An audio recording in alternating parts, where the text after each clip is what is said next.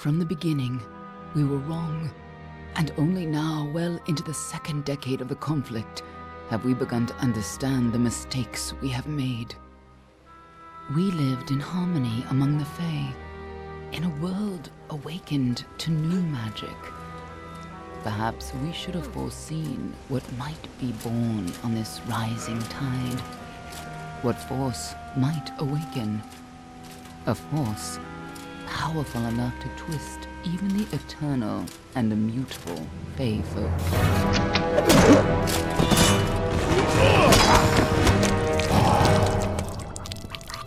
But Gadflow, the new king of the Winter Court, surprised us all. Singular among his people, he was all that other Fae were not.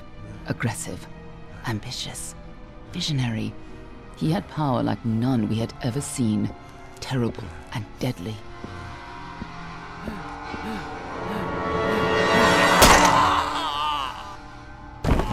Gadflow and his followers, the Tuatha Dé Onn, believed that a new god was to be born in the east, beneath Gadflow's crystalline fortress of Amathen.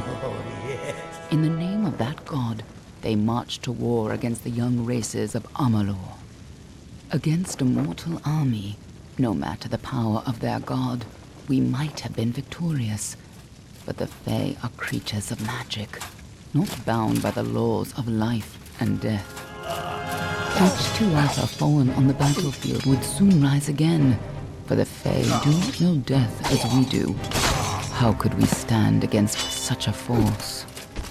For 10 years the war raged. For 10 years the armies of Men and Alfar fought and died. But as our numbers dwindled, we knew that it was only a matter of time. Our fate had been written. At least, that is what we believed. Until you died.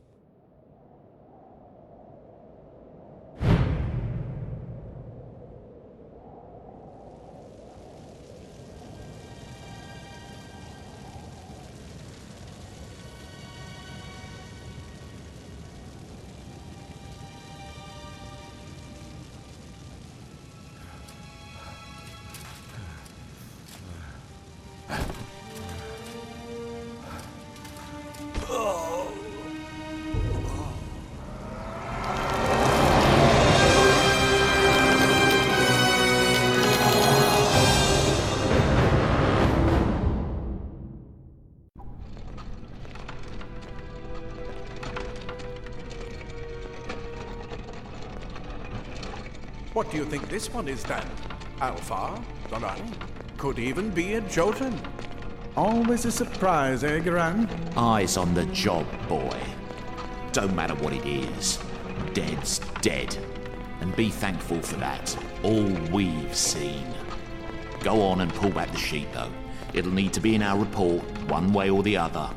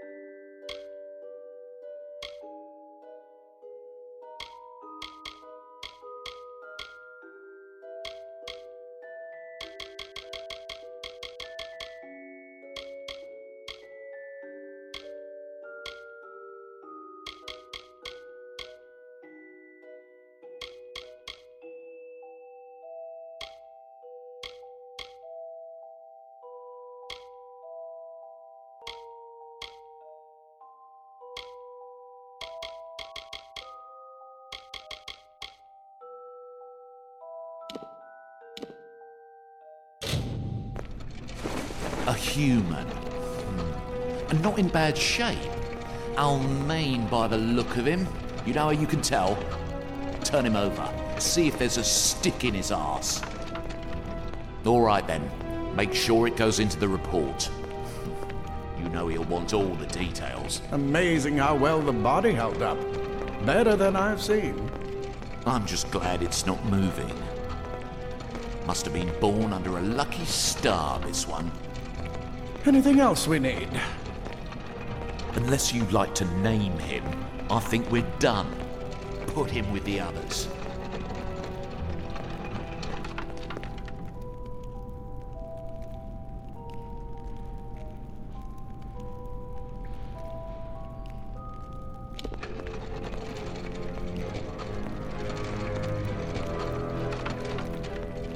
Well, that's it for you then. Better luck next time.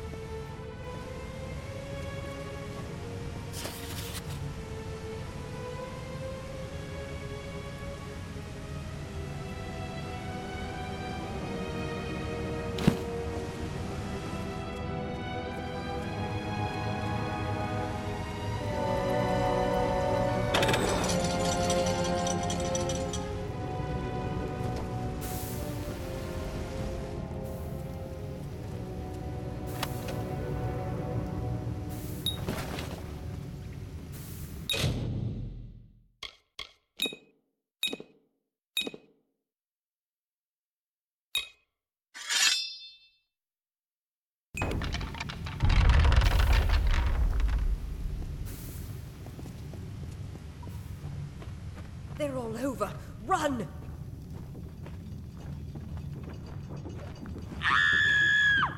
Scatter, children of dust!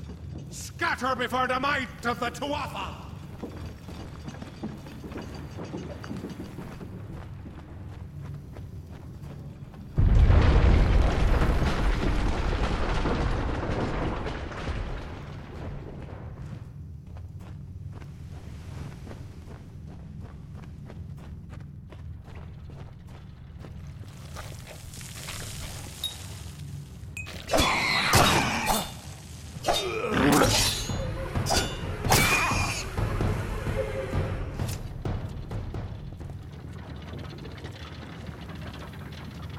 Stay away!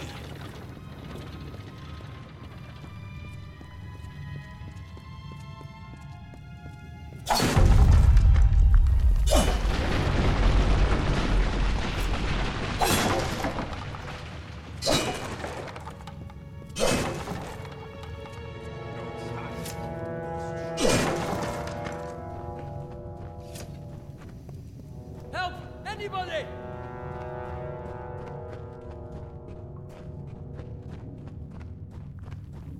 You! Up there! Please help me! Please! More mortals.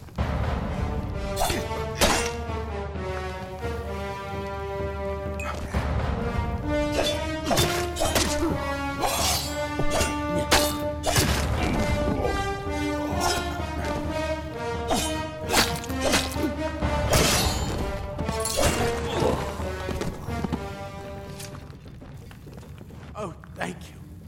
Thank you. If you hadn't come along, Wait. I've seen you before. On the slab. You were dead. It worked. By the tome, it worked. You're alive.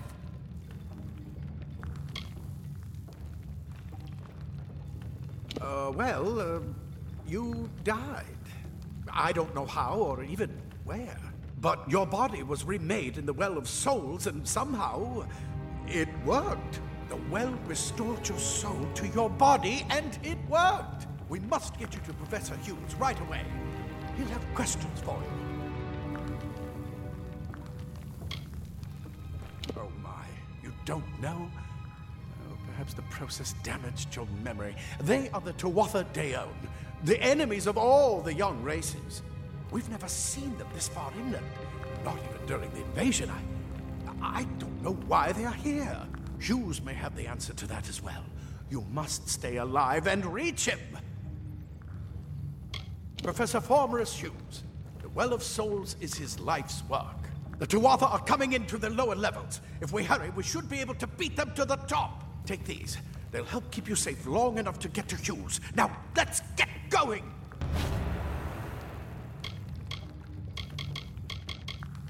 He'll be in his study on the ground floor of the tower. At least, I hope he's there.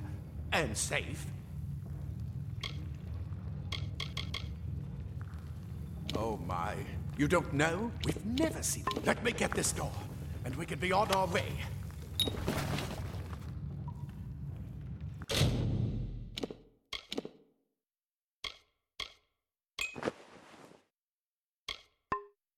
Right this way.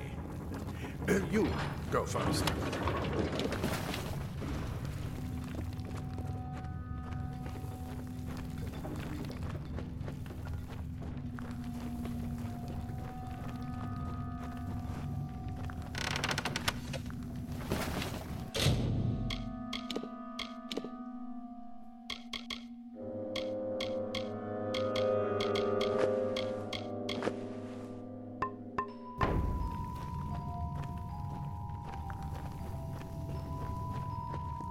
This is what they're after.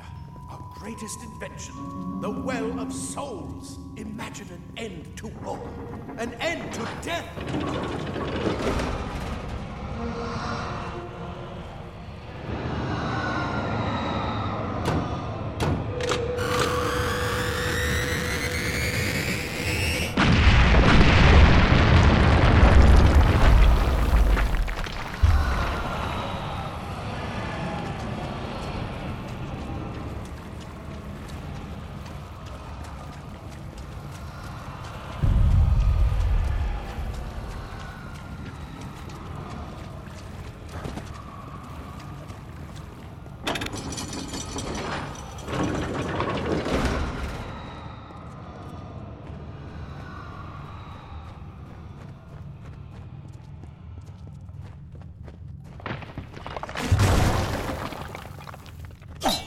One of the storerooms. See if you can find anything useful.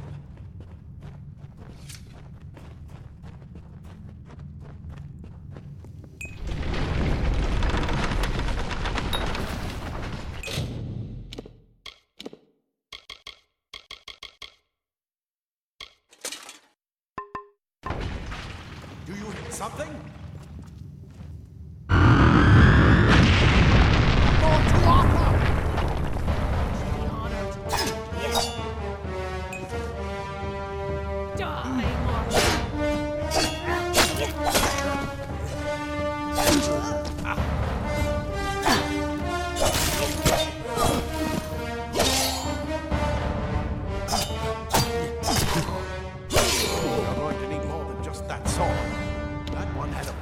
Get it?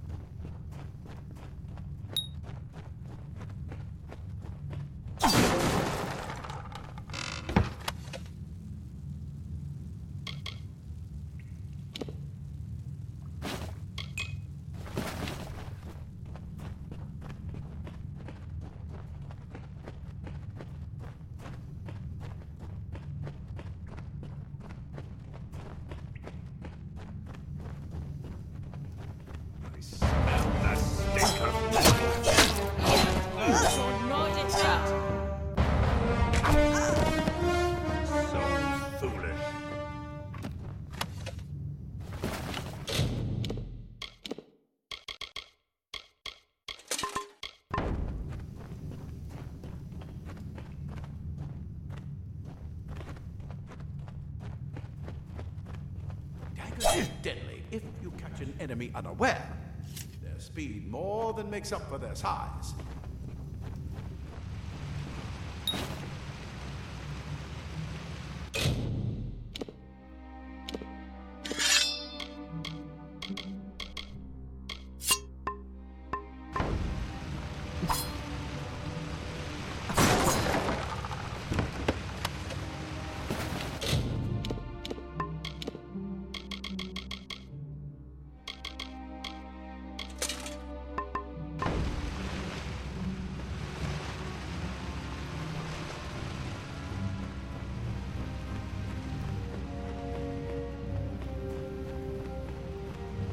More up ahead.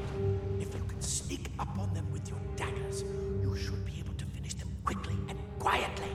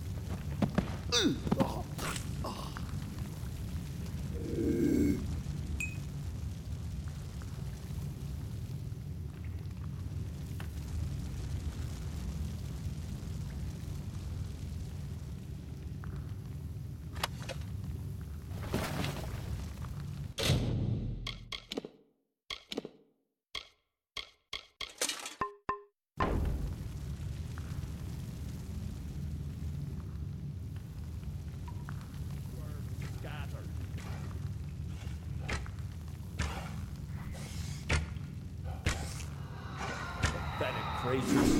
A mistake of God. Easily corrected.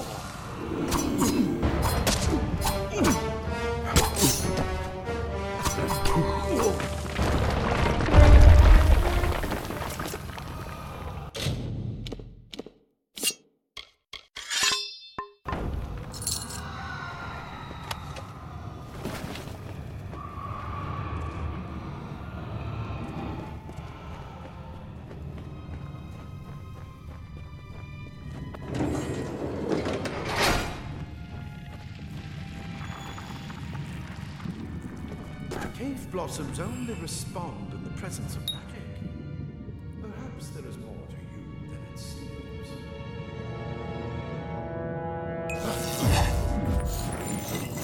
What are you?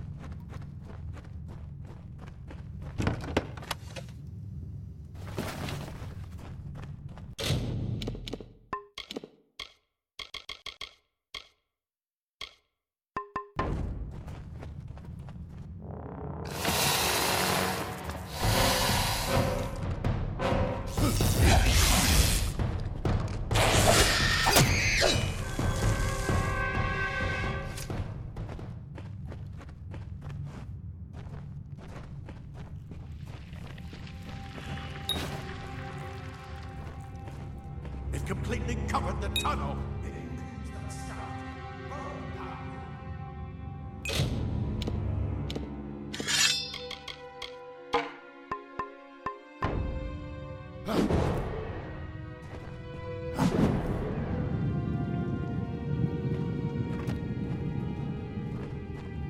Not more spiders. Burn them!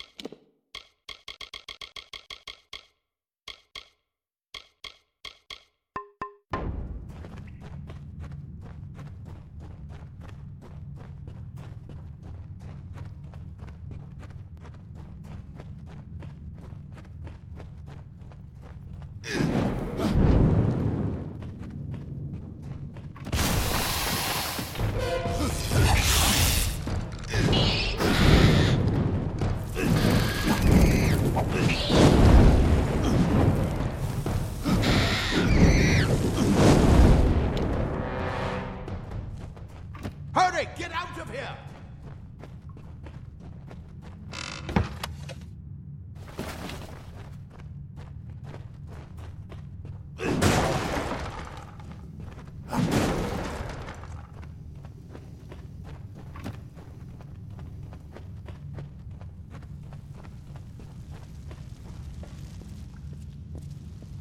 Die, Tuatha bastard!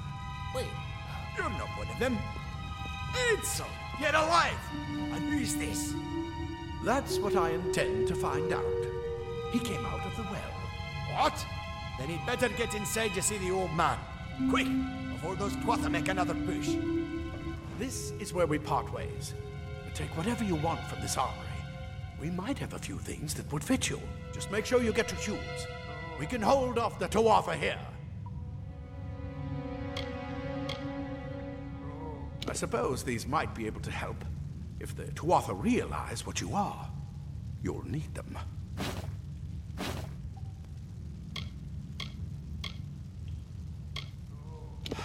We can't risk you getting killed. You're proof that the well can work. Don't you realize what that means? Just keep going past the top of the well. Hughes will be there in his study. I'll see you on the outside, if fate wills it.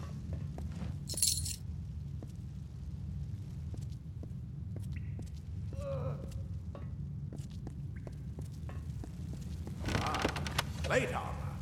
Nothing protects quite like layers of impervious metal. Leather armor is thin, but will give you the speed to reach an enemy's boat. Cloth frees your body and mind. My mages prefer it.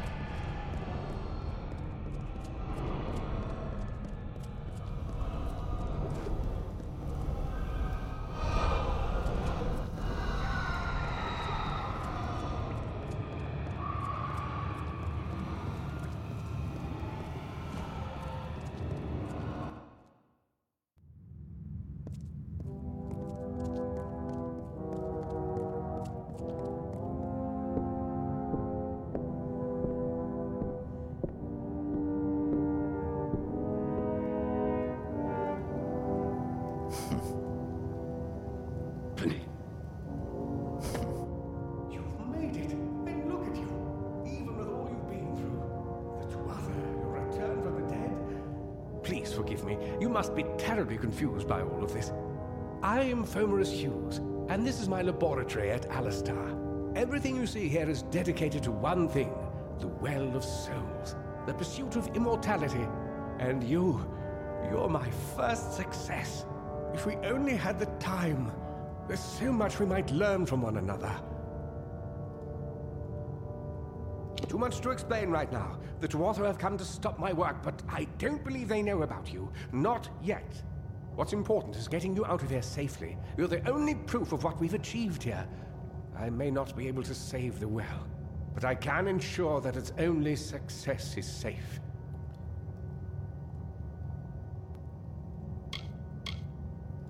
We're in the Feylands, miles away from the front lines. I thought we were safe enough from the war, but it seems some of the Tuatha found their way here anyway. Yes, you're right. I've got my notes, but it's most important that you stay safe. It's just that you're... fascinating. Simply astounding. I'm not certain what's caused it, but somehow... yes, as I was saying, I'm not sure what... Perhaps I should go see. Sir! Mr. Hughes! The Tuatha have reached the lab! They're inside the lab!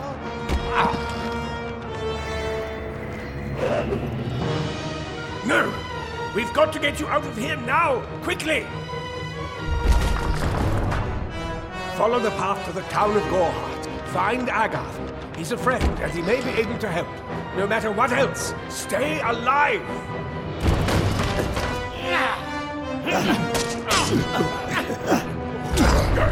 Go!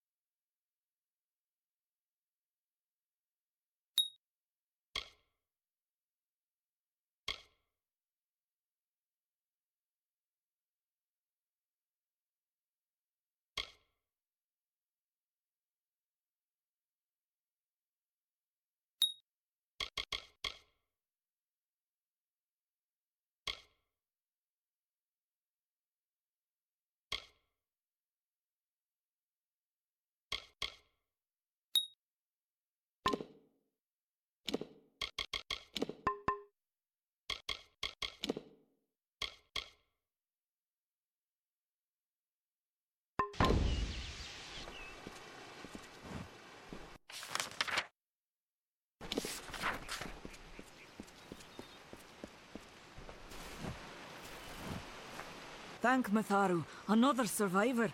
Are there any more?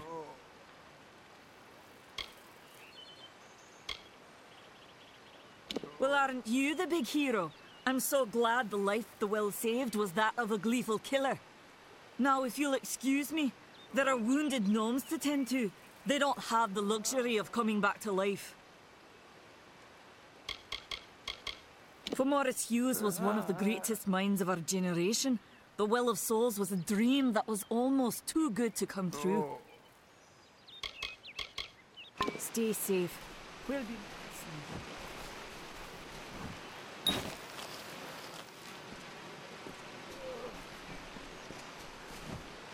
I told them we needed more guards. I saw you fighting there. We could have used more of you. Did they really have a troll?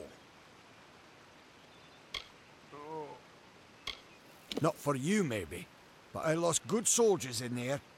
They were battle-hardened and wielding the best Tedescan steel. How could you do better than them with just rags and rubbish? Good luck out there.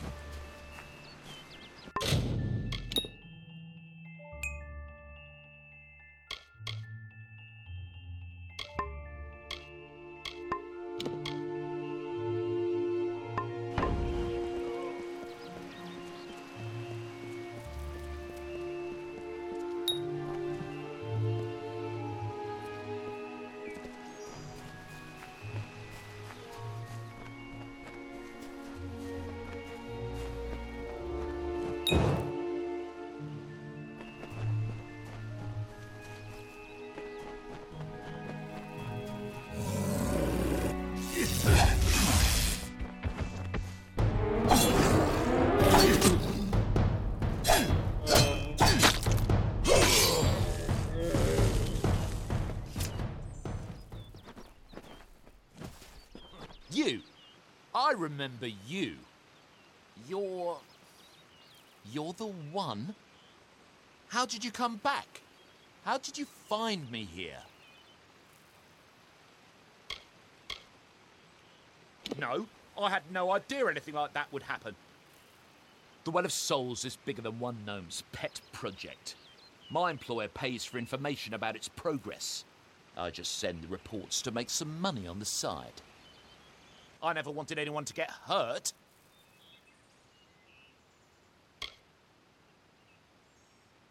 I promise you, if I knew who it was, I'd tell you. Sharing research is one thing, but academic sabotage is a crime. I don't have...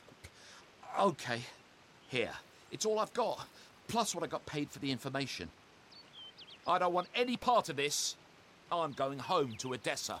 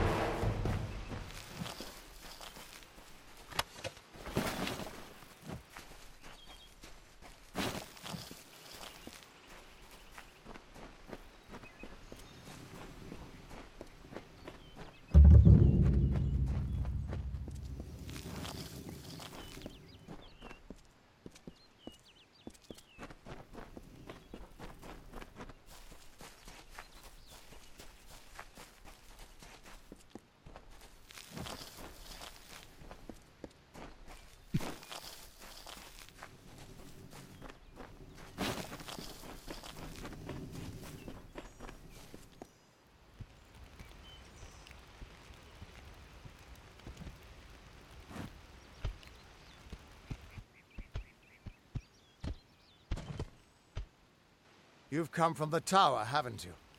Name's Agarth. Maybe you can help an old Fate Weaver, eh? Fate Weavers look at the great tapestry of fate.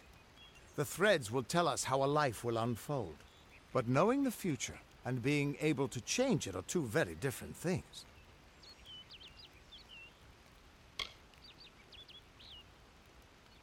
Did he? Poor old Fomerus Hughes. He respected the way the world works. What a shame. He's probably dead by now.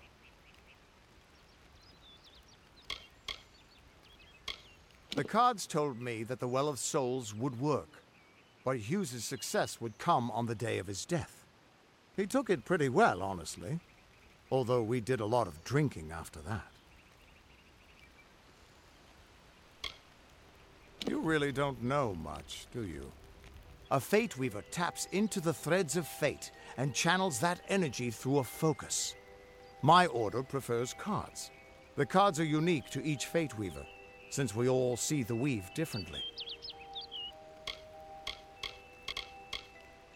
I suppose I could spare a little help in memory of Hughes, or in celebration of his success. Whichever.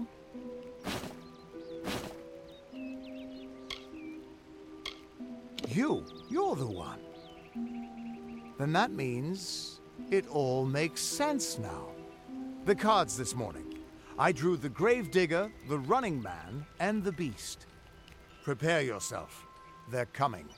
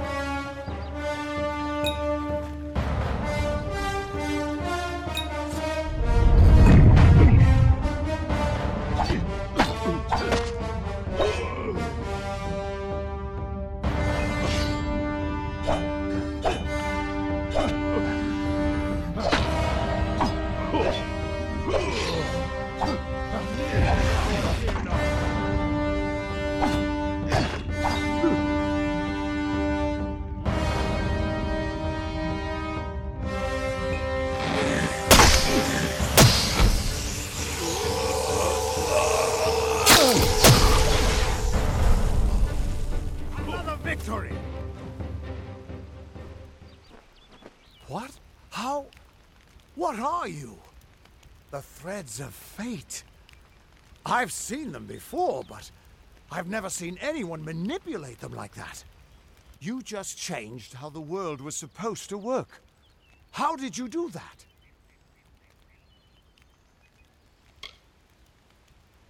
You just...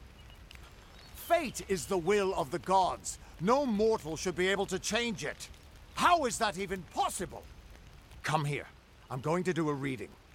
You might be able to change the threads, but fate will still have a plan for you. I promise not to tell you if I see your death. It's a gift. Some people paint landscapes. Other people write poetry. I peer into the weave of fate's tapestry and see people's deaths. That would be my guess. He was an academic, but he had a proper respect for fate's plan, unlike most gnomes.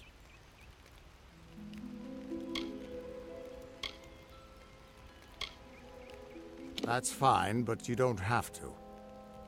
But I can see that you're nervous. Relax. This is what Fate Weavers do. I'll be seeing your thread in the weave of fate. Who you are, what you've done, where your path takes you. Or at least, I should be. You're real, right? I swear I haven't had that much.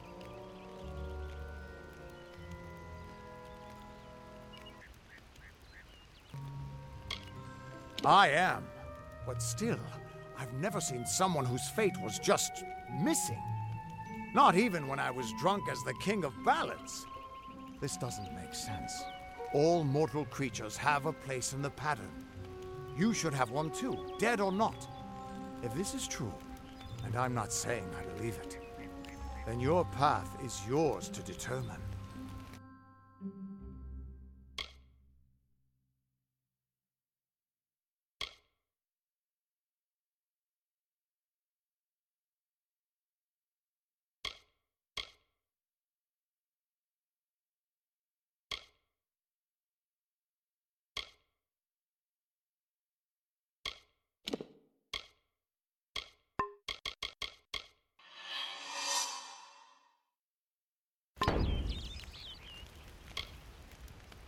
I can see the threads around you, but they're shifting, changing. Normally the threads would guide my hand to the cards, and I'd use those cards to see your pattern in the weave. But it just didn't happen. They wouldn't focus. So either there's something wrong with me, and there isn't, or there's something very wrong with you. Damn it, it's the truth. At least, I think it is. The world is changing. You might be a sign of that. Or maybe the cause. I've never had a reason to doubt my own readings, but we should consult with Arden. He's not a friend, but he's got a good eye for the tapestry. I'll meet you at his home to the east. I'm going to see if I can be of any help to the wounded at the tower.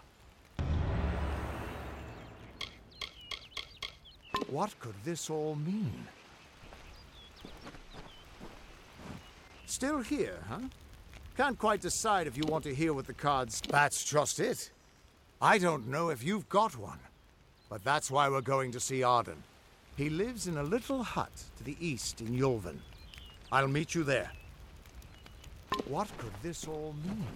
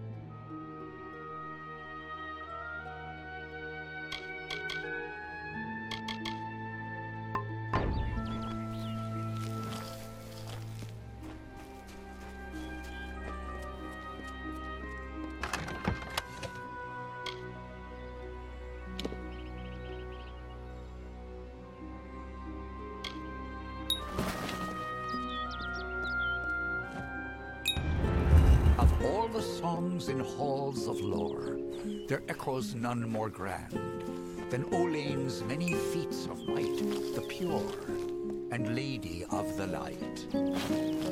She is a knight of golden knot. She is the cure seeker, the conscience of the summer fae. She is the heart of spring, of day.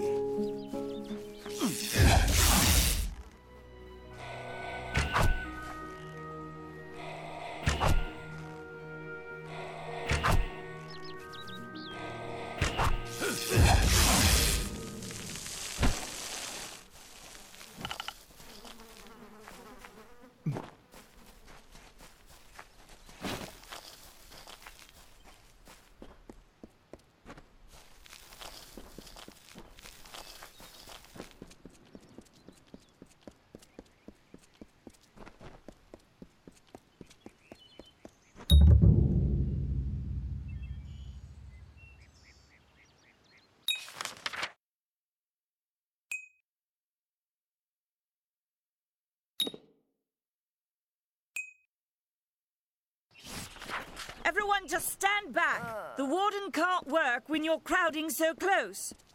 Go Try back the to your cook shop business. supplies. Go on.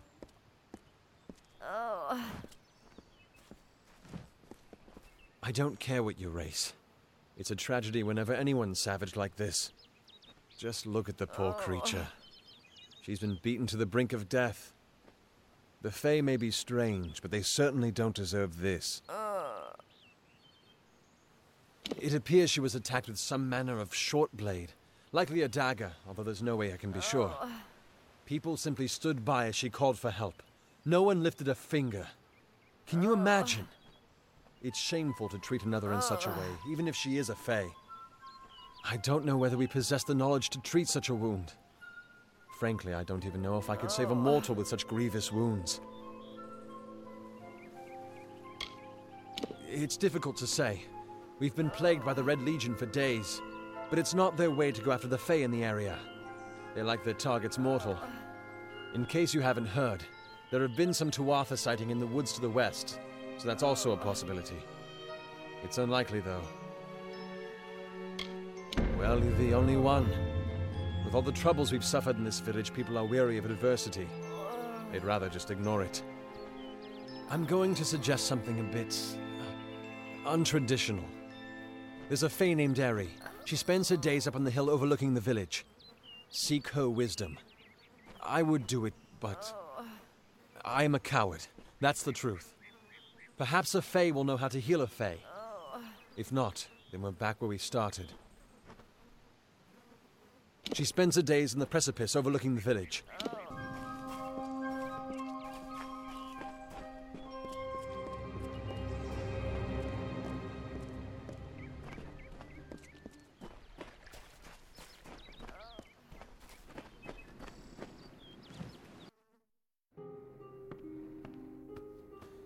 Come in. Welcome to Goreheart, the last settlement before the Feylands. How can I fill your pack today?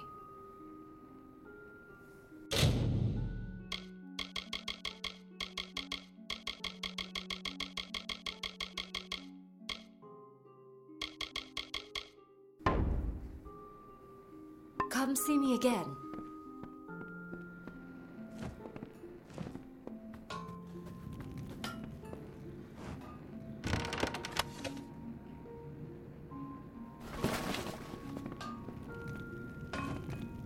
Need something?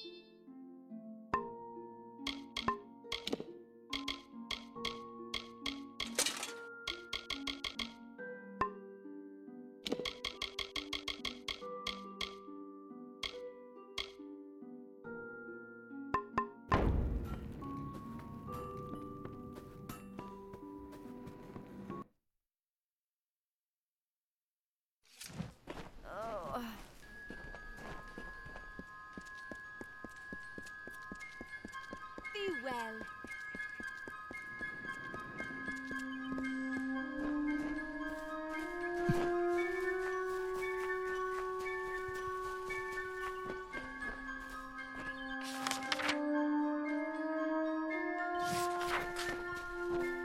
Damn Red Legion.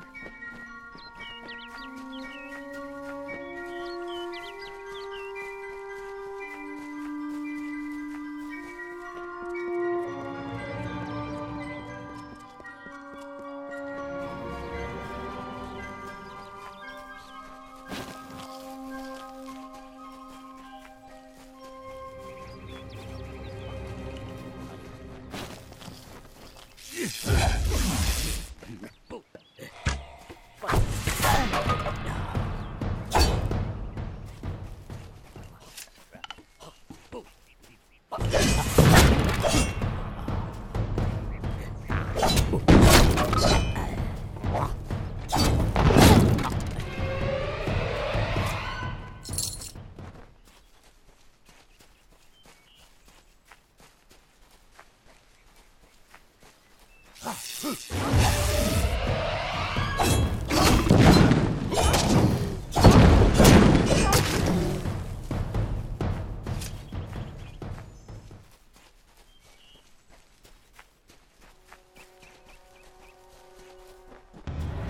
don't know if what the Fae say about these stones is true, but if it is, well, this is just too good to not save forever. Lystrom was out of town when Artol was visiting. Now, Lystrom doesn't know Artol, and Artol is... She could be mistaken for a Fate Weaver. So, Lystrom came back to town. Here was Artol the Rockerer. I said to Lystrom, "Her readings are amazing. You should go." My, you should have seen it. A rooster, she said, will change into a man, and this man will become your lover. He will provide for you, and he will make you laugh, and he will make your life exciting and easier. But, and this is something you can never forget, he must never eat chicken. And once in a while, he will need to peck at things on the ground, and every morning at the break of dawn, you'll hear a loud cry from him.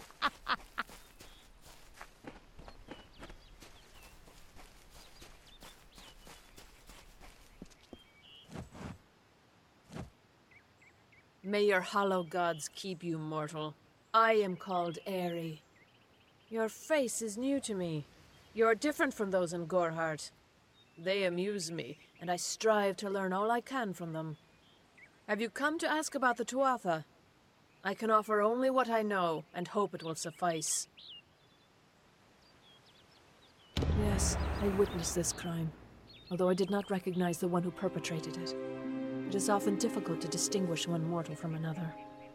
The victim was Illuvia, but I knew her only by name. You must be hoping that I can offer advice, but I cannot. If she is meant for the Great Cycle, then so be it. However, I would be quite interested to find out whether one of my kind would benefit from one of your mortal remedies. I've always wondered.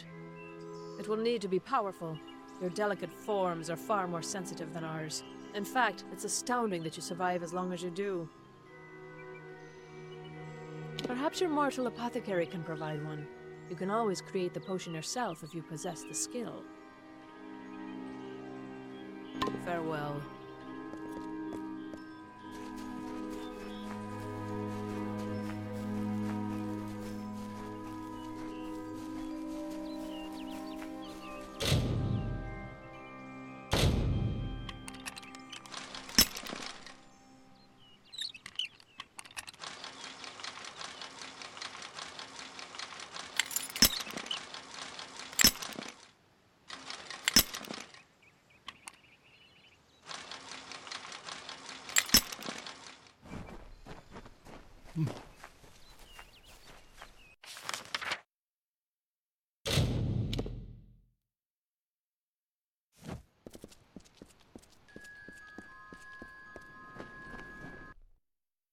Nice to see you.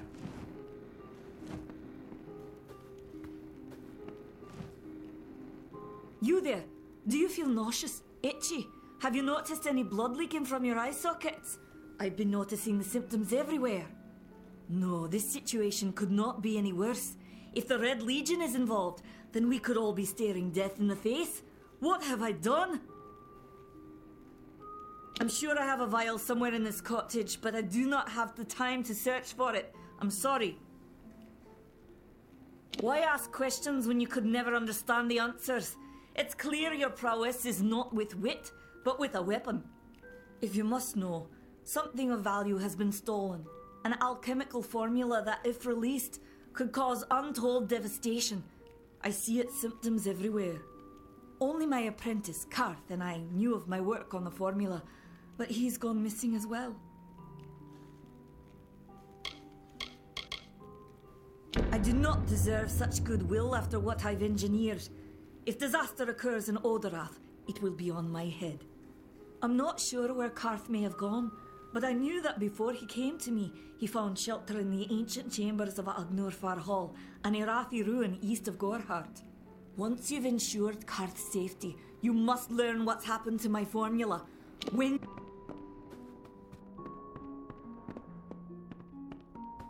Welcome to Gorhart.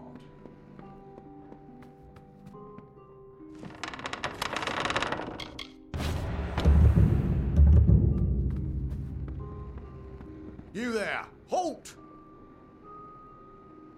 Don't let me catch you making trouble again. Be on your guard.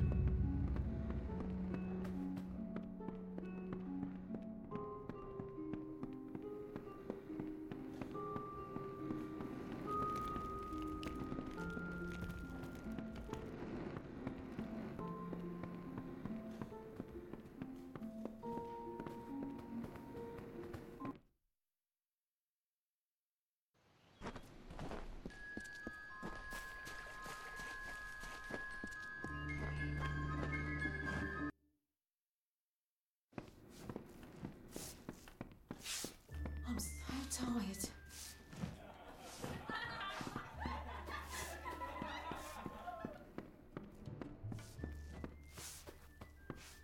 Come on over. Yeah, what can I get you? Nice talking to you.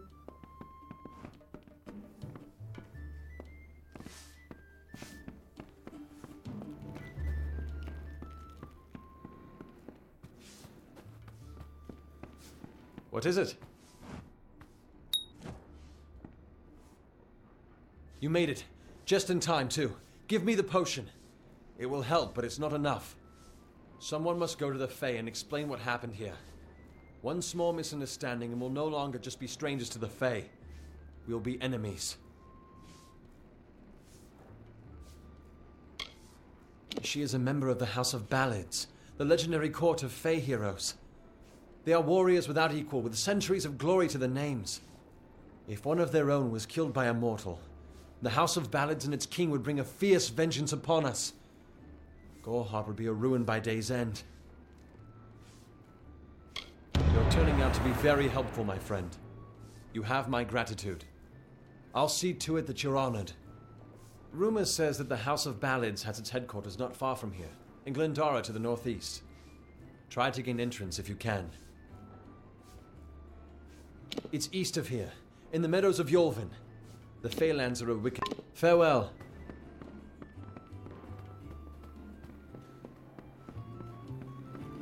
I miss her so much.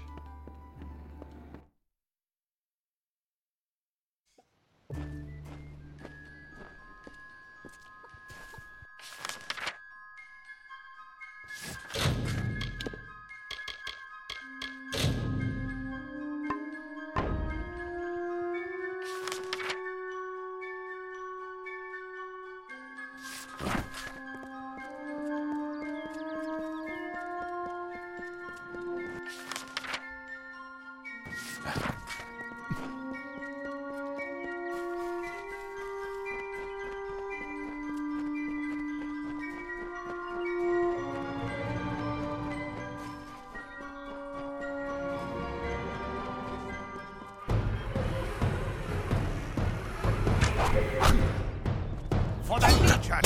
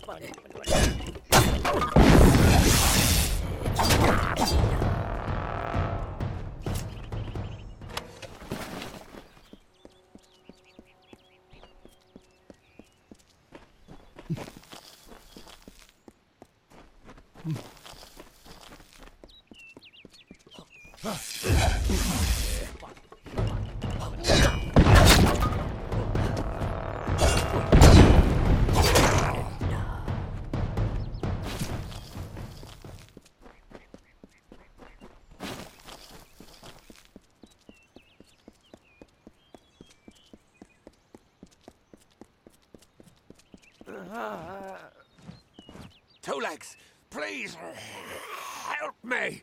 Other Two Legs are cruel. They will not help. No, I am cursed. You believe me? Many think I am just another Two Legs. They are wrong. I am a wolf, cursed to wear this shape by evil sprites as some cruel game. I still have wolf thoughts in my head, but two-leg bodies are so clumsy they can't even catch dumb meat birds. I must be changed back. The sprites are near.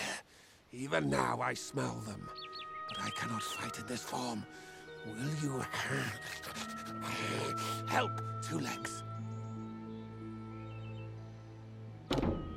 Thank you, Two Legs, but the task will not be easy. I need water from a magic well, guarded by the sprites that cursed me. Be warned, the sprites have much magic, for the well they guard is older than this wood. And from that they draw their power. The sprites guard the well, which is near the river to the north. Return swiftly.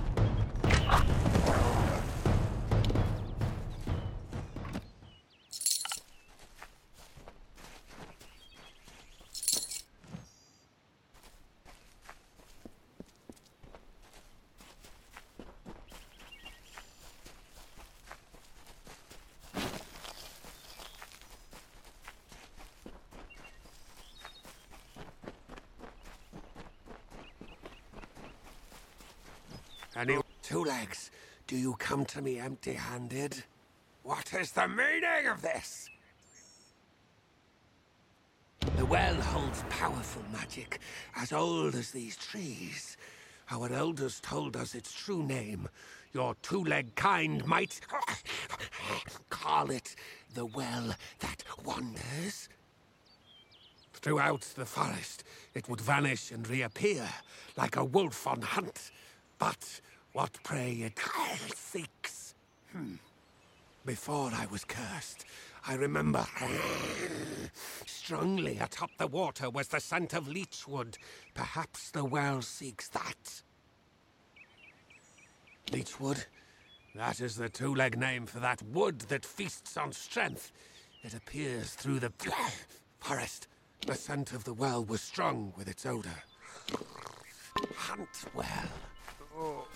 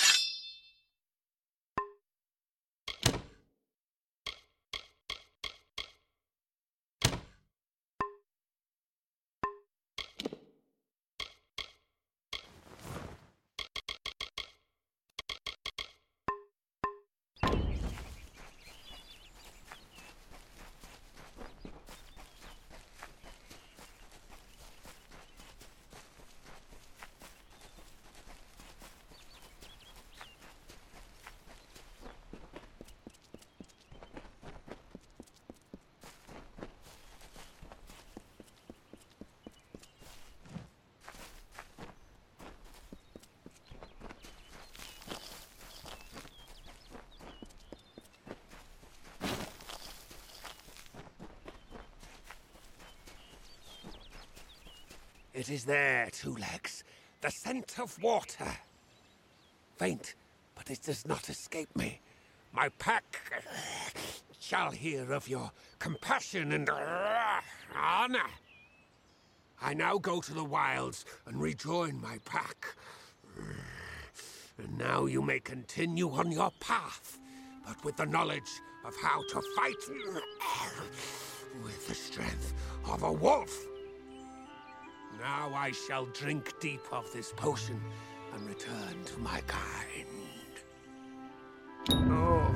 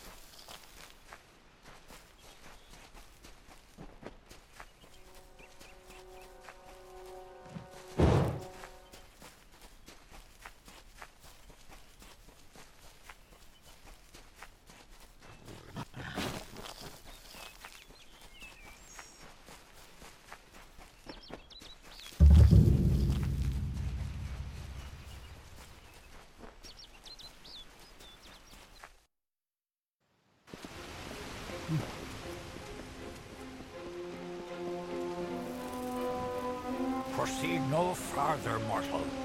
You are not one of our kind, and the seat of Sir Sagrael will never be occupied by one so mundane. Hallam the White prepares the contest, and he must not be interrupted at this, our time of greatest need. No doubt you speak of Illuvia, impetuous fool. I told her to avoid your settlement, to avoid Oderoth altogether. She never listened to my warnings. I will chastise her appropriately upon her return. It is a loss, yes, but not the first unexpected event in this telling. What happened?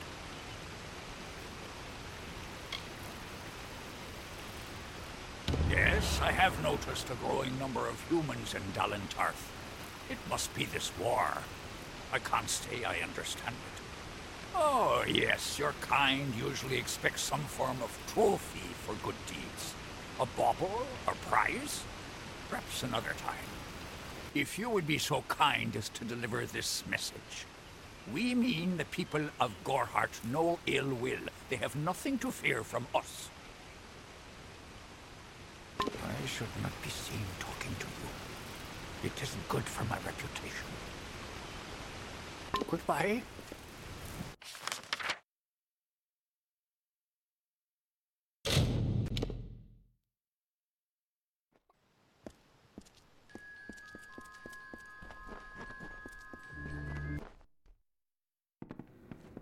Don't let your guard down. You made it. You're back. I was so worried that the Fae had taken out the revenge on you. As usual, I was wrong. The Fae has recovered, thanks to your potion. In fact, she wishes to stay in the village for the next several weeks as she recovers. Gorhart will be a new community, a place of compassion, and it's thanks to you. Please, take my sword and buckler. They will serve you well, as they have served me. Hope you stay in town.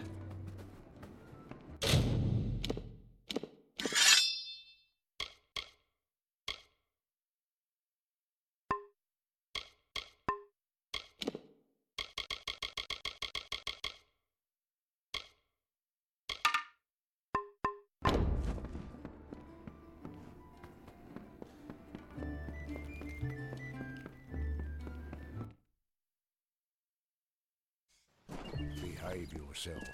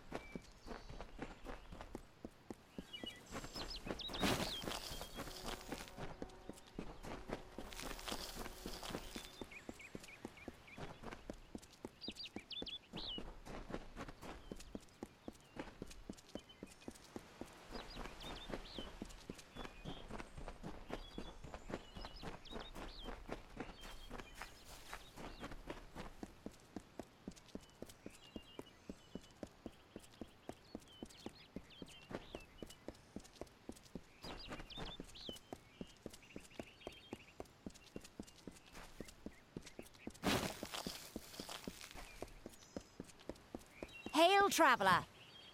Ah, finally! For a while I thought only the Warsworn used the Yolven Road. Penry Kell's my name, traveller by vocation. I have no trade, but I do have a job for one like yourself. Interested? Most travellers have qualms about dealing with the fair folk. Harder to read than a human, and many pockets to pick. These ballads, Fae, they are not only rich in lore. I've heard snippets of a ballad, and a beautiful ruby ring, and I need someone to help me get it. Never met a traveller before, have you? We may look humble, but our purses are always full. You can find a lot of coin if you know where to look, and when. The ballad is called Ring and Reprisal. I know little about it, but if we reenact the ballad step by step, the ring should come to us. In the story, a maiden asks a champion to reclaim a ring stolen by a troll. It's a few years too late, but I'll play the role of the maiden. You be the champion. First, you must prove your prowess by hunting wild antelope and bring back something to lure the troll. Who knows? You'd have better luck getting an answer from one of these damn Fae. But it's what the ballad calls for. You can find an antelope nearby. Bring them down and get proof of your kills. We'll need them later on. Good luck.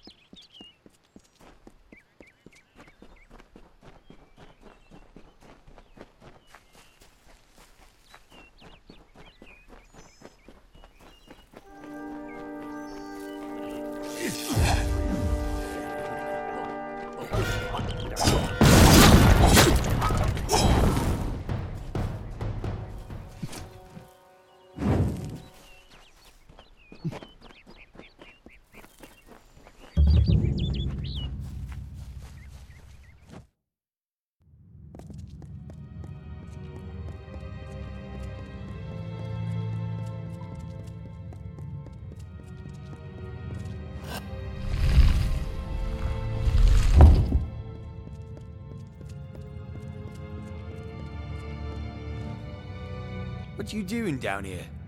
Don't you know Agner Farhold is haunted by the spirits of the Arathi? So, are you foolish or just stupid? Oh, I see. The Twisted Gnome has found herself a champion. How delightful. Nanny always was a fool. So immersed in her work that she failed to see the deception before her very eyes.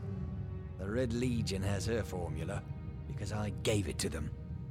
At this very moment, they are moving crates of it eastward towards the city of Rathir, where they will fetch a high price.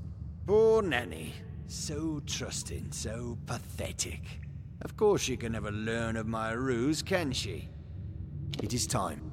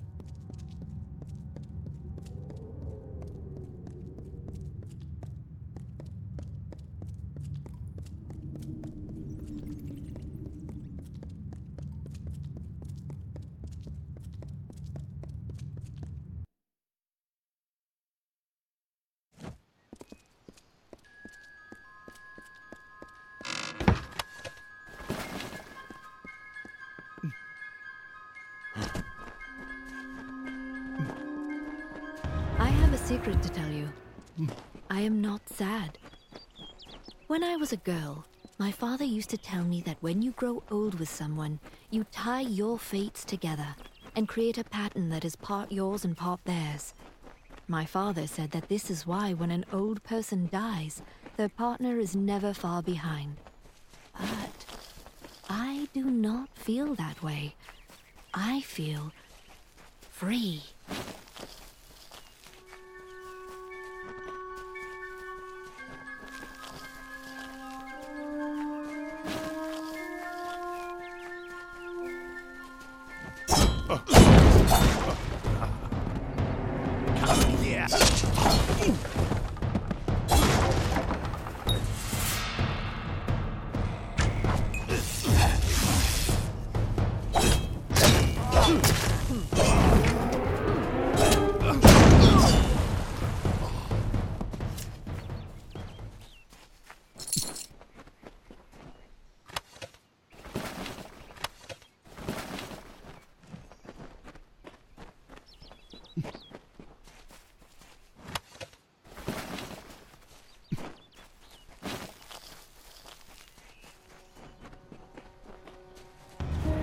She bested Strang in combat fair.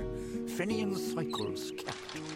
The exploits of this maiden's roll a burdensome and heavy toll. She lived among the mortal clan and bargained with their kind. Throughout the town they found fear of the brilliant fighter near.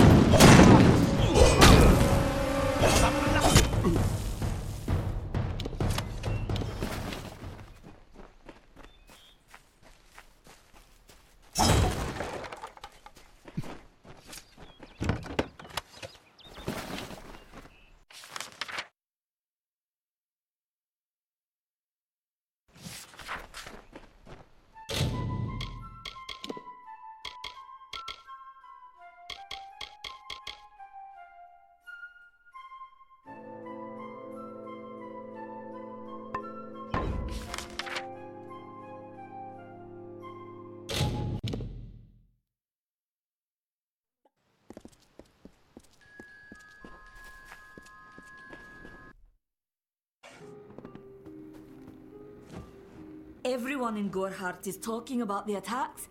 They say that the Red Legion is receding back into the shadows from whence they came.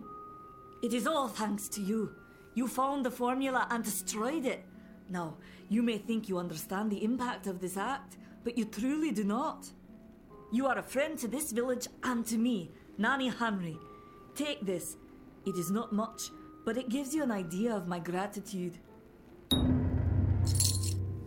Goodbye.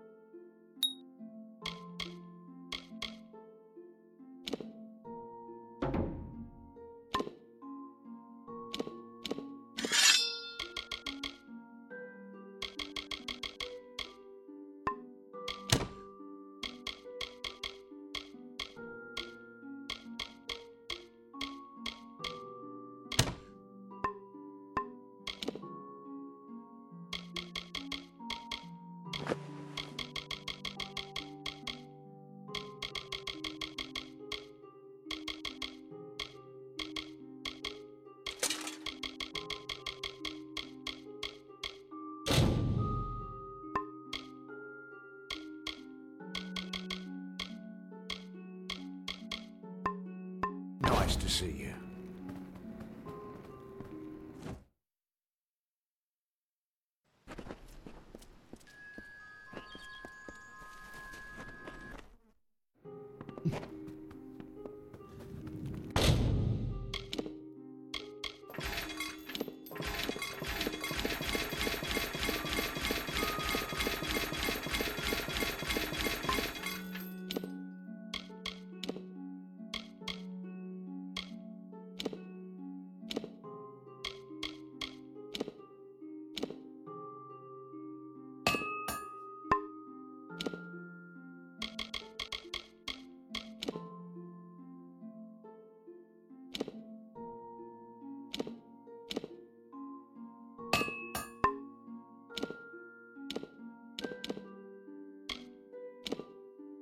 Hello there.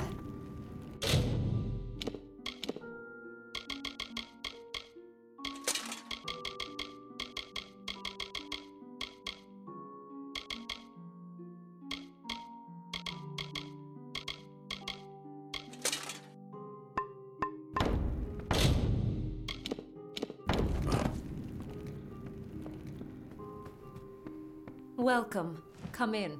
You wouldn't believe how busy...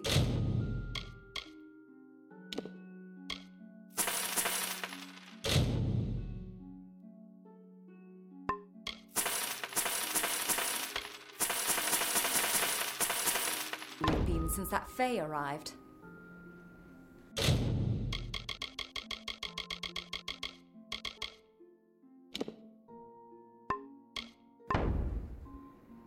Goodbye.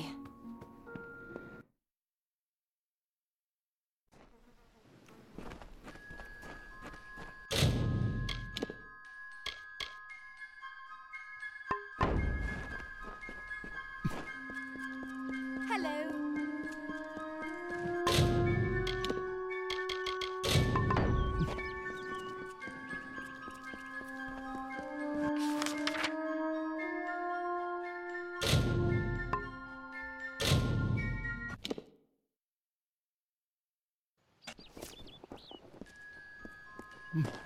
What, stranger?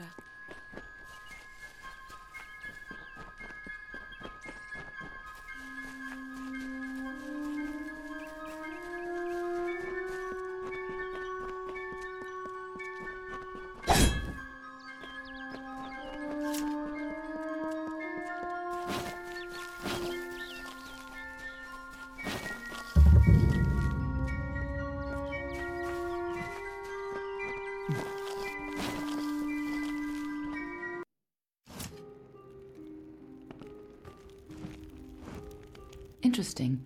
You're not at all what I expected to find here. I trailed a band of Tuatha to this place.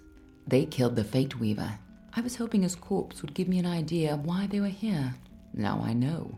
They were hoping to find you. Knowing you, you're definitely involved. But something tells me I know you better than you knew yourself. Don't you remember me? I'm hurt. No time for introductions now. The Tuatha are still on the move. I'm certain that we'll see one another again. Soon. Be on your way. What happened here? Arden's dead. How did this happen?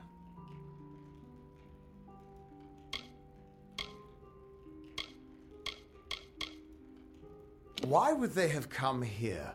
Why kill a harmless old Fate Weaver? They couldn't know that you were headed here.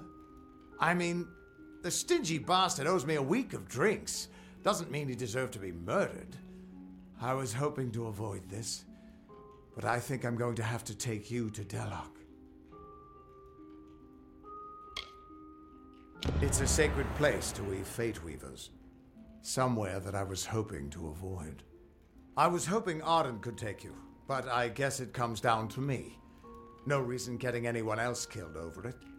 Go, I'll meet you there. Once I give Arden a proper funeral.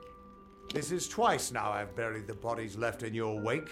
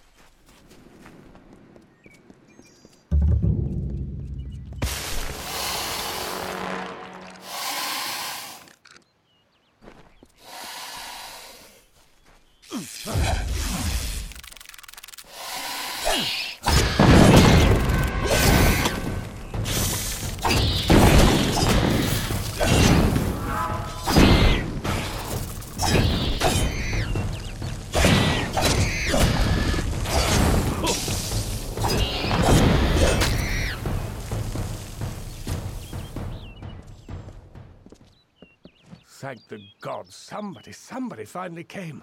Tell us, are you from Gorehart or Dyden Hill? How many warriors travel with you? It seems you're not the assistance we requested, but don't think me ungrateful. I could...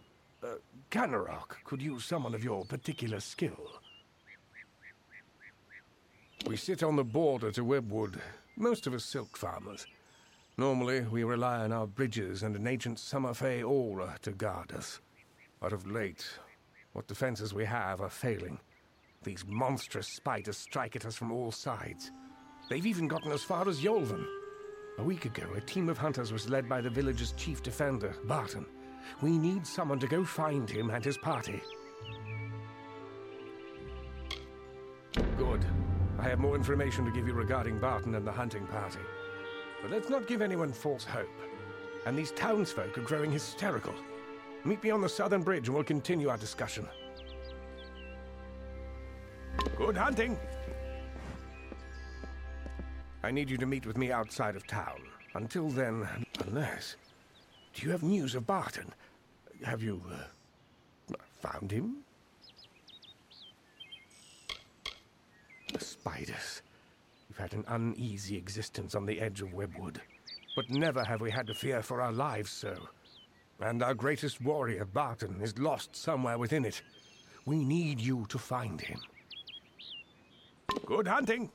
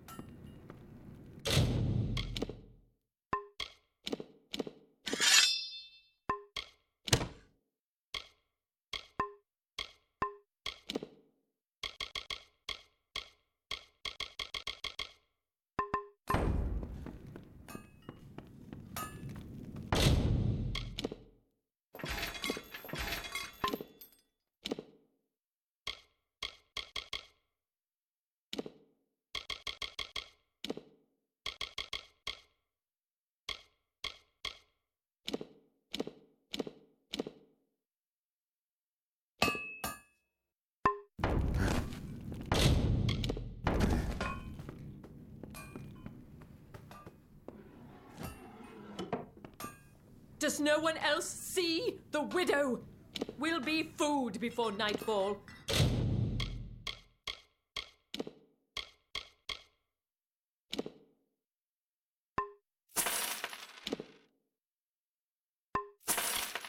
I can't hold this island, these few...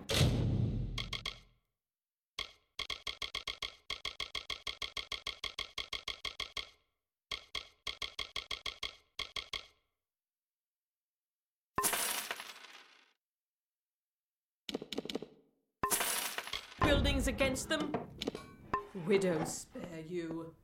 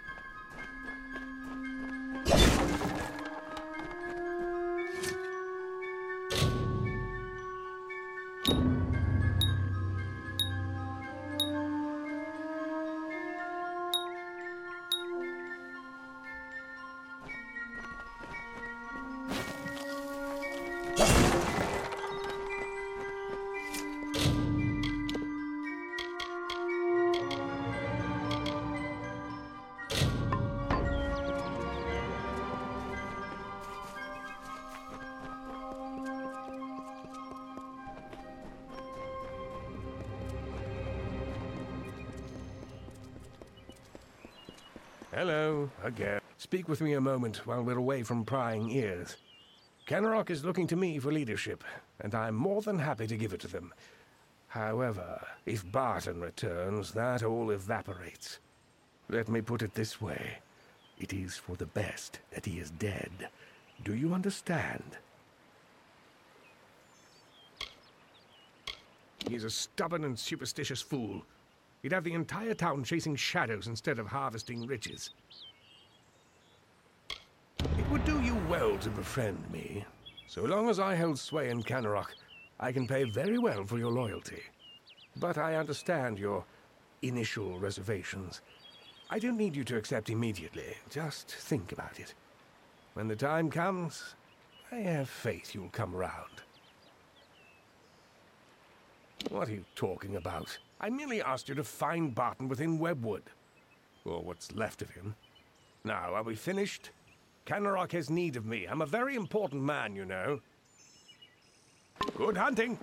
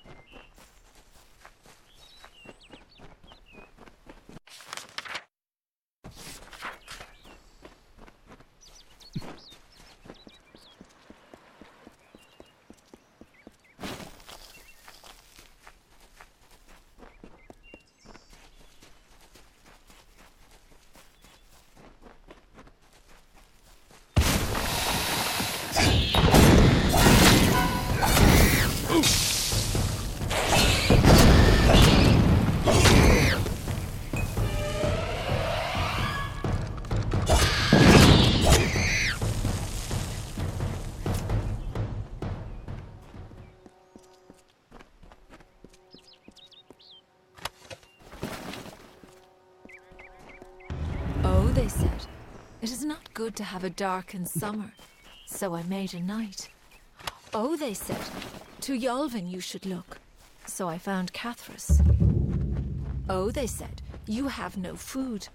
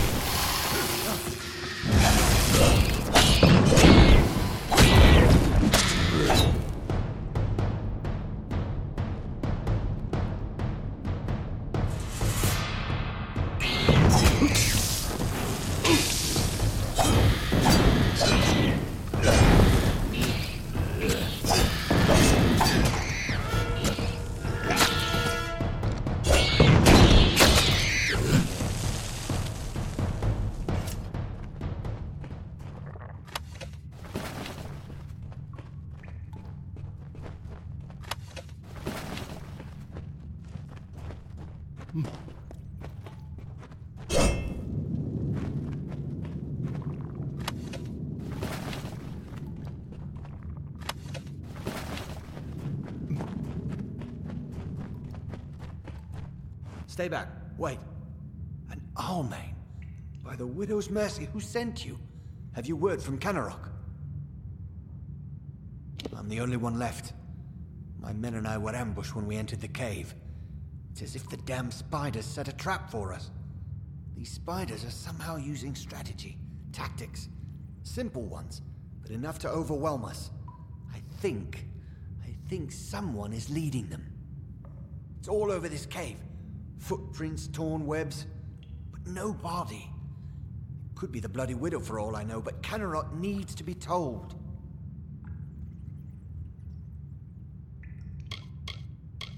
That damn...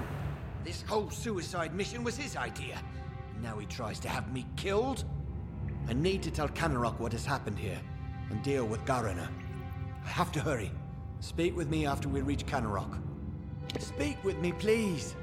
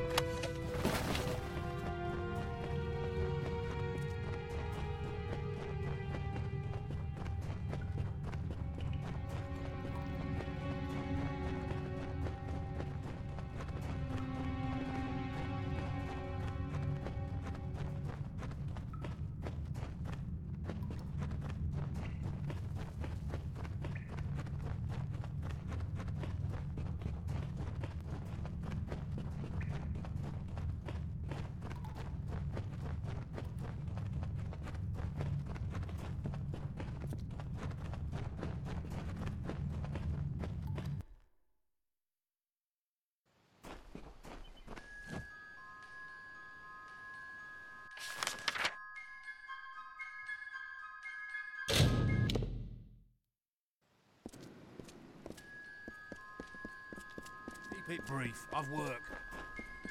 For your part in saving me, you have my thanks. And you're welcome to Gossamer End, a house in the village. Billis Ade, the town blacksmith, will make repairs if you need them. For his treachery, I have banished Garina from this town. The widow take him. Enjoy your new home, but do so quickly. If the widow is out there, we must send someone to Castle Yolvin to find out why. Information. Castle Yolvin was a Fey bastion long ago. They used some form of the magic to pacify Webwood. Perhaps they can tell us how to calm Webwood. We need something to stop these damn spiders. Long ago, the Fey of that castle tamed them, and all of Webwood.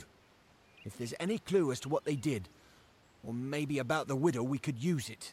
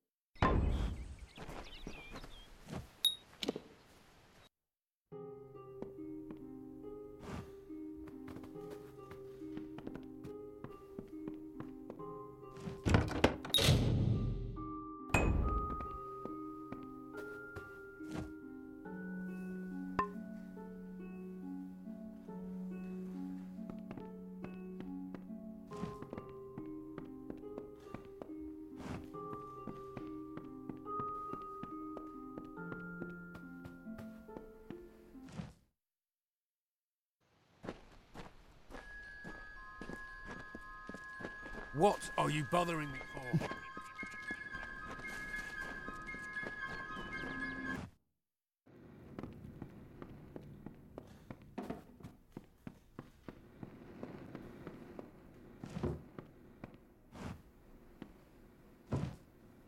There's a lot I need to do, stranger, so if you've come on business, you should make it quick.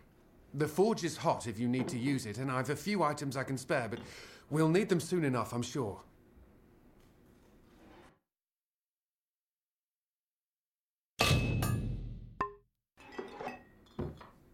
I'd be happy to fix up old Gossamer End for you. That place could use some expansion. I can put in a dining area for some gold. What do you say? It will be ready in no time. Let me know if you want any further expansion. Stay alert.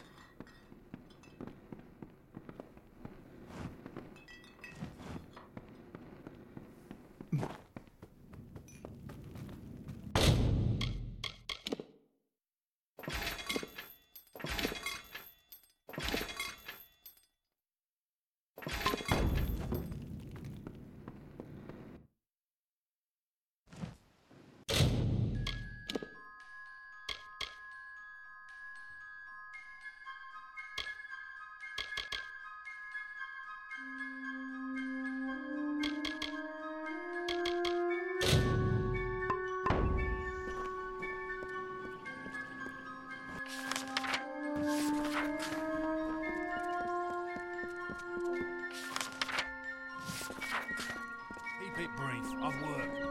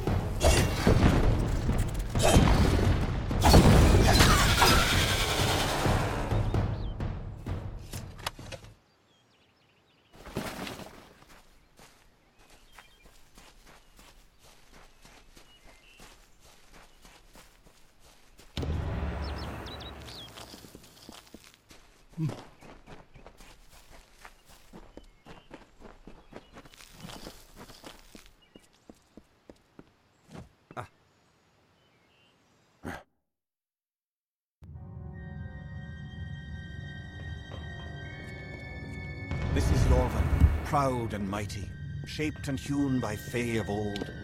If you hear us, then we are sleeping still. But be strong of heart, new one. Our powers are old, but our triumphs are eternal. We have brought peace to the Webwood and the forests of summer. Corruption and decay and filth were grown, were spread like sickness from the fens and dells of this place. They were led not by a beast, not by a fell one, but by her, the one who walks alone, the mother of 100,000 spiders. She is a queen of web and poison. She calls herself the Widow.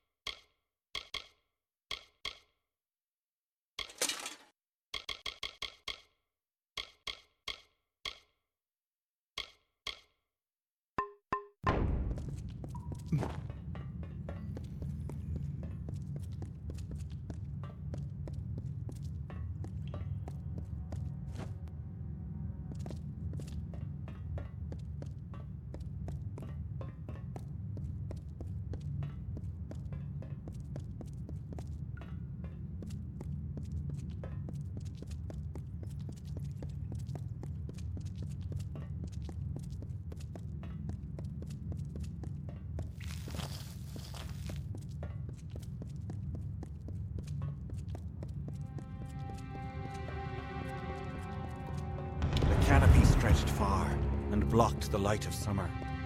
But we pressed on and forward to Cathris, to the widow's den.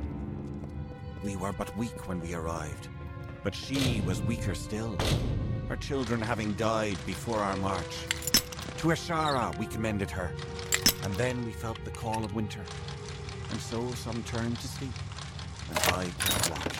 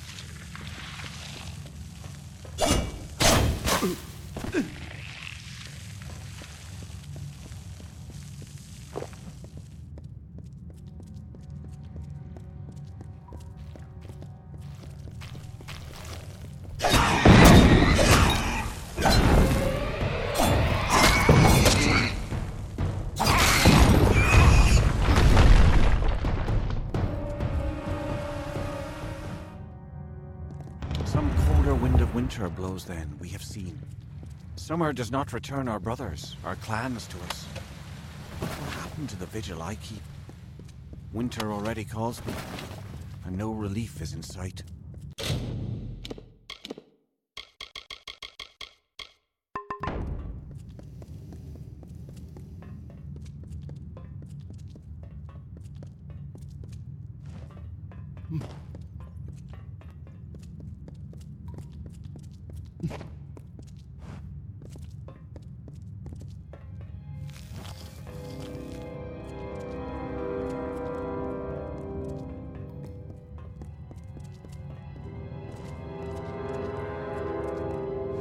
Widow walks. I can feel the heart of the webwood pulsing with her anger. Her spiders are at the gates. We never thought this day would come. The widow walks. The widow walks. Is that someone tripping about my web? And I thought my fun was over.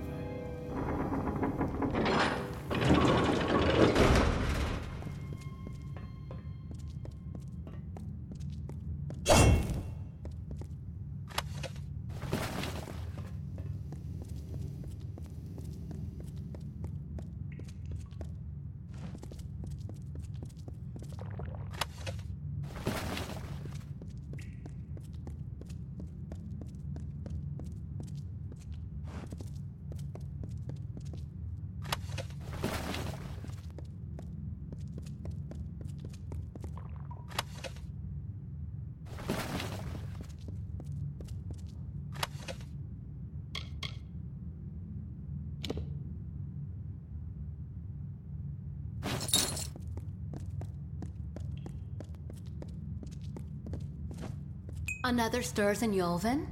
But it is only a wretched mortal from that doomed town, no doubt. I'm sure my Cathris brood would love feeding on one as strong as you. The Lost of Yolven is dead. Your little town is next. Tell them the widow has returned, and she is claiming what was once hers.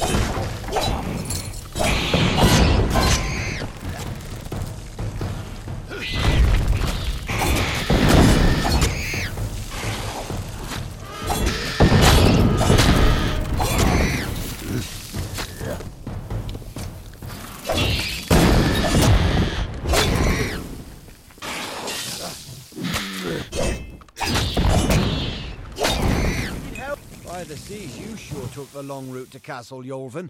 Now tell me, have you found their secret? Can you stop the spiders? I didn't want to think the stories were true, but I've seen her hand in this since it began. It's only a matter of hours before Kenarok is destroyed. But Cathrus is deep within the webwood. I wouldn't be surprised if the Hollow is where she makes her home. I had hoped for an army to assist Kenarok. You're all I have. Don't know if it's fate or luck, but there's no time. The others and I will take refuge in the inn. I need to help the survivors. What are you bothering me for?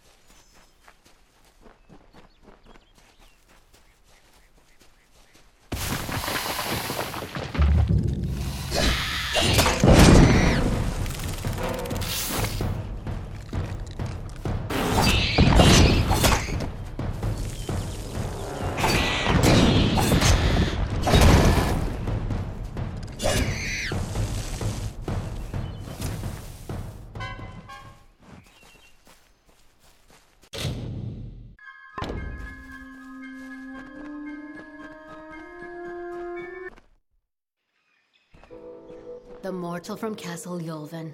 How vexing is it that you escaped? Your stubbornness is yet another irritation from you mortals. But it is the way of my kind to endure. It is not a quality we share. The bulk of my hoard lies within, and I am eager that you might face it. But I am not reliant upon my spiders, nor am I unreasonable. I can see you are brutal in your own form. I offer amnesty in exchange for the lives of Kenarok. Oh, I had believed for a moment that you had some potential. Oh well, I lack the sympathy to kill you personally. You shall feed my guardian spiders after all. While they draw breath, none shall approach me. These walls obey my wishes. These spiders' lives are mine. Your way to me will be barred by root and fang.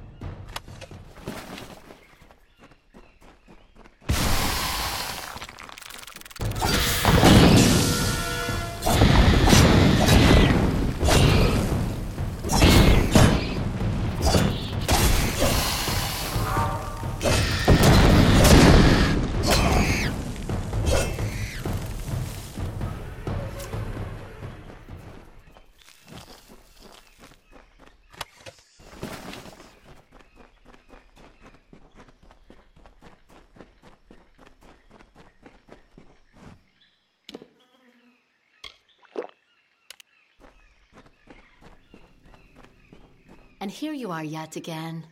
I must say your hunger is great, unlike the Fae I slaughtered at Castle Yulvin.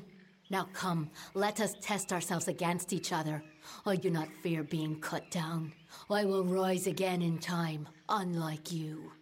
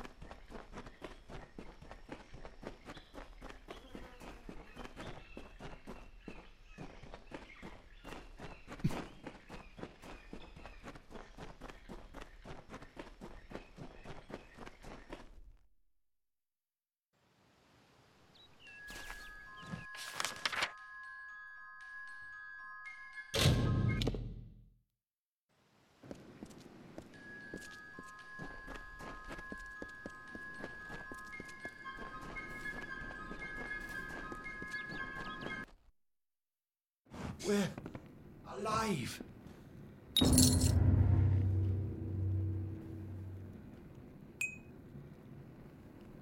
You've done it. We owe you our lives and our livelihood. If not, we'd be food for spiders, and the widow would be dancing on our remains. There is not enough gold to show our gratefulness. But this is what we can give. Take it, with our thanks. Be well.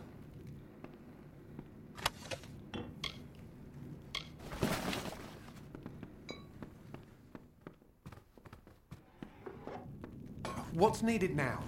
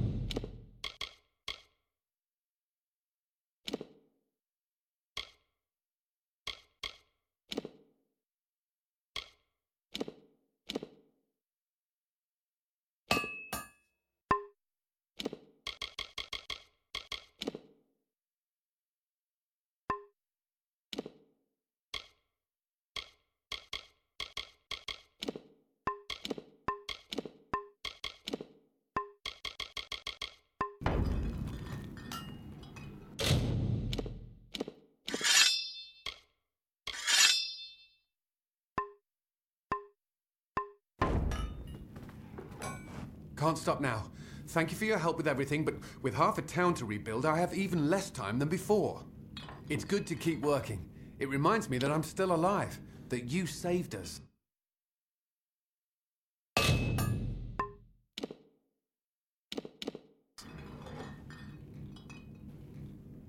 Keep safe. Can't stop now.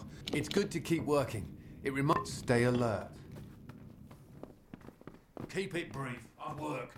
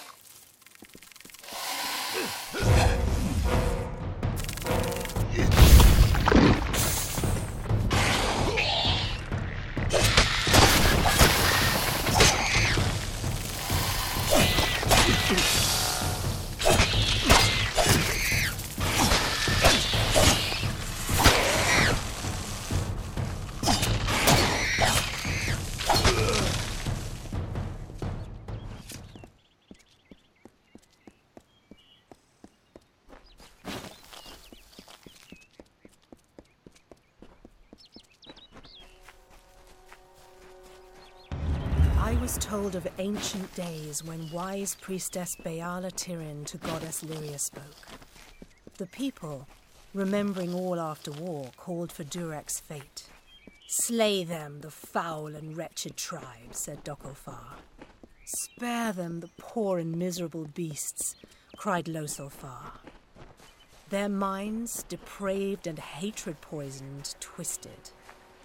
Alpha struck Alpha over drink, at feast, when all else is merry, when peace reigns in havens. Hateful, I am told, were cousins towards each other. Lord Ferora, valiant warrior, destroyer of Enfaminir, Duke of the Hylarans, protector of the Ring of Kiozai, discoverer of the island of Meropis, were he only to meet a better end.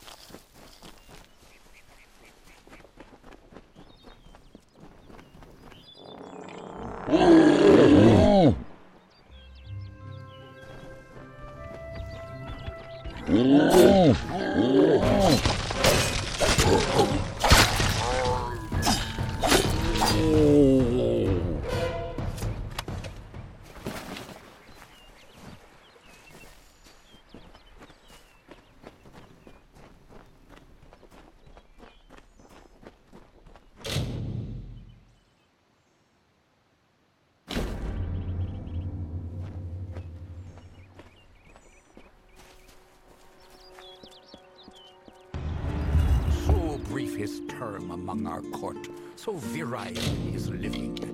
He is fervor embodied. He is vitality. He rescued Princess Luna to take us his own. King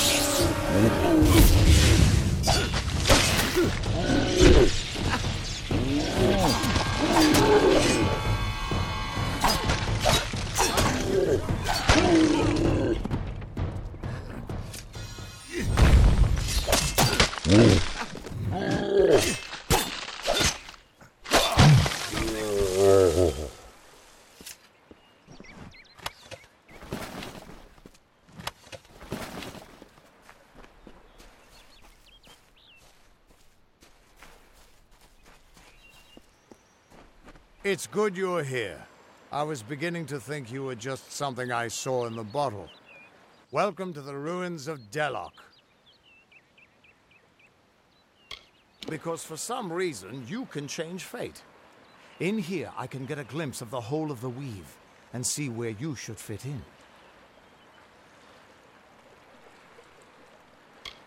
We'll see soon enough. Deep below us is the Theater of Fate, where the Immortals taught man, Alpha, and Gnome to read the destiny of the world. Come with me. Maybe I am crazy, but not about this. It's the ruins of the Theater of Fate. This is where the first Fate Weavers learned how to read the weave. They left their wisdom behind in the Destiny Stone. I'm hoping that the stone will tell me who you are. In we go.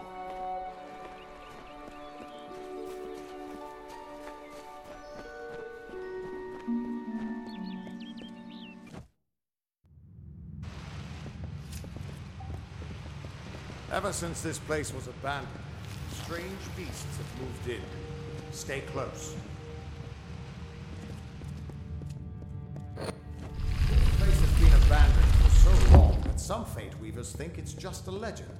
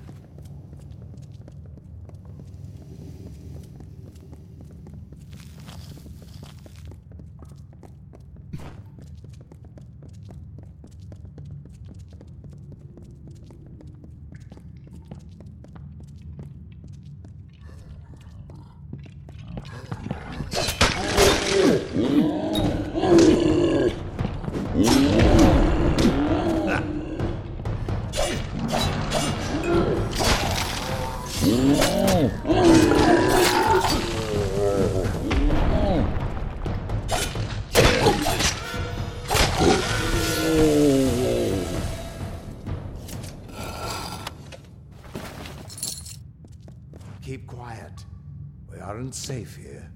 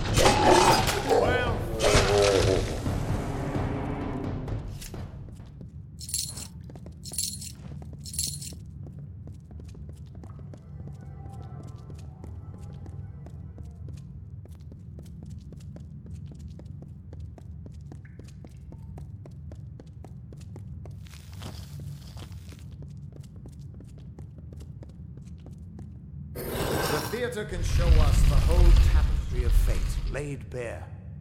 We can do nothing to change it or prevent its horrors. Well, most of us can.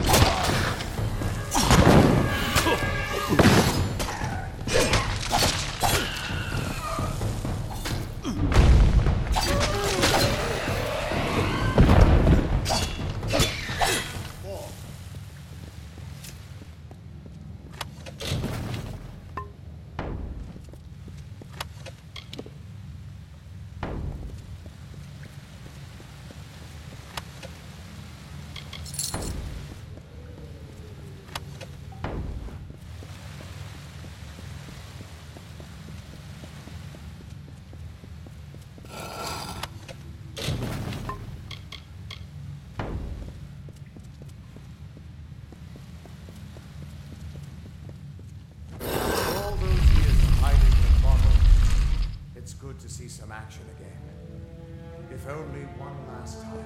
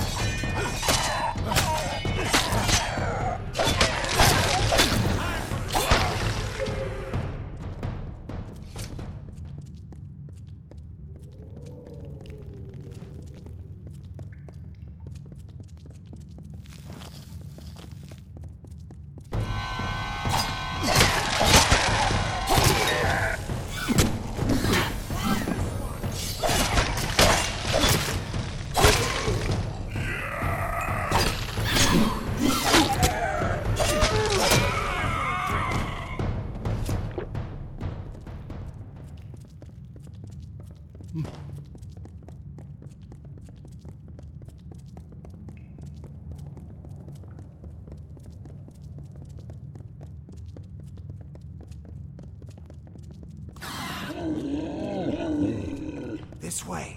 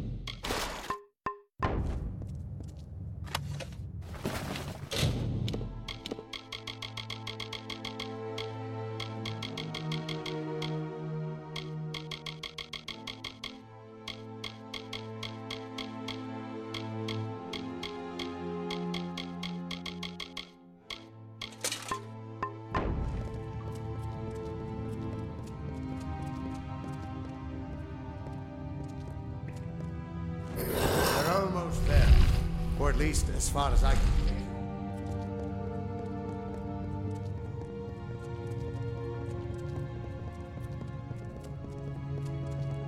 I've seen this. This moment. I'm sorry, my friend. This is as far as I can take you.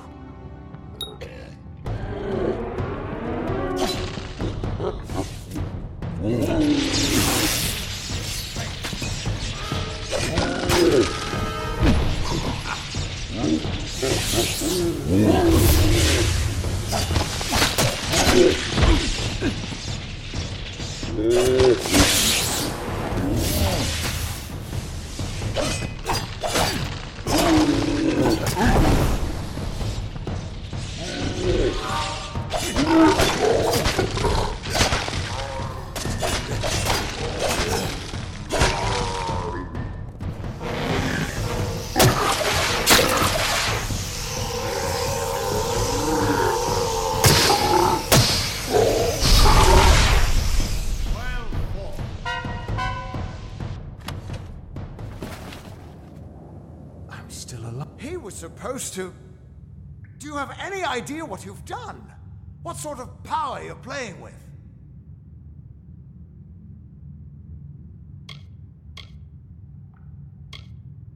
You absorbed everything he was, everything he would do. You changed the weave of destiny itself. Because of you, there are deeds he won't do, children of his that won't be born, victims that won't die when they were supposed to.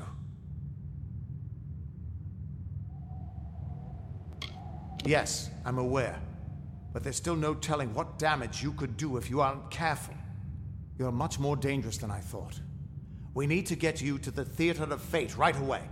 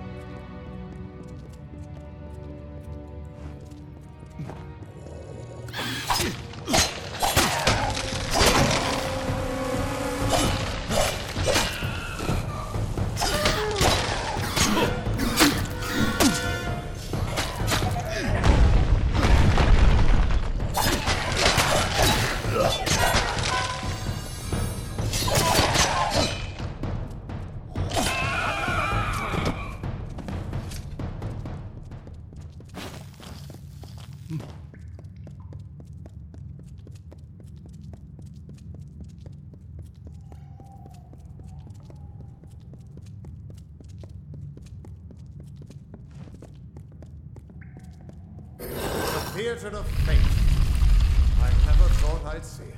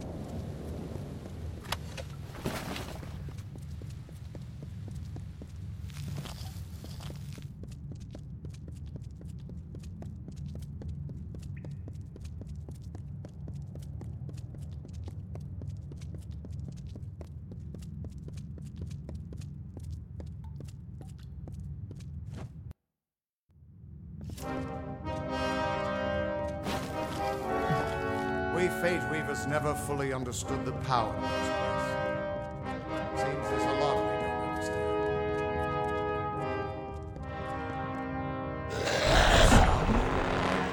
Gods, I should have brought another bottle.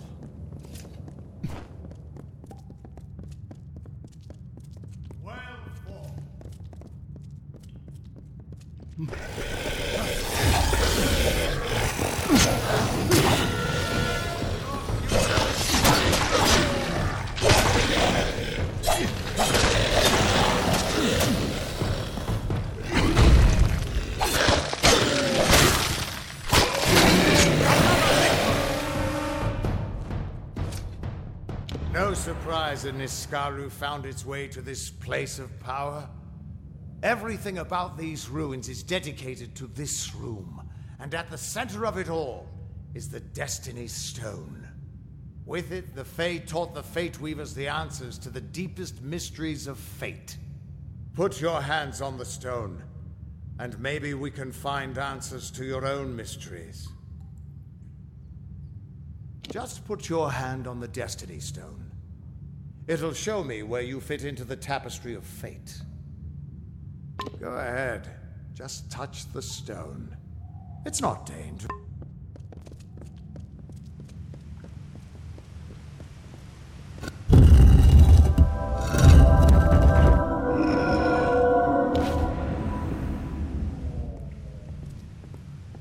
The Destiny Stone came apart at your touch. And all around you, the tapestry of fate, unweaving itself. And there at the core was the Codex of Destiny. The wisdom that the Fae used to help the first Fate Weavers understand the nature of the weave. Don't you see what this means? Ha! A small price to pay for the Codex of Destiny. If we can find a way to read that, it might help us understand something about you. But for now, just understand this. You're changing the fate of everyone you meet. That could make you more powerful than anything that's walked this world. No. You can still die or fail, but fate doesn't enforce the weave on you. Your gift is freedom, to you and to those around you. And that means I owe you a... Wait, what's that? Purge the abomination! In the name of Gadflaw!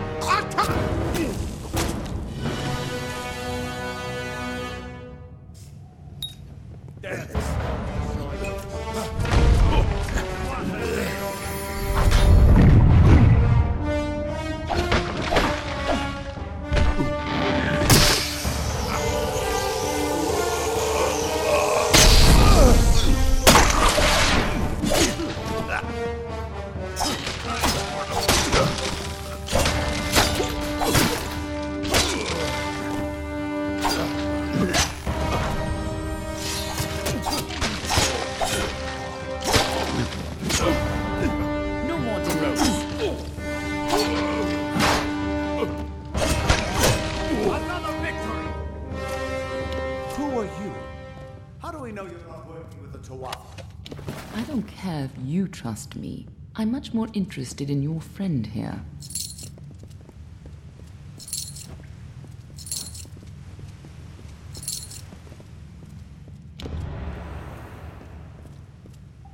I'm beginning to think that these Tuatha don't like you. Now, why do you think that might be? After all, someone who can change the fate of the world, who wouldn't want you? I'm not sure, but they're very well informed about your location. They came straight here from Didenhill, but they're not nearly as interesting as you. Especially now that they're dead. Now it's my turn. Why are you here? Ha! Knowing the future is for fools. Who reads the end of a book before it's time? Save your attention for the present.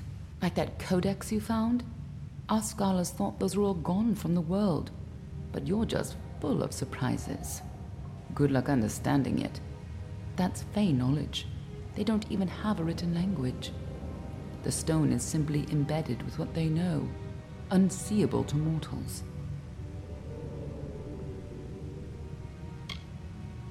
Normally, I'd suggest looking in Issa, but the Fae are not fond of unexpected guests. But don't look so sad. There's still hope. When you're ready, meet me at the House of Ballads. Be on your way.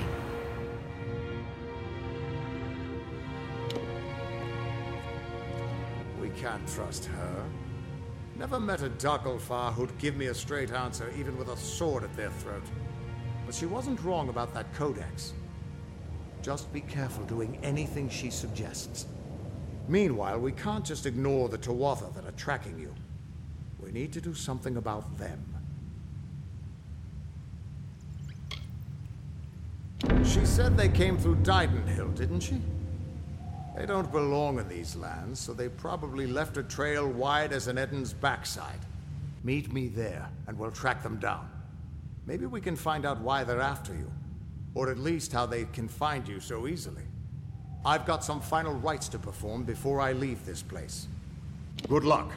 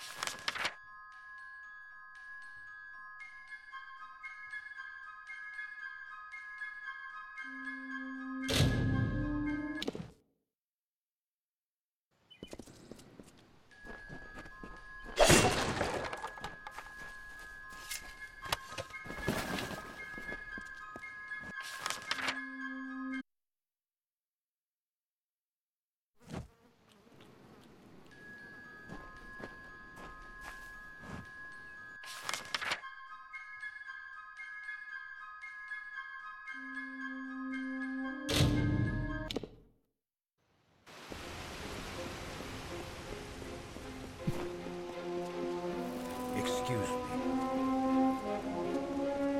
Listen, all of you. As you've clearly heard, a rare vacancy has occurred in the house. There has been an event.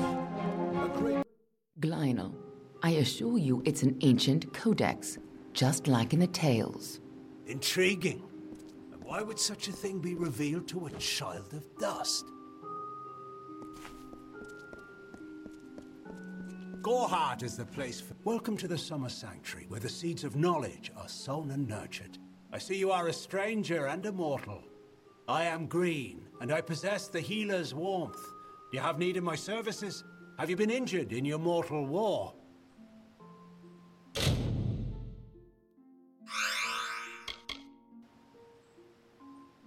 Farewell.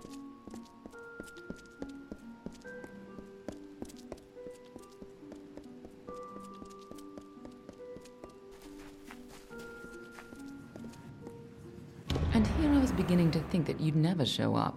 This is Glynel, lore master of the House of Ballads. Give the codex over to him, and he may have your answers.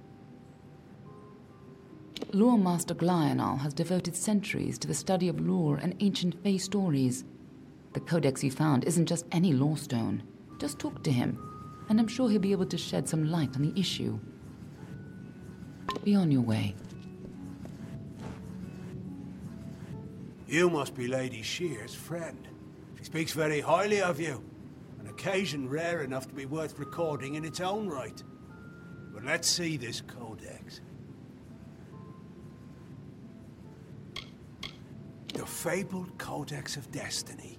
When the Fate Weavers formed their order, our High King gave his own wisdom to assist them. To have such knowledge in your hands is a tremendous gift, but why did it reveal itself to you? Nonsense. All children of dust have a story that is written before you see your first dawn. Now, I can only make out some parts, but this is odd. The Codex speaks of an exception, a void, an end to the endless. This is simply too much. The High King would never pawn such absurdity off as wisdom. I'm sure you think it is. I fear you must have been taken in by a forgery. A perfectly created one, perhaps, but a forgery nonetheless. But this codex speaks of impossible things, changes to fate, death of the immortals, and other heresies. To ascribe these lies to the High King would be... I'm sorry, but I must ask you to take it away. I will have no part in these lies. Is there a meaning to it? Only its author could tell you. Do not bother me with such foolishness again. Lionel spends his life cherishing old stories, but show him something truly new, and he dismisses it. Tragic. First of all, we ignore this fool. Most Fae aren't comfortable with change, and you are certainly something new. I'm afraid that only one person will really be able to help us with the Codex. The High King himself. It will be difficult. His court is in the city of Issa. Very few mortals are permitted in its gardens. I do know one individual who can grant you permission to enter, but you'll have to meet him alone. Nirelem is a private person, and he carries a grudge against me, although perhaps person isn't the right word for him, nor is him. You'll find him in southeast Dalantoth, at Caer Nirelem. Just head towards the giant tree, and, well, you'll see. You'll have to meet him on your own. I'd accompany you, but Nirelem and I have our disagreements. Good luck with Nirelem, and ignore anything he says about me.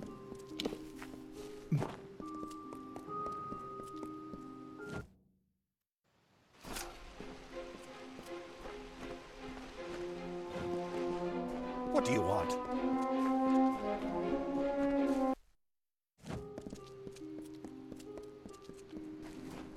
Oh, let me take a look at you. Ooh, very fair you are. Too fair for the House of Ballads, that is certain. I'm Ilova, instructor in the persuasive arts. That includes seduction, but you probably guessed that.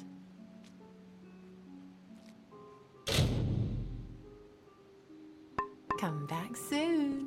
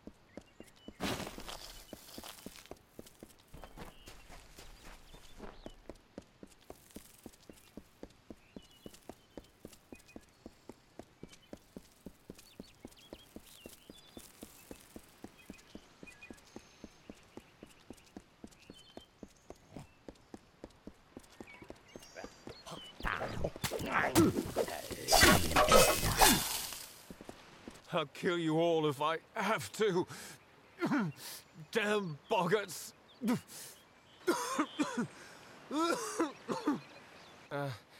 Give me a moment. Suddenly, very dizzy. Aside from the boggarts and blood plague. Look, you should turn around and go.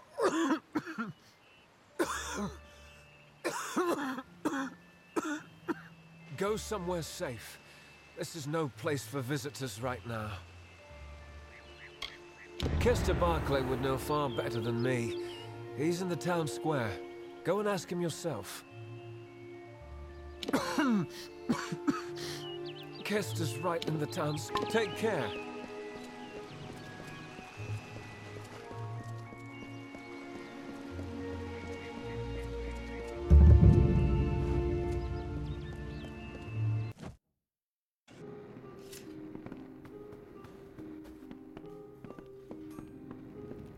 Can I help you?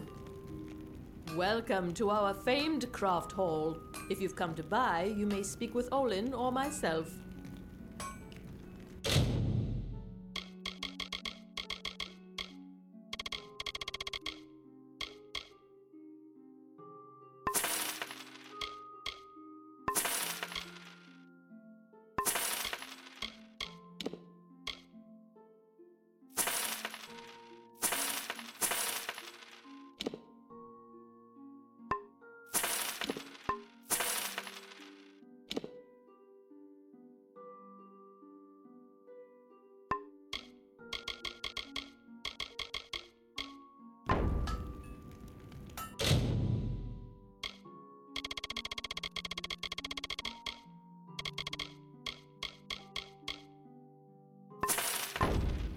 Come back anytime.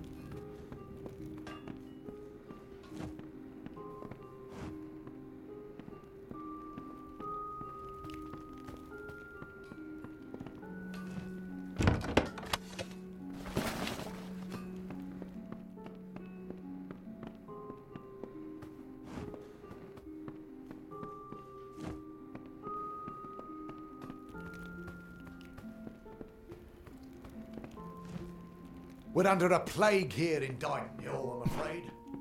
You may wish to carry on.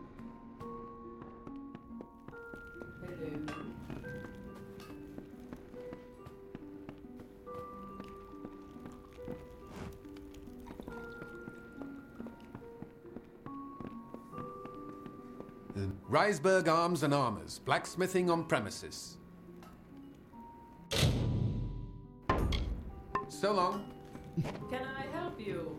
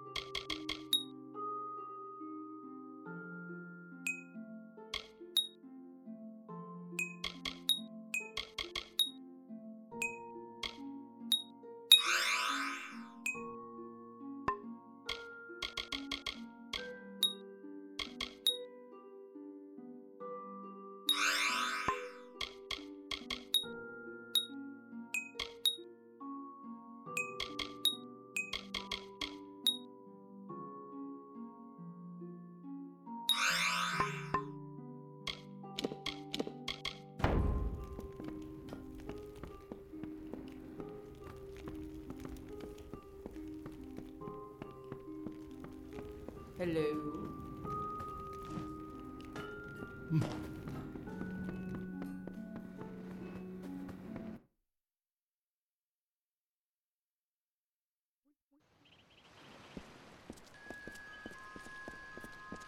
This is Dyton Hill Village, traveller. Ah, the castle.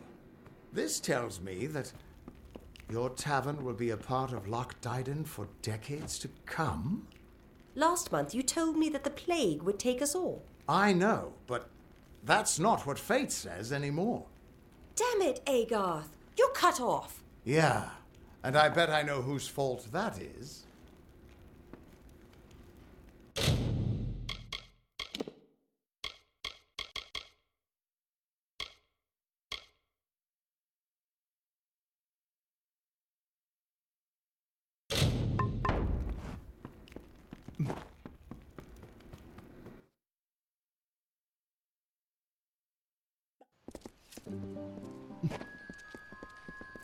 Why, Miss Tharu, what is it you... Oh, hello. Did Thaddeus send you? Kester Barclay. My apologies. I don't mean to be rude. This crisis has me a bit on edge. Yes, that's it. Did Thaddeus tell you?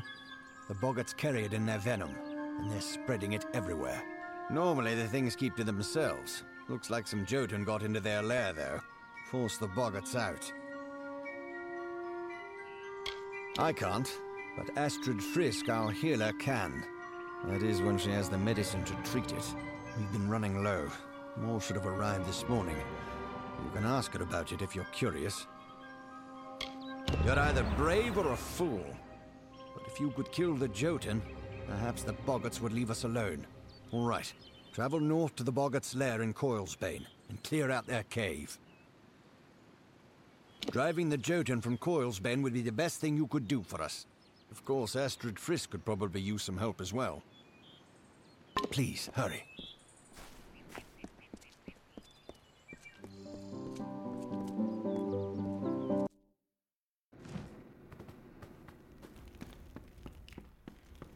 Oh! How could a person's fate just change like that? This doesn't make any sense. It's your fault that I can't pay my tab, you know? I wasn't ever supposed to come back here in the first place.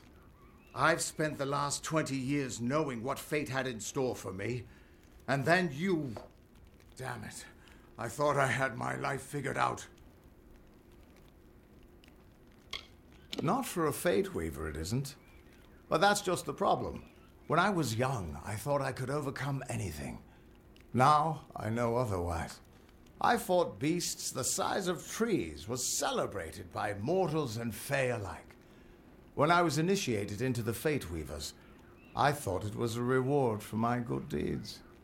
The first time I saw my own fate, I realized it was nothing but a curse.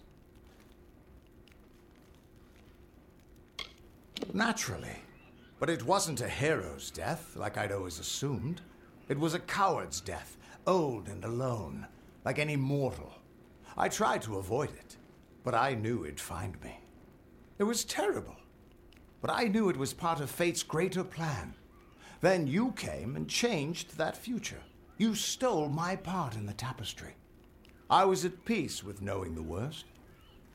But what do I do now that there's nothing to know?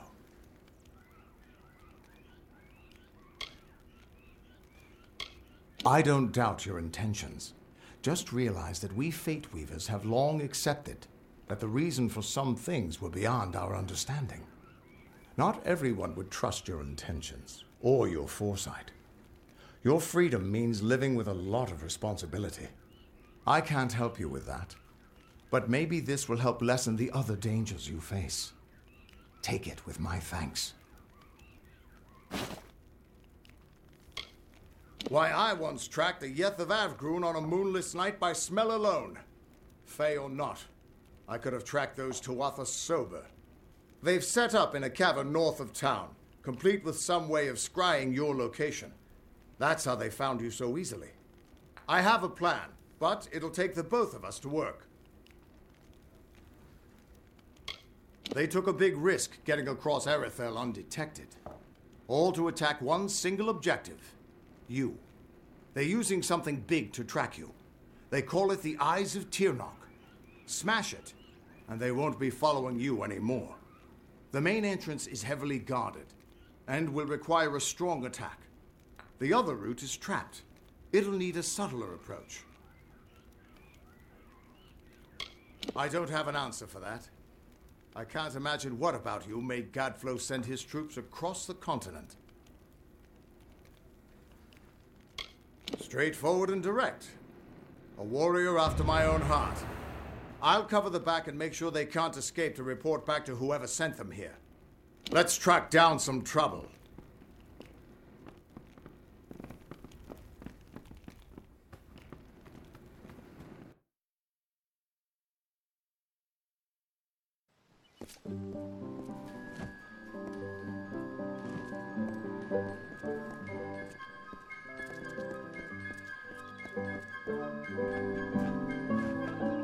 What do you mean? I'm sorry, but there's no plague. I'm sorry, but I'm simply out of plague shield. There's nothing I can do for you or anyone else till I have it. Blasted blood plague. It treats the blood plague, which almost all of Didenhill's sick with just now. Brother Fallon should have come with more. Can't think where he is. Good, because the whole village needs that plague shield. Never mind what happened to that old oaf. I need the medicine. 3 parcels at least. Go up the road through Glendora Wood that leads to the mission. Bring the plague shield yourself if you must. Well, Brother Fallon should have it, but then he should have been here by now. Go up into Glendora Wood toward the mission. Well, on your way with you.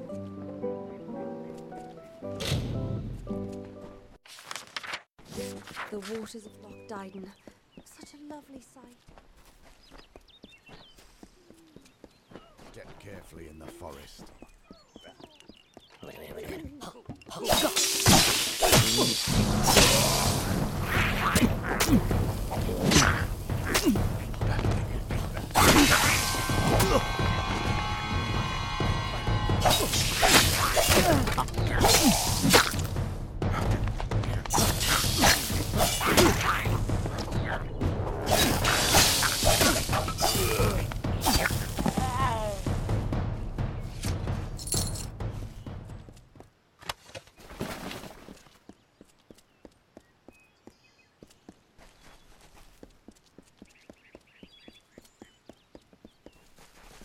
Right, my fulfill.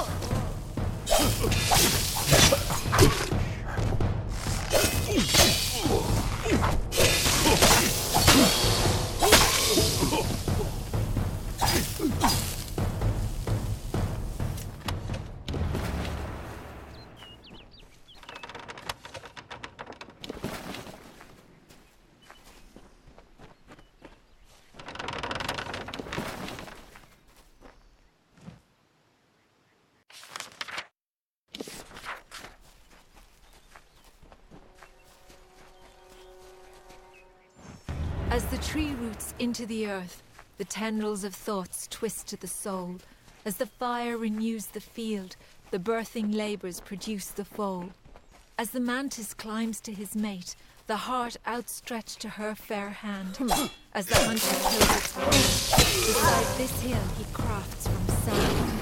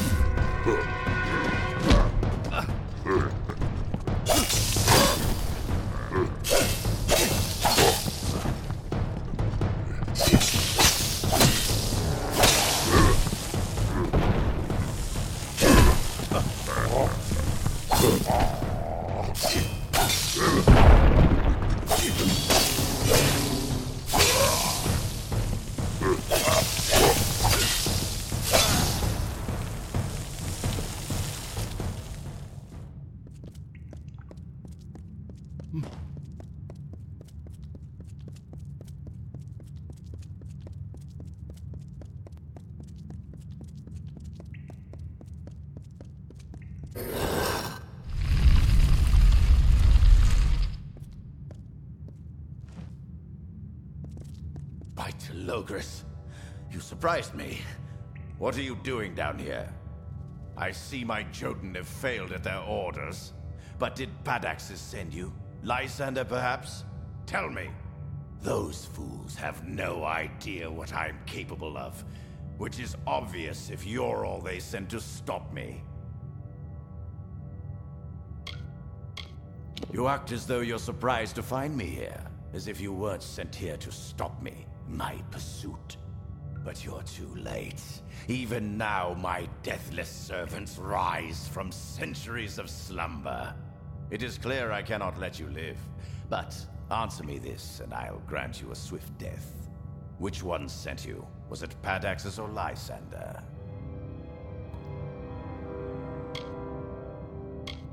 The Dominus of the Onyx Tower and the Magister of the Rose Court allied, together? Impossible! I can't challenge the power of both my rivals. Not until I have amassed the full army promised in the scroll. This isn't over, mortal. I promise you.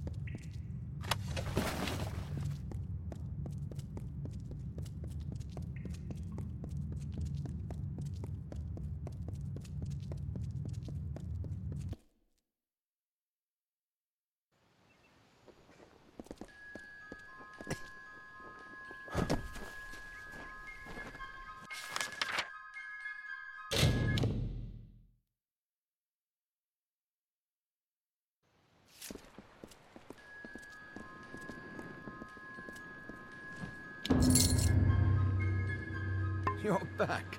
Glad to see you made her out of there alive. We felt the earth shake and you hadn't returned. But no matter. Our town is forever in your debt. Please, take this. It's not much, after all you've done, but we would like you to have it.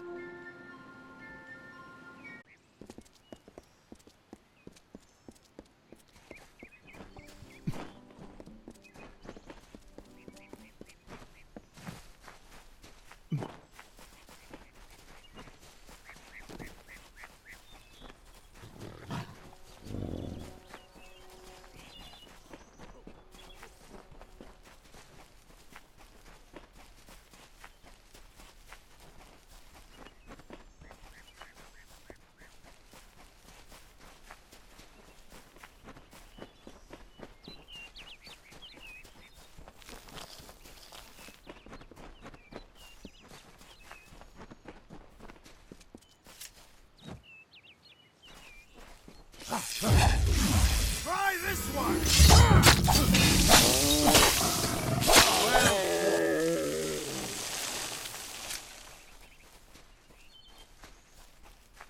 This is the front entrance.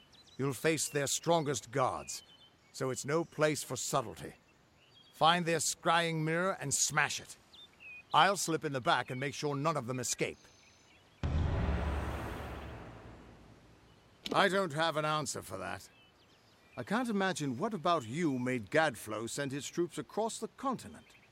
His army is locked in a siege in Cluricon, but small groups sometimes make their way to Erithal. I don't think they've ever been this far inland. Just go inside and find those scrying mirrors. Don't worry, I'll be coming along to help. Good luck. I'll see you inside.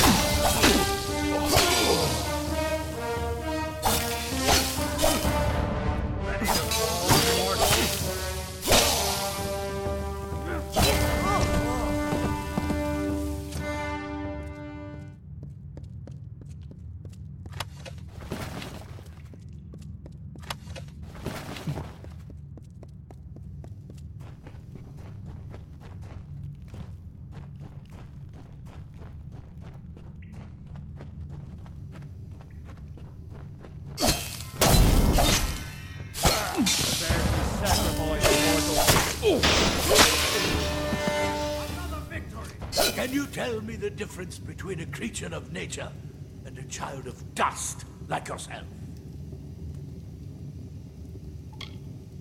We children of nature know our roles. Meek and mighty, prey and predators, life and death, all serve the cycle. You children of dust do not know your place. You come into our land. You come to face your hunters. And you don't know when to die.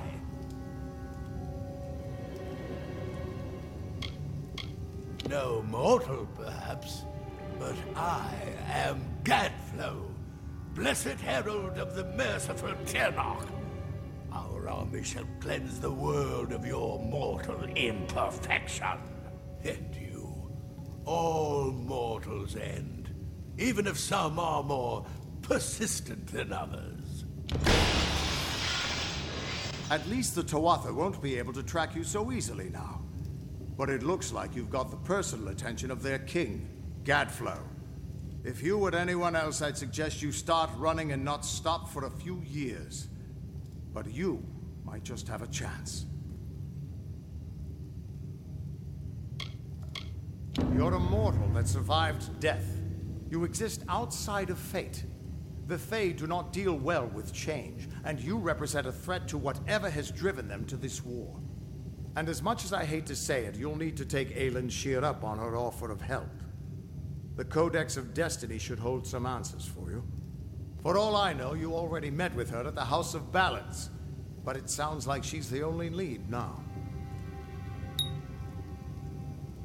We should be able to get out this way.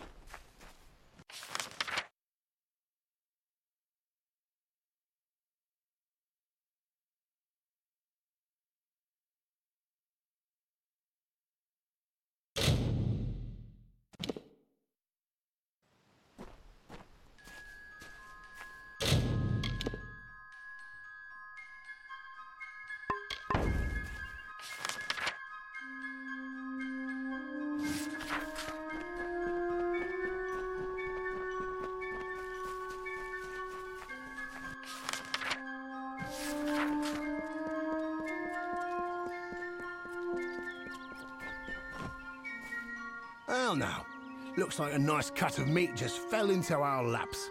Welcome to the Traveller's Camp, Dove.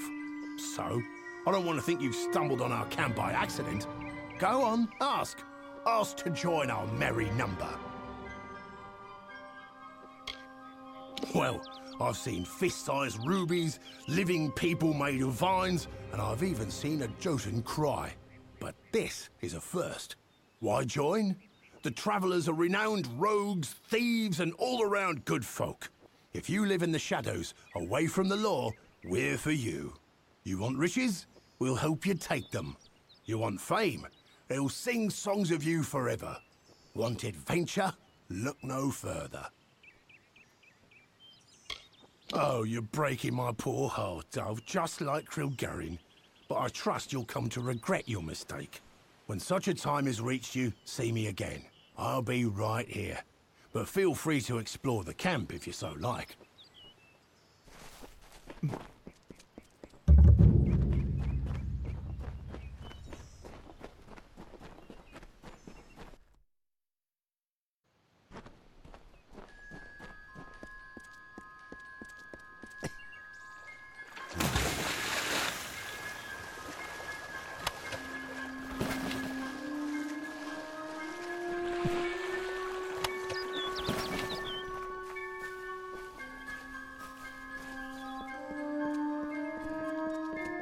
You have come.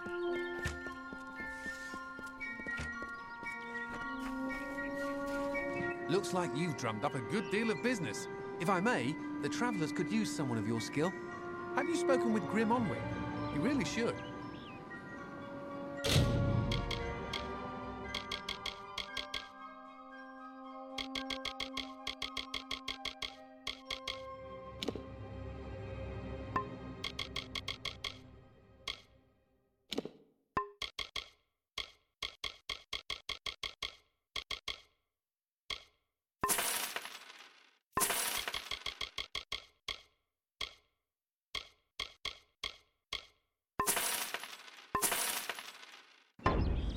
Always looking to make a bit of coin?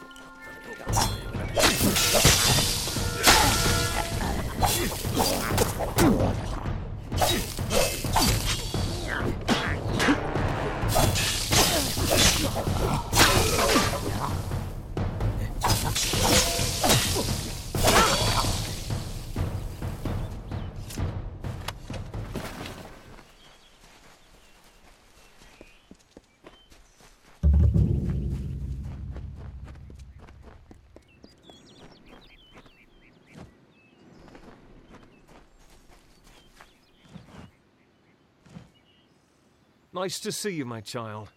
I hope all is going well for you this day. I have a request. A selfish one, but if you have any spare time? Well, it's Brother Padrick. He's a friend of mine. He left about a year's time ago in search of adventure. Said the monk's life was too bland for his tastes. He mentioned hearing about a treasure only found through a hidden exit from Split Rock Depths, that he might find it if he camped in Haxi for a bit. But such a long time has passed and no word from him. I'm terribly worried, and I thought you might... Well, you could check up on him for me? Mitharu's blessings upon you, child. Bless you. Thank you so much. My mind is already at ease knowing you would take on this charge. If it helps, I would begin your search at Split Rock Depths. It is the only place he had mentioned by name. Towards Haxi and into Split Rock Depths. Begin your search for him there. Go with Mitharu, child.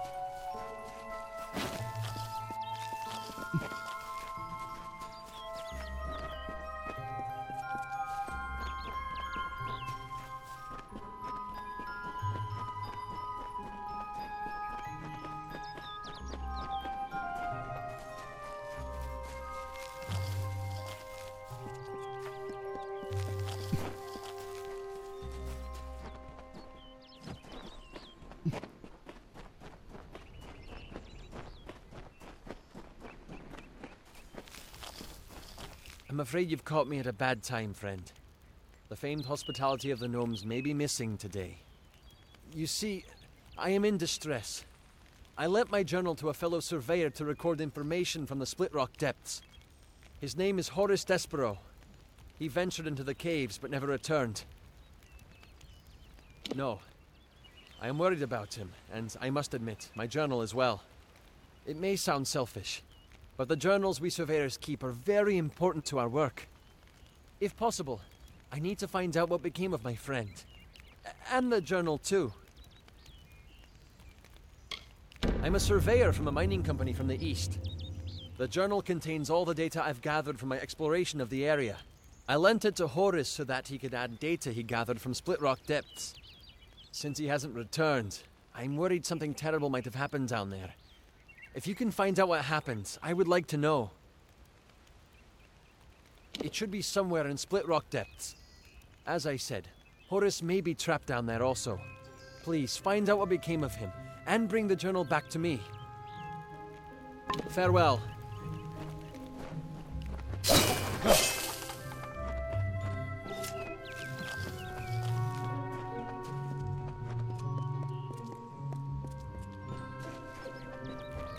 Greetings.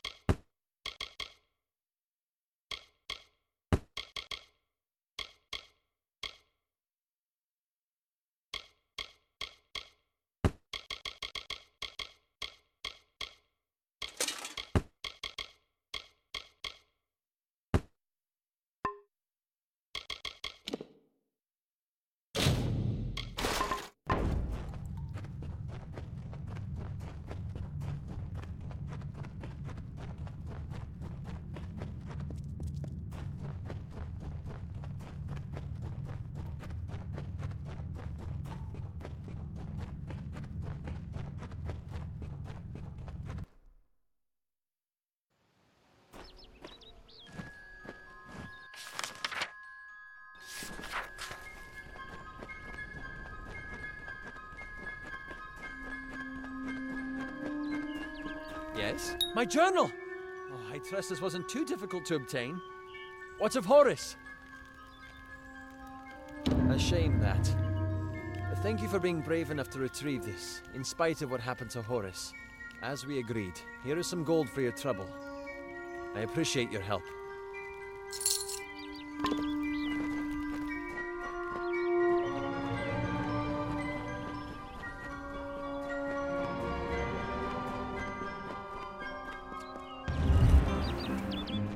The story of two valiant souls I bring.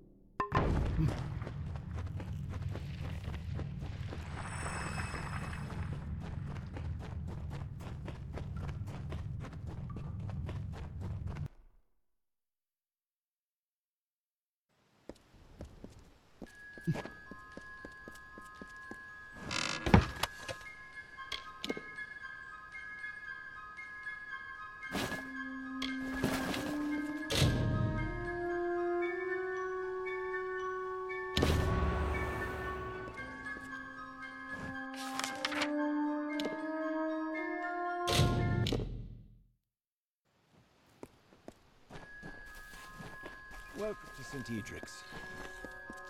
Oh, how I pray my ears deceive me then. So it is true. The doubt in the back of my mind that was clawing its way forward is now here upon me. Thank you. Now I won't have to wonder any longer. Go in peace, child, and leave me to my prayers. Good day.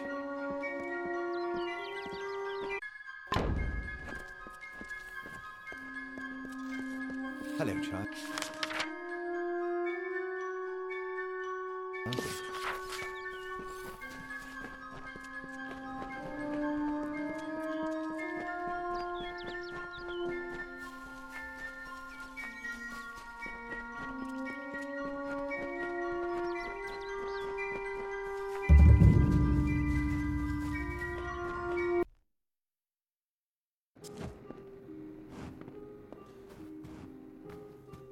Welcome.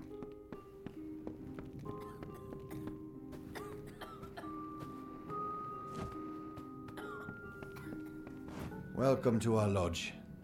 Surprised you made it out here by yourself. The She is a dangerous place. Lucas Soren, the poor soul in the next room. She did not fare so well. She was attacked by a thresh. Normally a fatal encounter in and of itself. Barely managed to make it here before passing out. That wasn't enough. She's had a rare reaction to the thresh's usually benign venom. Only thing that will save her is a rare plant found in the She. But I cannot venture out to get one. You will? Well, if you manage to bring me one, I'll reward you with what I can. I've heard that seerstalk grow near flowing, misting water, so you might try following the river north. I thought I heard the roar of waterfalls when I once wandered up there, but I didn't go far enough to find out. The She, you know.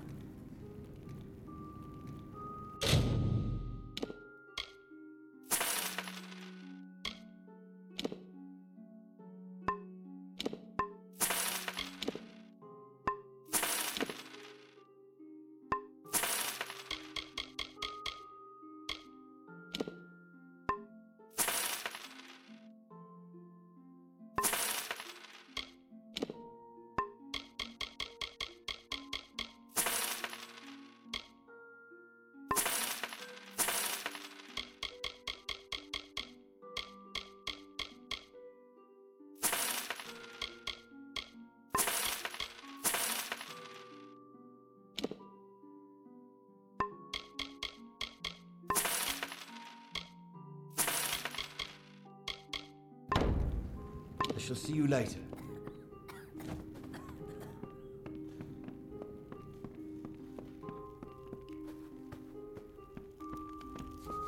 Welcome to our haven in the She. I am Citric Vorm. My brother Arhaus and I give assistance to any wayfarer that may need it. You look a lot more hearty than the sort we typically get here. You might be able to help me. We've had several visitors from Detir tell us that they were savagely ambushed by brownies. Unusual. Brownies of the She are not that aggressive. They mostly keep to themselves and only attack when approached. If there is indeed a group of brownies ambushing travelers, then those monsters need to be taken care of. Good. I'll see that you are rewarded for your efforts. I still have trouble believing those brownies would be so aggressive. Most unusual. See you later.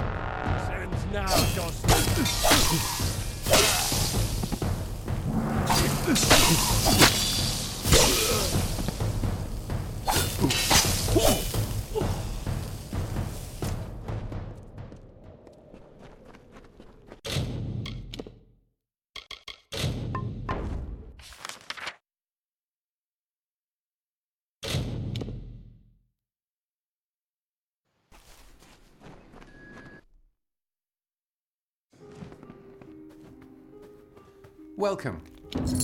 So, There was indeed a group of brownies attacking those on the trail to Detir. Well, here is the reward I promised for taking care of them. Still, it is strange that brownies would act in such a way. I wonder. I've heard of something that could make them act that aggressively, but it can't be here. We must go to Rundamir. It is the largest brownie den in the Shi. I'm sure we will find the answer there. I also don't want to enter a den of brownies, but it has to be done. I will be here if you change your mind. Another time, then. A seerstalk! I cannot believe it! Here is your reward. You more than deserve it. I shall administer this to Luca at once. The seerstalk should make quick work of the venom. Safe travels.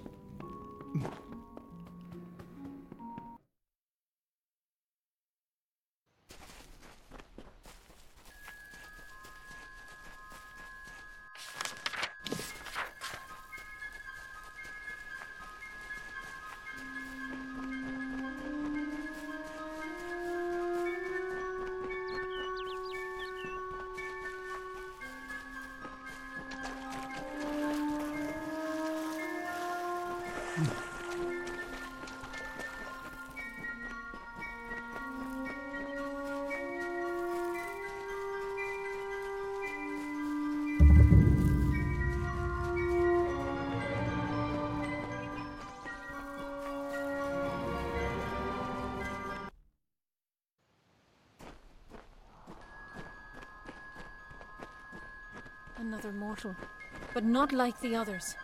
You are welcome here. Nirilim has been waiting.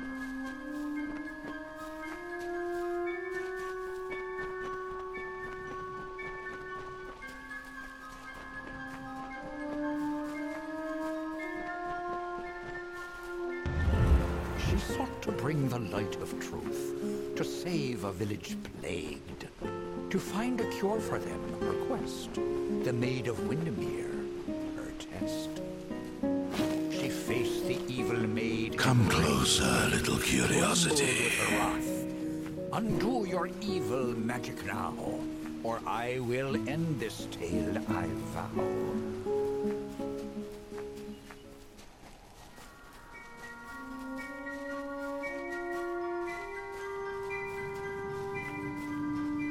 The Curious One seeks a way to the Fae, but it has found its way to the boughs of the World Tree instead. Rest, Quickling, and I may study you.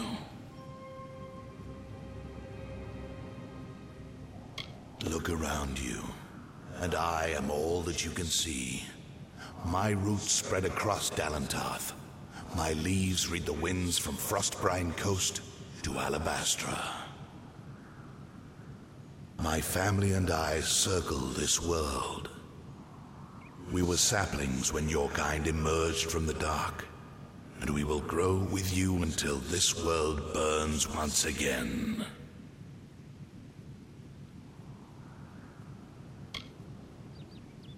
My roots spread wide and deep, and I have heard what brought you here, but I cannot see where you go hence. The time of the Fae is passing. I must shelter them in their twilight and protect them from the corruption that spreads in their kin to the east.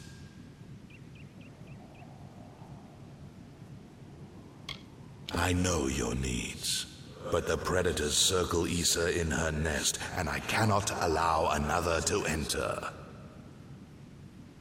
Issa's end has always been certain, buried beneath Prismere blades. I can only hold back the tide, but you, perhaps you can change the currents. Where you tread, you mark all you touch. Before I would help you, I must know. Will you be a kind gardener, or a careless reaper?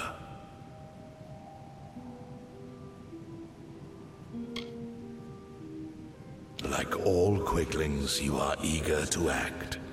I would rather see the method of your action. A tribe of trolls has been corrupted with Prismere.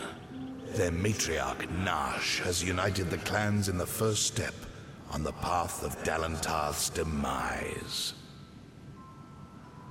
You can change this fate, but to what? In doing so, you may awaken a more dangerous threat, like your ally, Aelin Shear.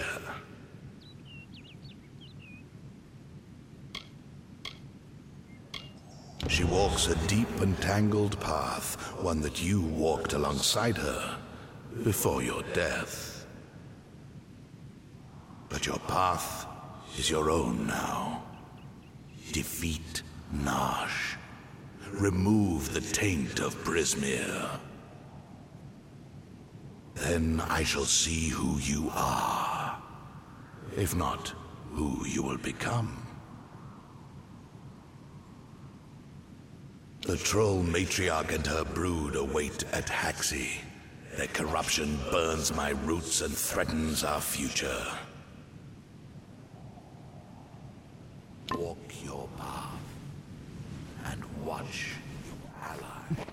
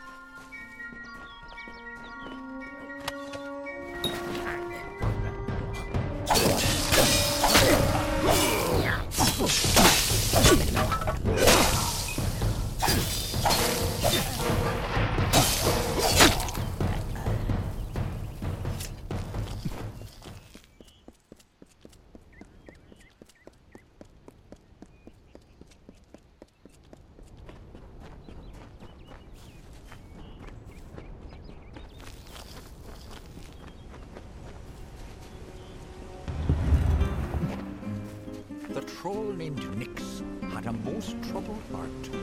In nature, it was displeased with its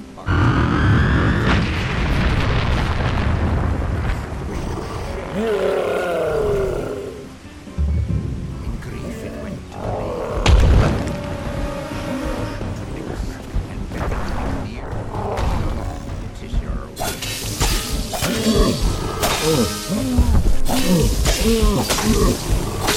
You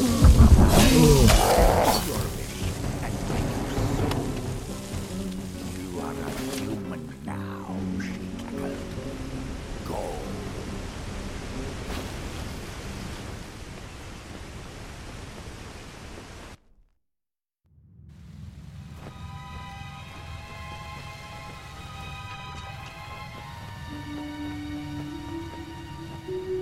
I thought I'd find you here.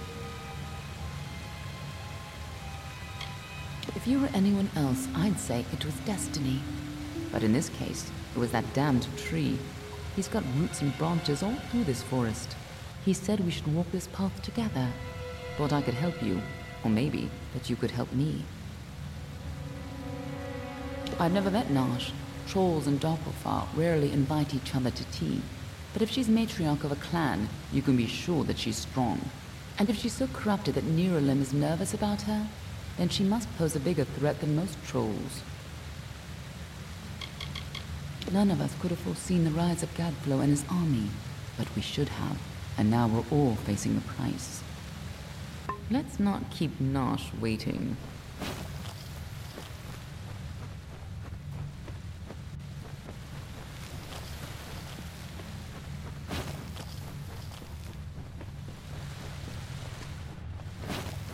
There's a time to talk, and a time to fight. We need to be on your way. Trolls aren't normally this well organized. Even the biggest clans never built dens this deep.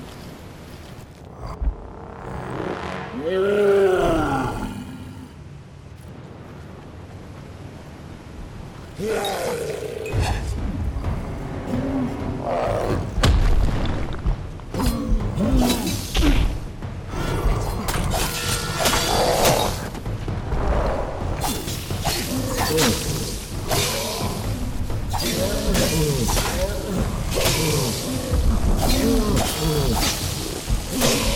is your end.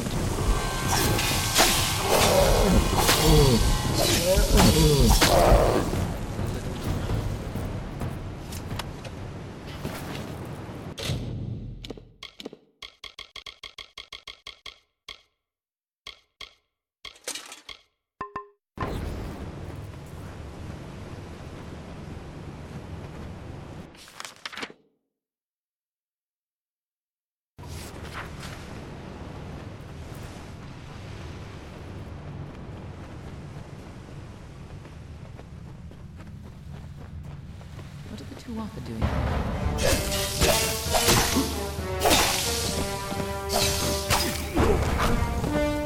No more delays.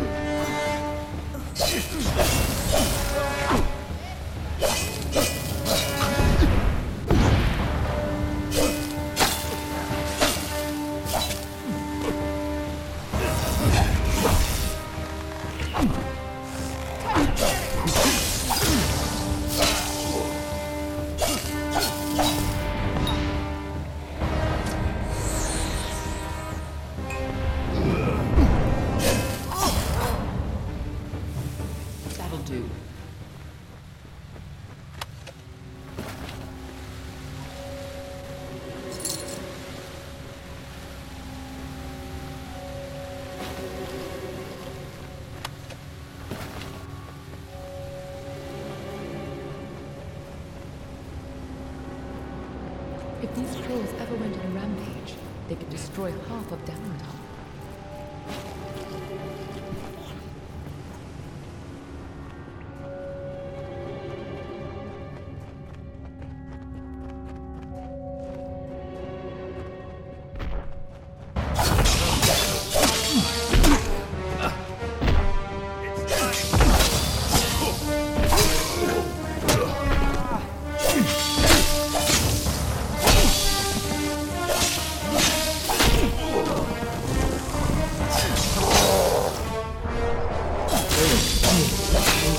No more delays.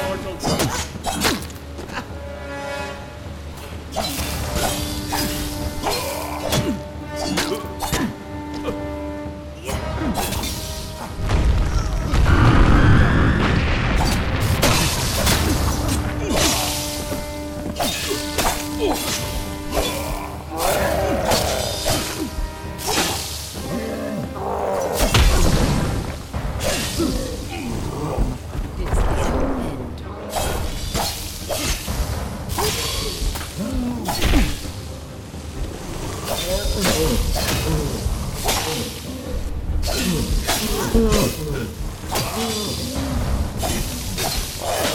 more delays.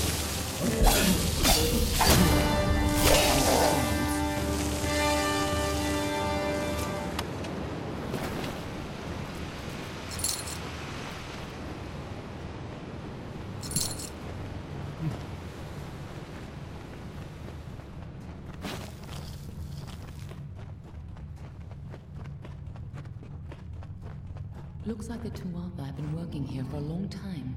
If they've come this far inland, we're all in grave danger.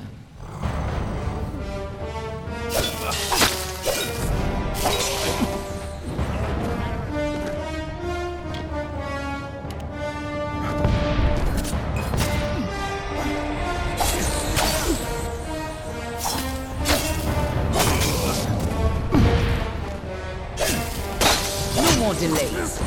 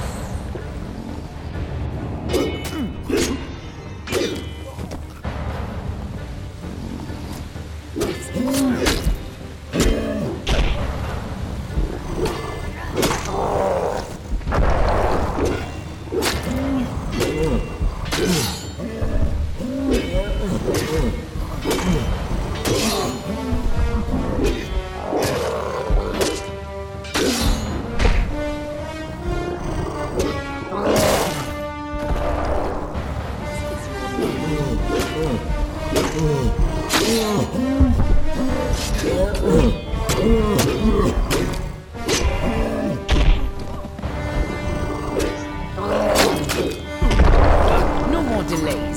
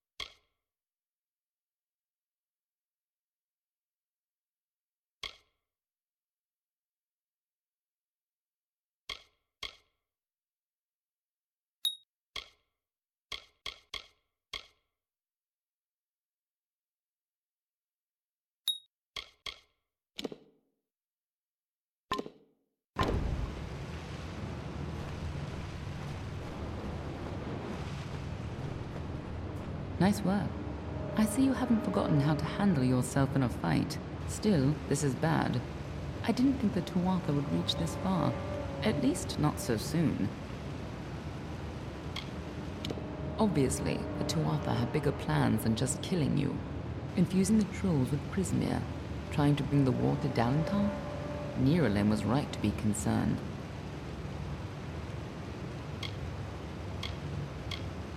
Aren't I always? But have patience. For now, why not take comfort in knowing that you saved Niralim and his forest? Go, talk to the tree. I'm sure he'll allow you into Issa. I'll stay here and finish off any remaining Tuatha. You can tell the old mossy log yourself. I'll be tracking down any other Tuatha that may have come this far west. I'll find you again when the time is right.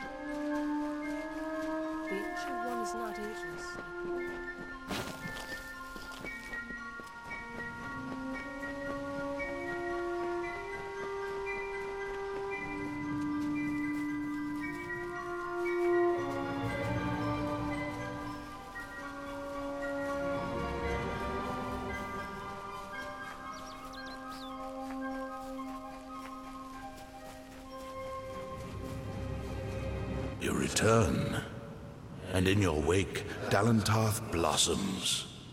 The flow is rearranged, now and forever.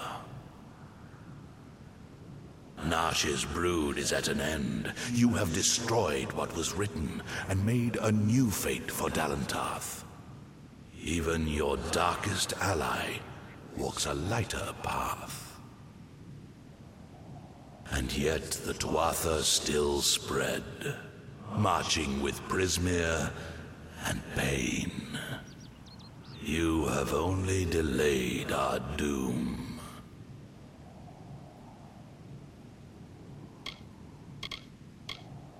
You have the power of an immortal, and yet the humility to ask for help. Little one, I envy your grace. You shall carry my blessings with you. You must know this, Quickling. The age is changing. Immortals are passing, and the future belongs to the young races. If there is a future to be had. Go, and stand at the heart of the She. There you will find Issa, and perhaps you will find wisdom as well.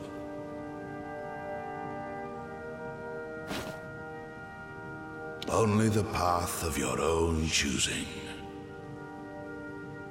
Stand at the heart of the She, and if that path includes the gardens of Issa, I shall allow it. May your path be long and green.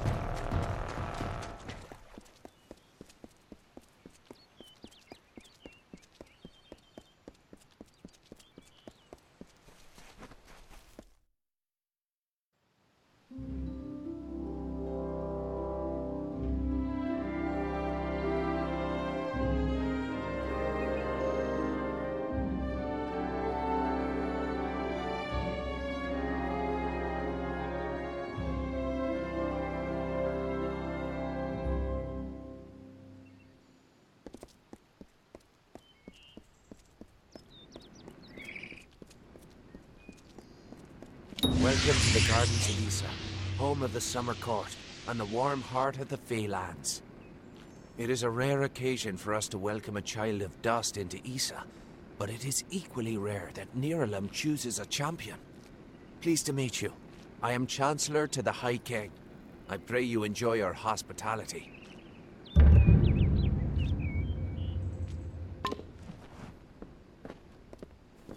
I've said it time and again.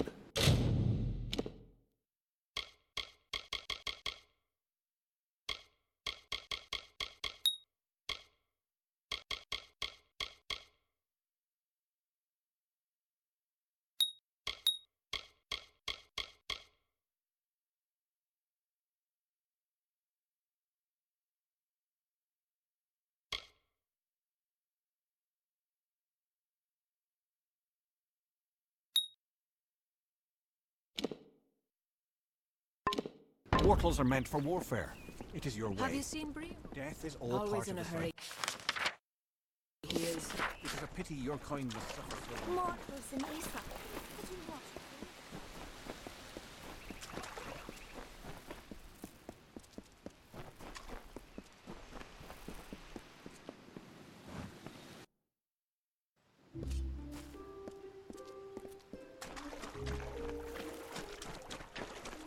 Don't start trouble.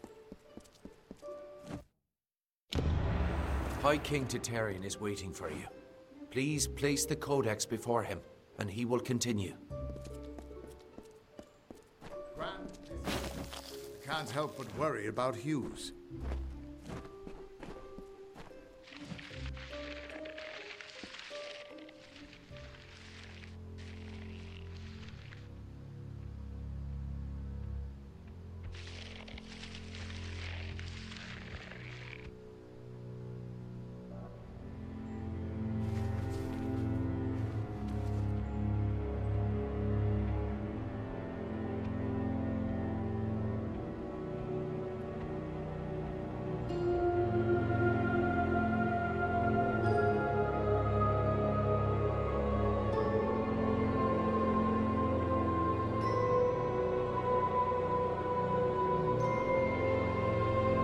Conceived in chaos, birthed in stolen magic,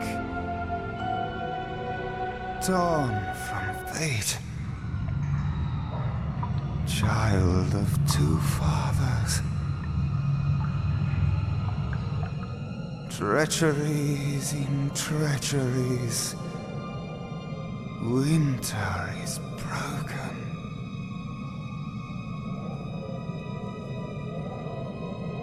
The puppet king upon his throne, drinking flattery and lies. The power that grows in him is not his own. In the east it did begin, as it will end. From behind the veil she screams. Madness and rage. Madness and rage. We realize this may be confusing for you. Fate, like the Fae, cannot be changed. But the Tuatha are Fae who have become something new. And you are a mortal who is free from Fate's weave. Gadflow claims that the Tuatha are the work of his new god. If the Tuatha are the creations of a god, what does that make you? The time of the Fae is passing. Our land and our souls are diminishing. Few Fae even realize that the great cycle is shifted. Gadflow's war means the death of us all, Fae and mortal alike. It is written in the weave that we shall all pass from this world together. It is too late for us, but not for you. That is the fate which I look to you to change. The power of a god in the brash hands of a mortal. This is why Niralim fears what you might become. This age has seen much change. Change we once thought was impossible. We were wrong. That is how I understand it now. You are intertwined with the power in Alabastra. There can be no doubt of that. We do not know what will happen when you travel there, but we know that the power behind Gadflow is your ultimate goal. His god holds your answer, and the fate of this world. I thank you, and perhaps you can help change our world's fate as well. I have seen those who were destined to be heroes, for whom great deeds came naturally. They come, they act, and they pass on as written. You do great things not because you must, but because you choose to. That is by far a far truer greatness.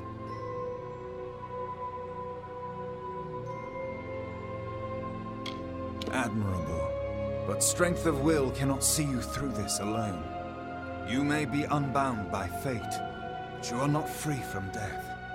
Speak with your allies. Only with their aid can you hope to overcome the forces that stand against you.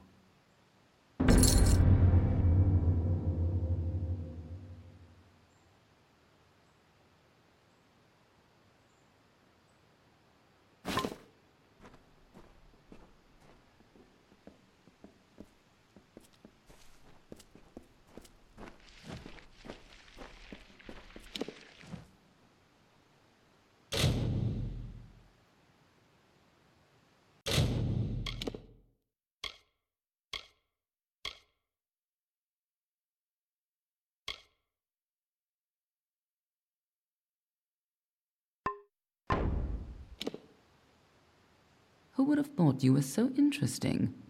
Death seems to have worked out very well for you. Agarth's looking for escape, Neralim's looking for a savior, and Tatarian is looking for a champion, and somehow you're giving everyone what they want. I'm impressed. You're right. This won't be easy. The Tuatha have our forces under siege at Mel Senshir, and their power has only grown over the years. You'll need more help than just me and that old Fate Weaver. You'll need an army. A few years ago, one warrior could have slipped past unnoticed, but stealth is no longer an option, not even for me. But there is hope. In the plains of Erethel there waits a player who has been away from this game for far too long.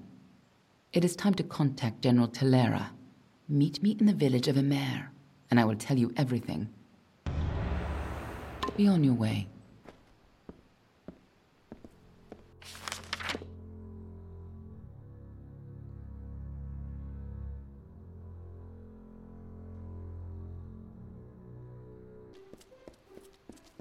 I couldn't make out half of what the king was saying, but it sounds like you've got your work cut out for you. Good thing you won't be facing it alone. In fact, I think I've got a lead on finding an old friend of ours. Old Fomorus Hughes, of course. If anybody can help, it's bound to be the gnome who brought you back to life. I've been asking around and I was able to make contact with his superior. He thinks he might be able to help find Hughes.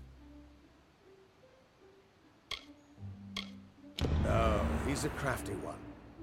If he got away from those assassins in the lab, like you said, I'm sure he found someplace new to hide out.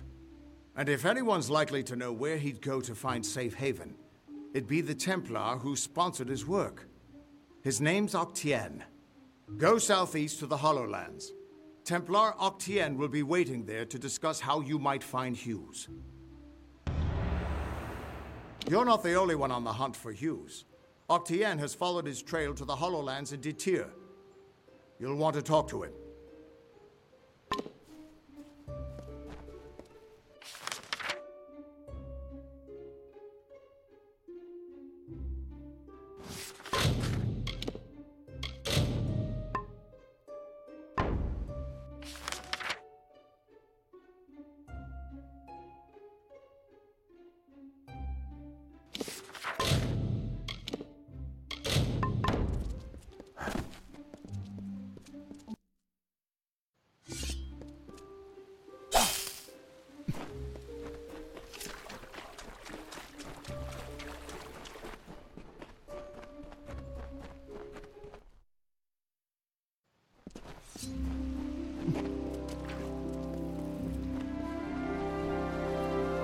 Watch your back.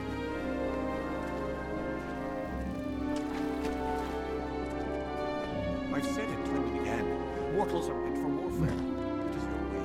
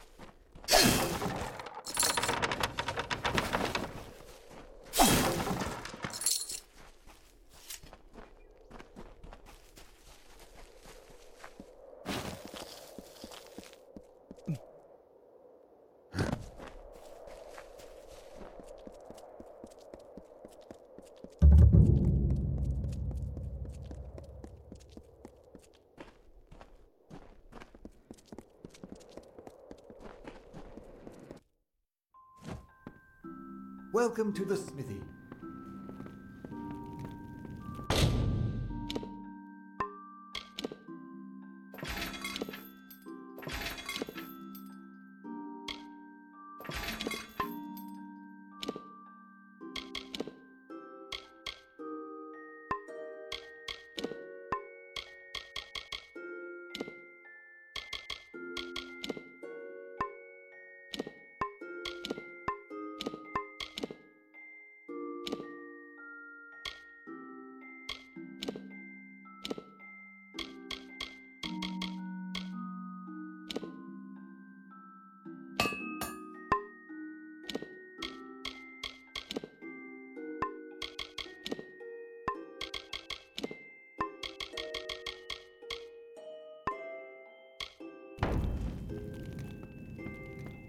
Welcome to the Clanging Hammer. My forge is open. Forge is yours, whatever you need.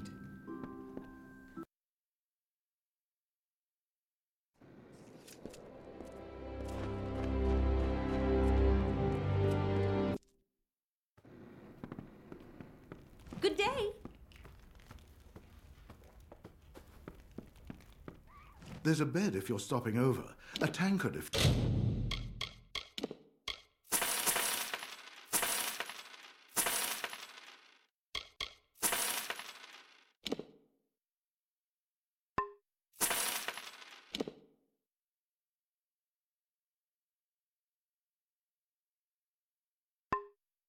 thirsty, and a fire to warm by it.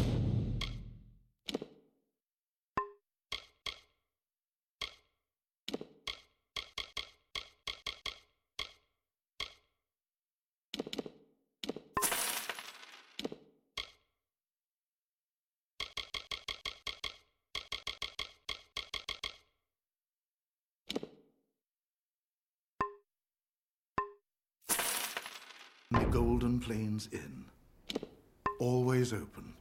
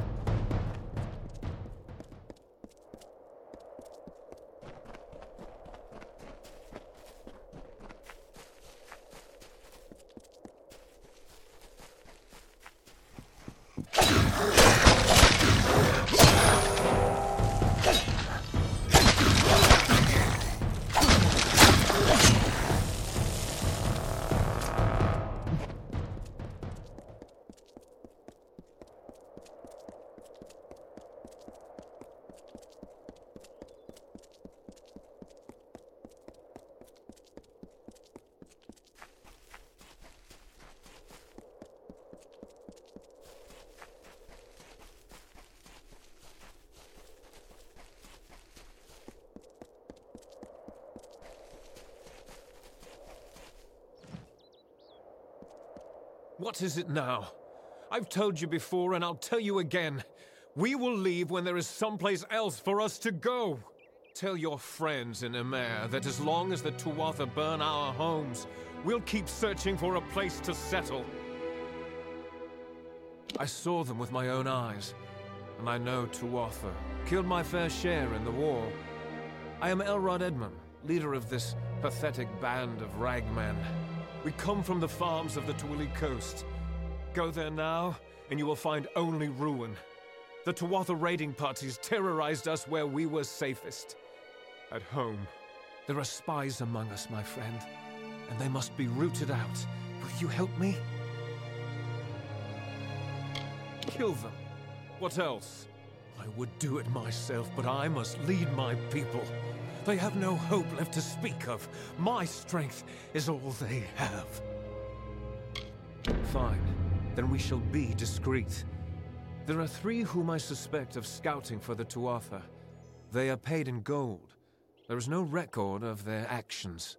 Onred Amphast is posing as a military recruiter, while Froma and Nag are both residents of our camps in the plain.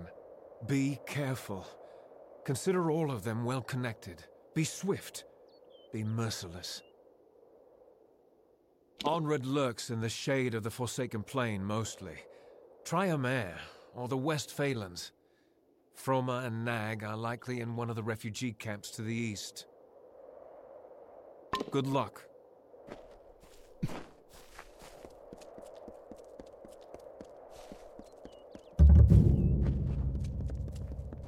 Hello there.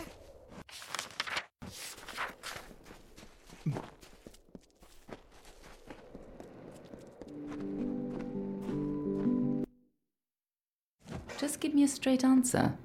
Is the General still in the cradle of summer? She is for as much good as it'll do her. But the cards don't lie. She'll never get that door open. Fate says it's so. Yes. Well, then I suppose we'll just have to change fate, won't we? Thank you for coming all this way. I don't know if you heard that, but it sounds as if General Talera is still here, in exile. For all but losing the fortress of Mel Senshir. Long ago, Talera led our forces, but then the Tuatha produced a foe she could not best. Her forces barely survived the retreat out of Cluracan. Many blamed her for the loss, to have built up hopes so high, only to have them topple. That was Talera's crime, and she has paid for it, day after day. You're as quick as ever. Talera is in the cradle of summer, banished from the battlefields of Mel Senshir until she can atone for her past. According to the Fate Weaver here, she seeks an artifact from Ural Tusk that might break the siege and aid our forces. But she cannot do so alone, for poor Talera is fated never to succeed. That is where you can help. Last I heard, General Talera was somewhere in northern Erethdel, searching for a way to turn the tide of the war. I think she took a squad to Ural Tusk. You should be just what the General's looking for. Please, isn't it a glorious day, as if Helios himself warms us with a smile? To what do I owe this courtesy? I only have a few moments to spare. The Godstorm awaits my return, and it doesn't like to wait. Why, the Godstorm is the greatest event that our fragile world has ever witnessed. It was a battle, a conflict between Fae. They call it the Withering War. That's why I relocated to Emer to complete my book, the definitive work on the subject. The village is nice enough, quiet, although the new arrivals give me no peace. Sadly, I lack the last few resources needed to tell the full story. The works of the famous scribes Ewald, Dalston, Callas, and Wildfrold. They are lost to the ages, I'm afraid. Mine such as Ewald. Keep your eyes open.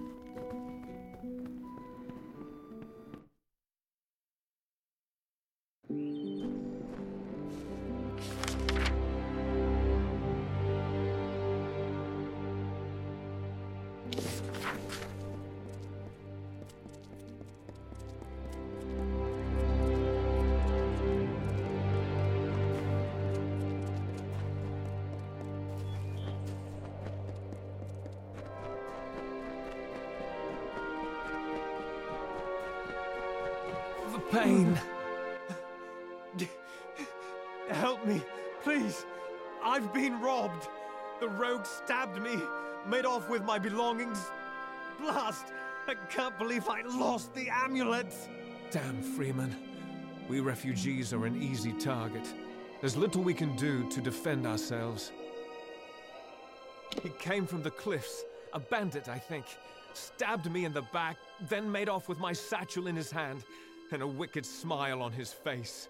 My mother's prized amulet is gone. A kind woman's last gift to her devoted son. I am in no condition to give chase. Will you help me? I don't know.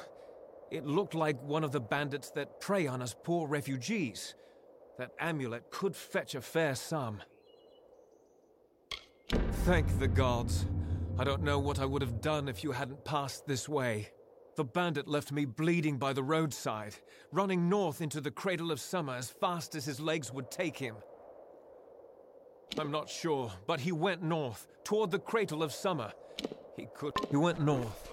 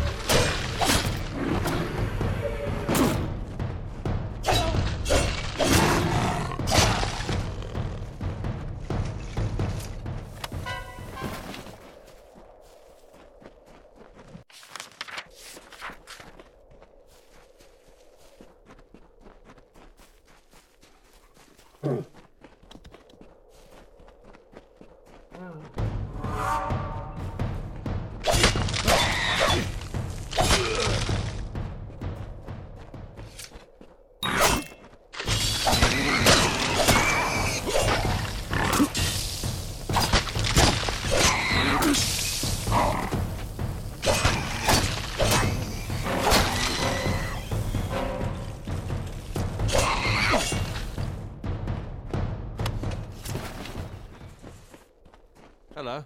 I am on official business. Unless you've been sent by the Alfar army, we have no reason to speak.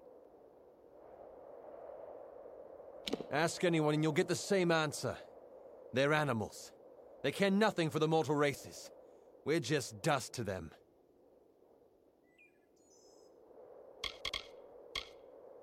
Enough! Keep your voice down. You're right. I'm a scoundrel and a coward. But you would have done the same thing. Give me a chance to make it right.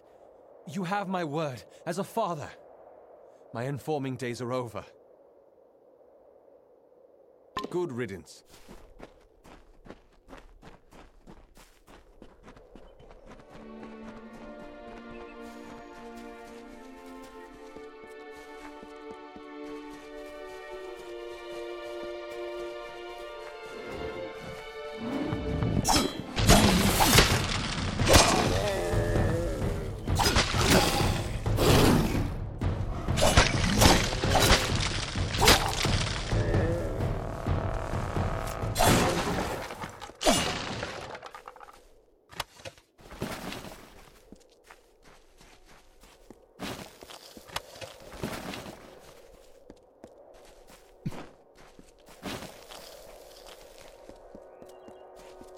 From the naked dirt sprang the Majestics, the firstborn of the wilds of Ashara.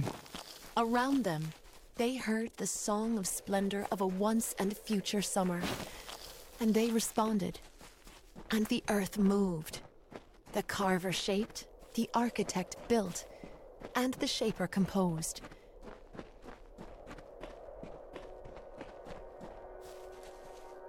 Departing their home beyond the veil, the firstborn were torn asunder, with a cry that still lingers in the heart of every god tree and mountain. Then, emptiness, followed by a darkening sky, and the frost wept with the first winter.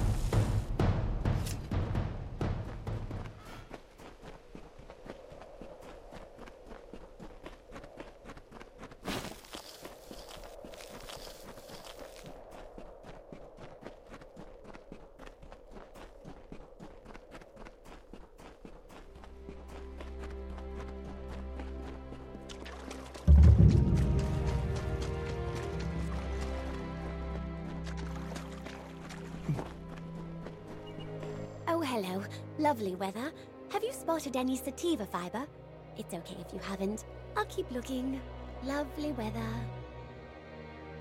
Leela Janik, didn't you know? I thought that's why you were speaking to me. I collect plants to sell, to mix, to eat. Some of them I haven't figured out what to do with yet. What I'd love is some sativa fiber, fresh and unpicked. There's a patch of it, but the spiders won't let me near. Oh, hello. Did you just get here? Don't do it on my account. The Cradle of Summer will provide. They have a nest in one of the small crevices at the foot of the cliffs. You'll know it by all the corpses. Oh, bye.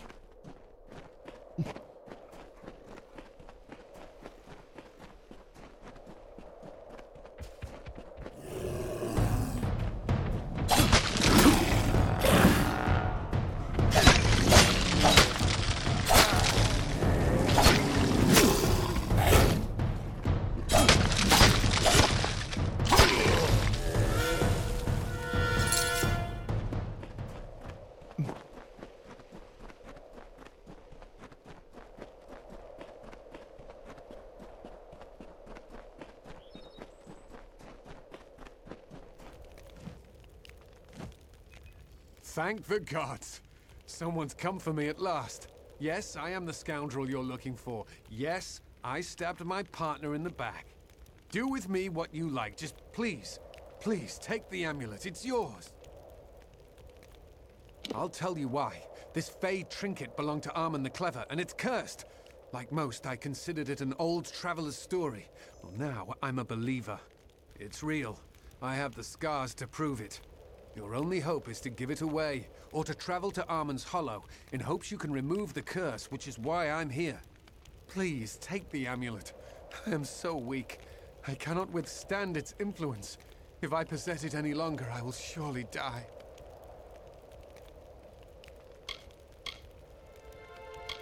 Legend says that Armand crafted it by combining lightning, fire, and frost, an arcane trick he stole from the Scholia Arcana. All I know is what I've seen. Once that amulet is in your possession, it will torture you. Only the strongest can withstand its punishment. Only one such as you. Don't say that. Look closer. Shiny, finely crafted, likely worth a fortune. It could be yours, if only you will take it from me. Come on. Come on. Do you jest? Is this true? Will you help me? What a relief. You have no idea how long I've been trying to abandon that damn thing. In order to be rid of its curse, you must take the amulet to Armand's Hollow of Sil and cleanse it. Armand wishes to make you enter his lair and face its many dangers. But once you've done that, the amulet is yours to keep. If you ask me, it's a high price to pay for a rather dull trinket. Good luck.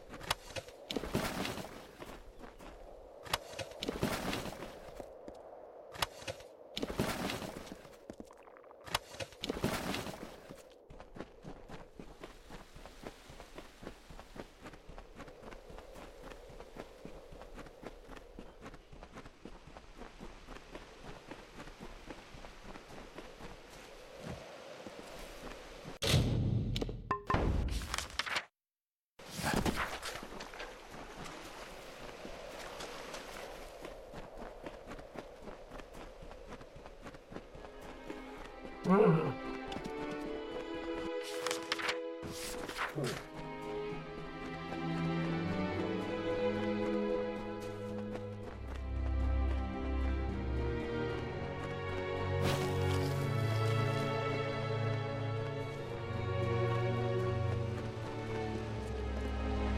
the country of Niralim's Embrace, the summer manifests as an immortal fae.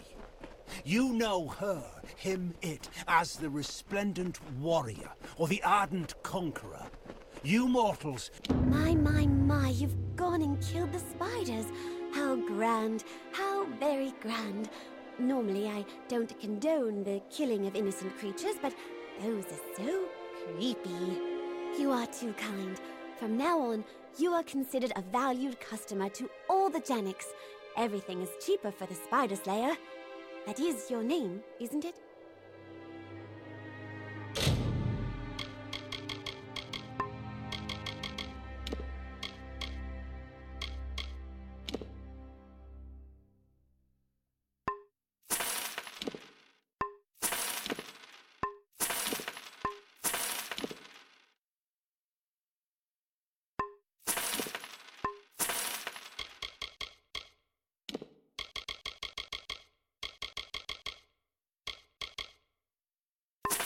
So long.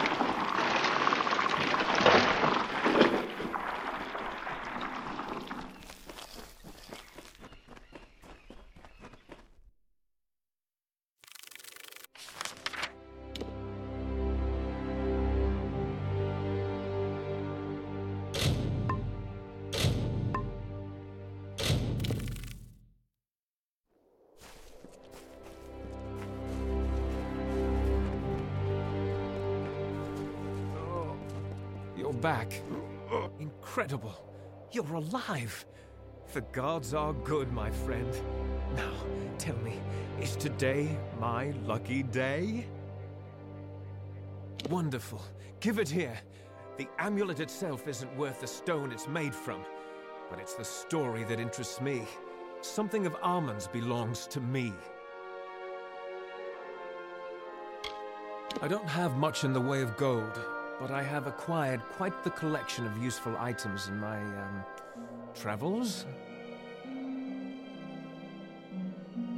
Take your time. I've still got several pints of blood left. Taking your time, aren't you? Stop playing with me and hand over the prize.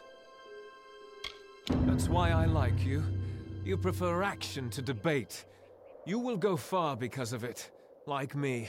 Well, like me before I was betrayed and left for dead. Bye.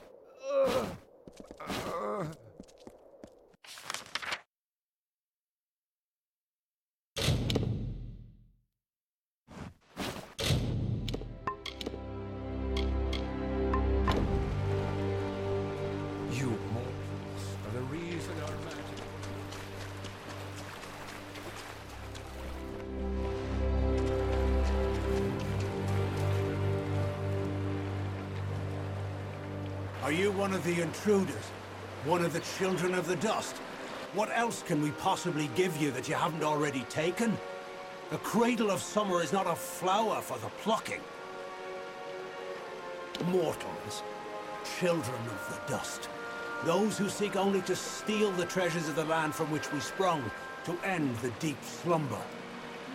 Mortals, like you, who seek to bend nature to their will, to make it bow before them as a servant, not embrace it as a guide and mother. Mortals, thieves, liars, and weaklings. They have stolen items of great power. They have stolen the 3 staffs. A child of the dust wishes to help the cycle. Why, there is no precedent. If you truly wish to assist those of us in the deep slumber, you are welcome to. The 3 staffs were stolen from Sill Hollow and destroyed by the thieves who did not comprehend their power or their value. I heard their dying screams. The pieces must be recovered and the staffs must be reforged. If you can do this, you are more worthy of the cradle than I can imagine. But likely, you will. It is for those answers that I seek the wisdom of the slumber. Move swiftly.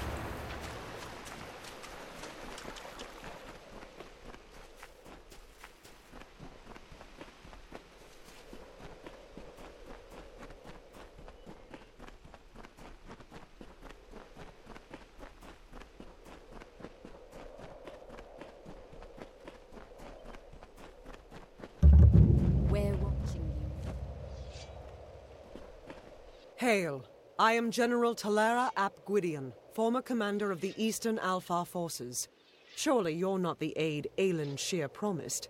She spoke as if she planned to send a whole squad of soldiers, not one faceless mercenary.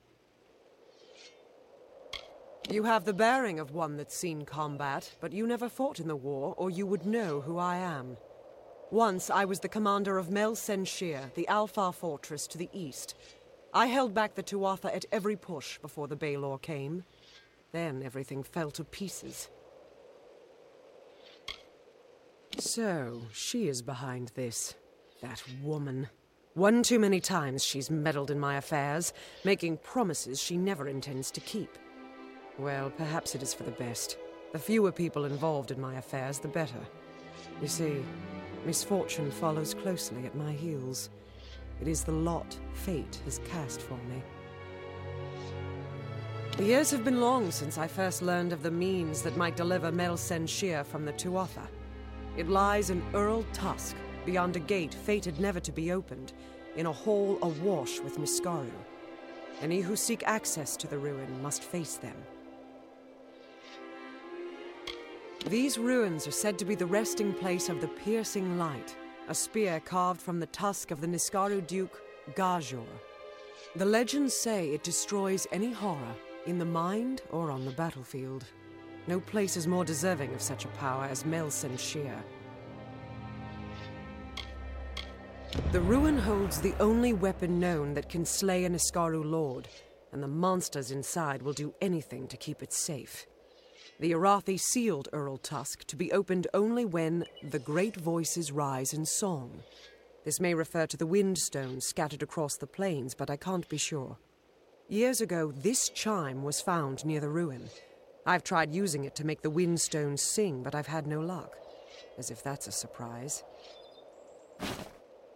The inscription says the gate will open when the great voices rise in song. I think this means the windstones that are spread across Arethel. There's one just a little to the south. Go there and strike this chime near it. I'll stay here to see if it has any effect. The windstones are located all across the plains.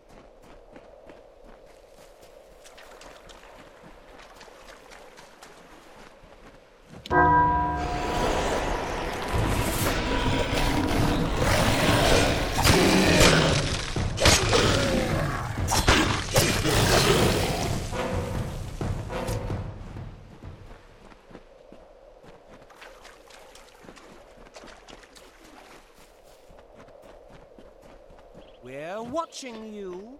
I can't believe it. The gate shifted? For all my efforts, you simply appear and make it respond.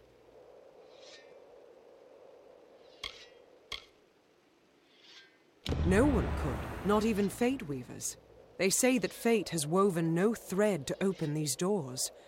And yet, you've done it. But we must not stop here, not when good fortune smiles upon us. The gate opens, but you must find the remaining windstones and strike the chimes. I will stay here. The Niskara within will sense the gate weakening. Someone will need to hold them back. Go sound the chime at each windstone in Arethel. That's the only way to open the gates. I'll stay here and fight any Niskara looking to sneak past us.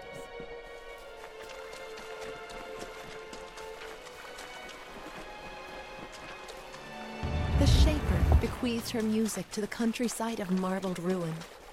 The plains birthed the gentle grass. Listless streams meandered through the verdant hills and babbled of their gentle travel to the face of the windswept cliffs. Thus the symphony of Arethel began.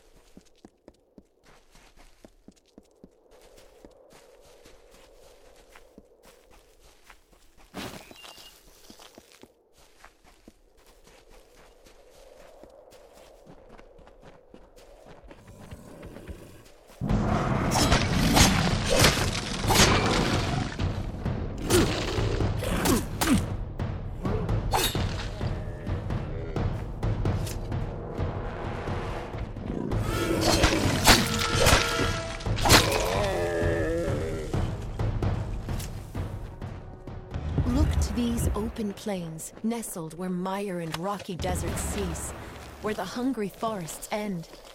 In the bosom of the Feylands, these fields are home to the languid sky. This work, shaped by the delicate artistry of an inspired painter, is for all the peoples of all lands.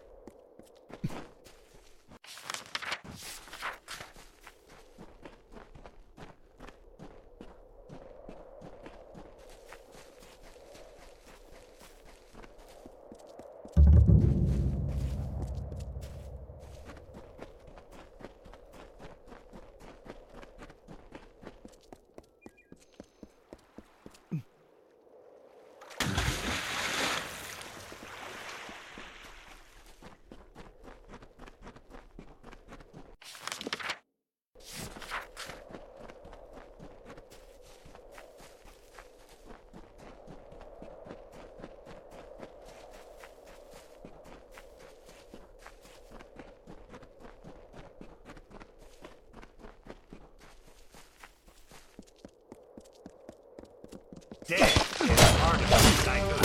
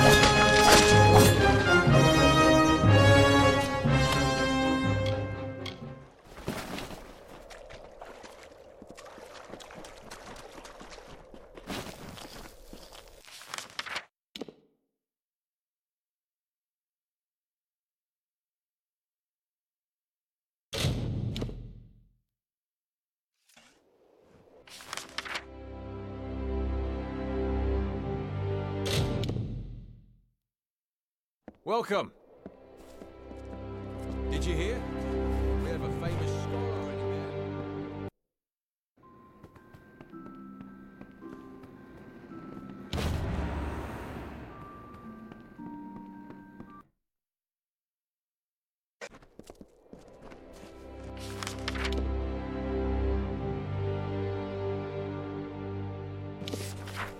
Good day.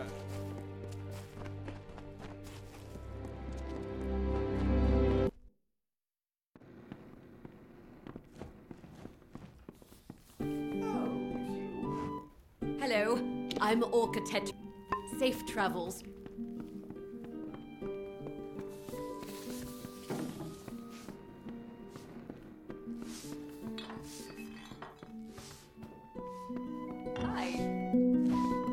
Please, relax and part.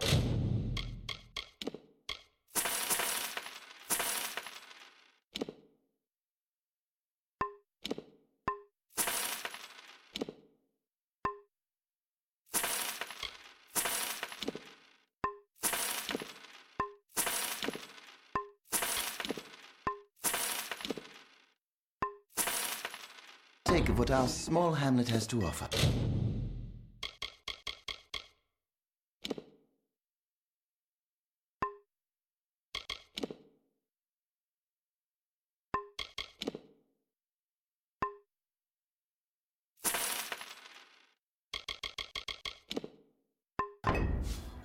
Come again.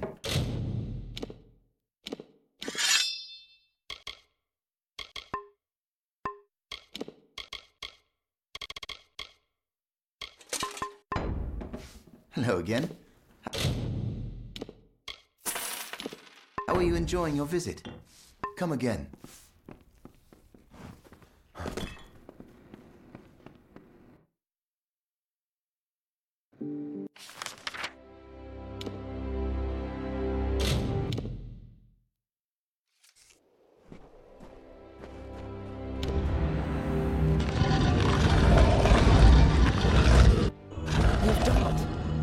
Ancient Irathi sealed this place centuries ago, and it opens to welcome you. Incredible.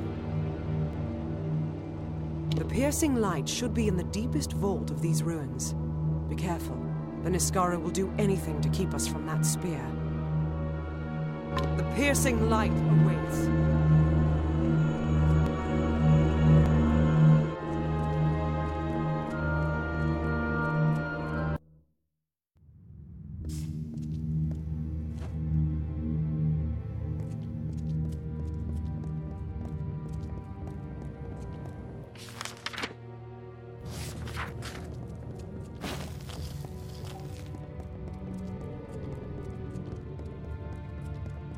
The Niskaru took everything from me. My soldiers, my station, everything.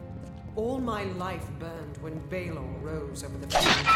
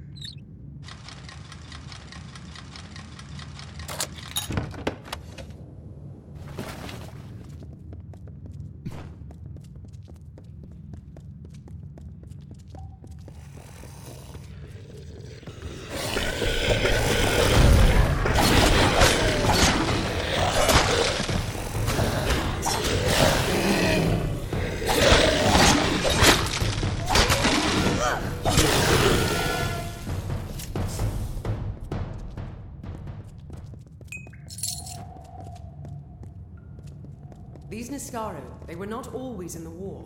It wasn't until the Witch Knight Malwyn started making pacts with them that they fought alongside the Tuatha.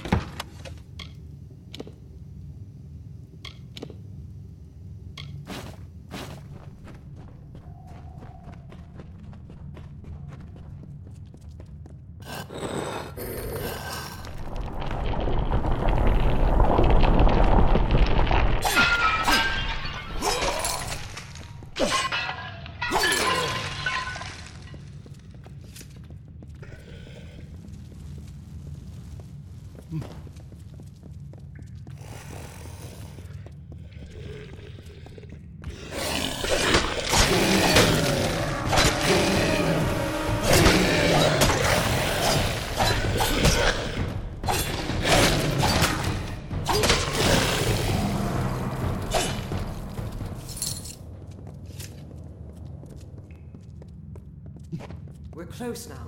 I've heard that the spear is guarded by the Niskaru warrior Azagal. We will learn if it still is.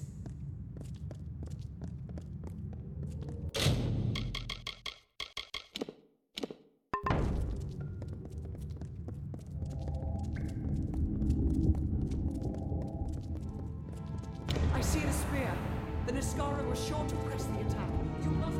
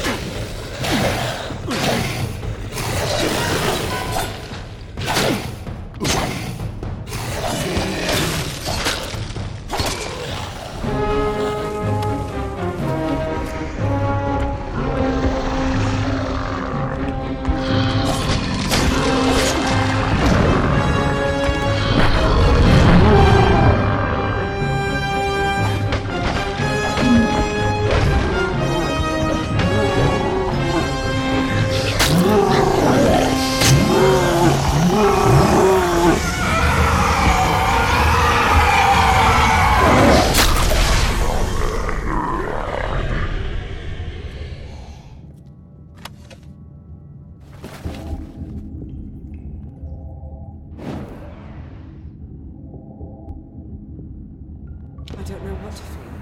All the years I spent trying to claim this weapon, and I never truly thought I would. I was not fated to have it. Not until you came. You have thrown back the veil of fate and revealed what is truly possible. It's almost enough to make me believe in second chances. Yes, but it is so much more. This will end the siege of Mel Senshir. It will bring the death of the Baelor. It will give me my chance for redemption. And I never would have laid hands on it, if not for you.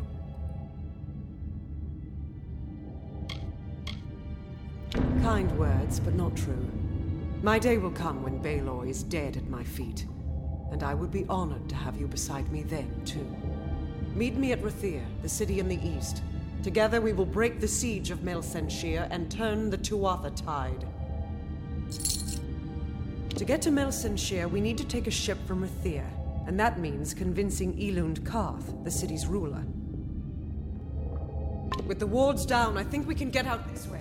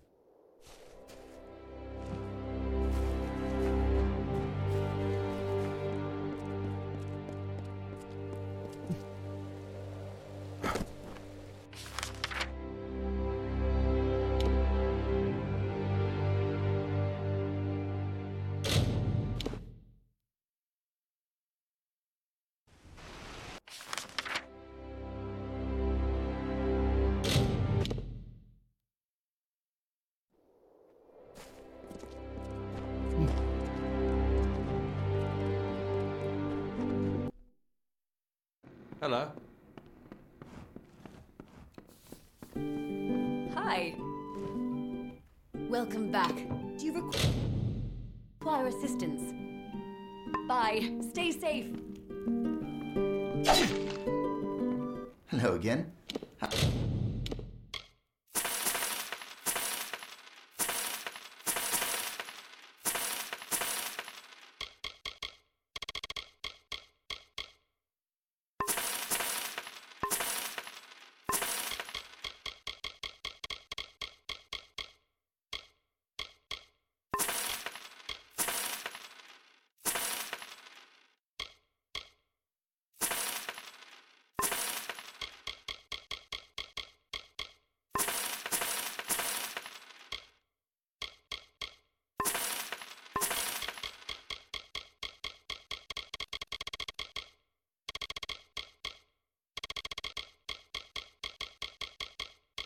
How are you enjoying your visit? This is the birthplace of Al. If you want to know more about our history, we'll be here if you need us.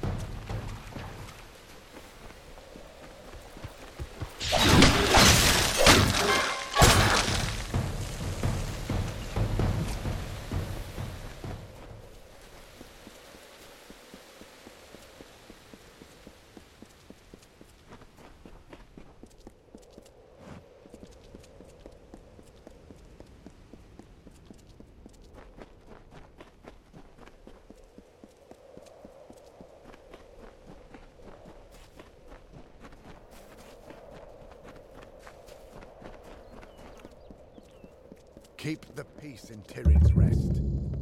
For truly, my children, we are loved and blessed by Lyria.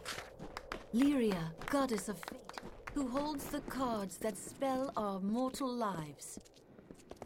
Those she holds dear prosper and thrive. Those she holds dear prosper and thrive. Yet the strong and the proud fall beneath her displeasure.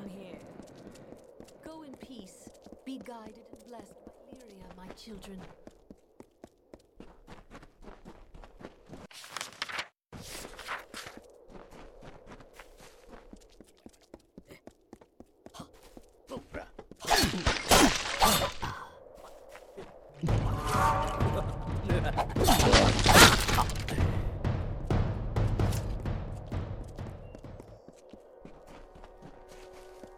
For 500 summers, autumns, winters, and springs, the blossoms on my pearl tree bloomed ceaselessly and wantonly and fair. Why today? Dark as the flowers not come again.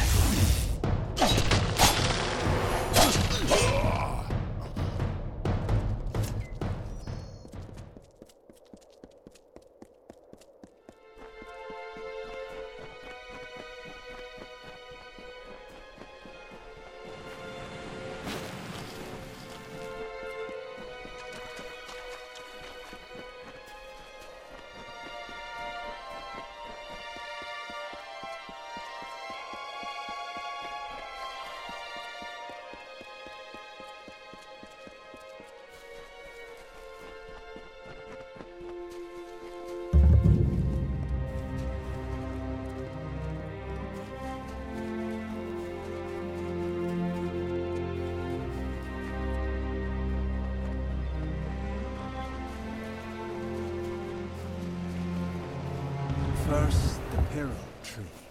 Then the shapes of trees and heads and hawks, made by the white caps of the waves before they crashed. then 1,000 other wonders in my lands have faded, failed, and fallen still. All I know and love is slipping from my grasp. What of the duel?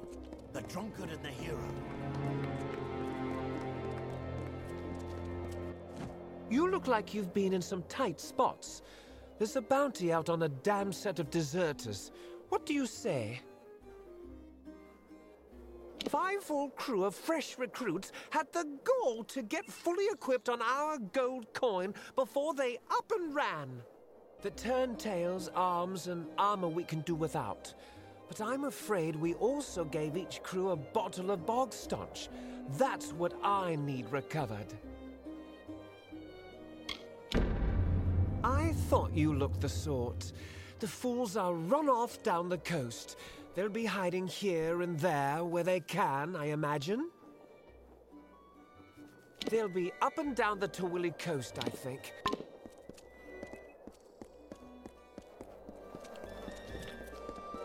Good tidings.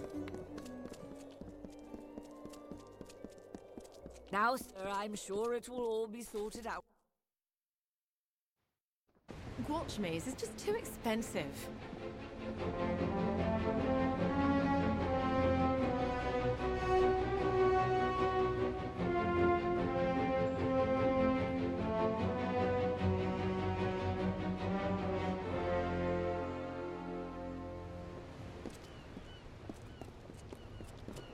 So many new faces. We have a problem.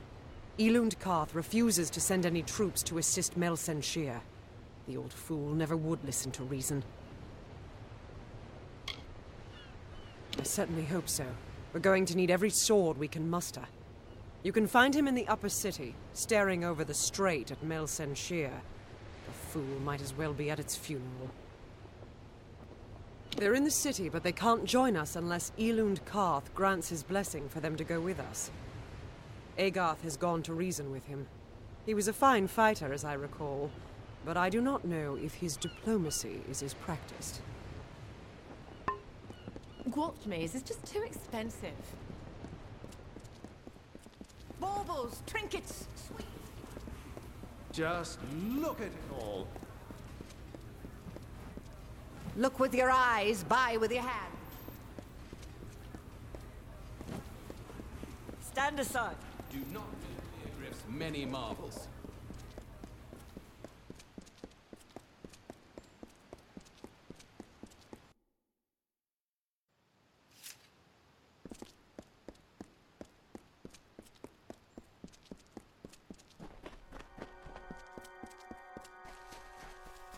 If I can't talk any sense into you, then someone else will have to. Damn fool. What do you want? I'm beset by petitioners these days. Another advocate for this absurd plan to retake Melsen Shear, I take it. Look to Rathia's sister across the strait. Her battered walls, her burned gardens, her back broken from a decade of war. We take in refugees. We send them food that we can spare. We try to ease her pain. But for 10 years I stood here and watched her die slowly. And now you, a stranger, think to convince me to commit the whole of this city to saving her because our army's greatest failure has recovered some old relic.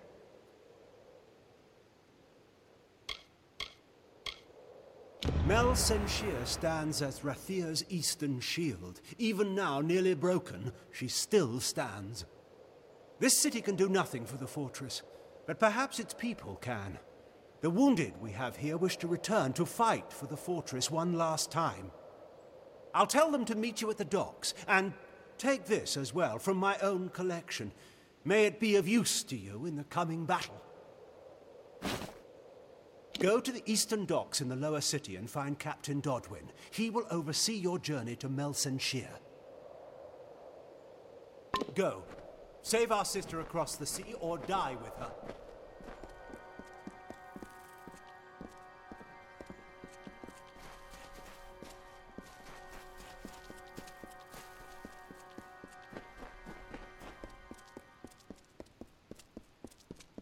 Move along, citizen.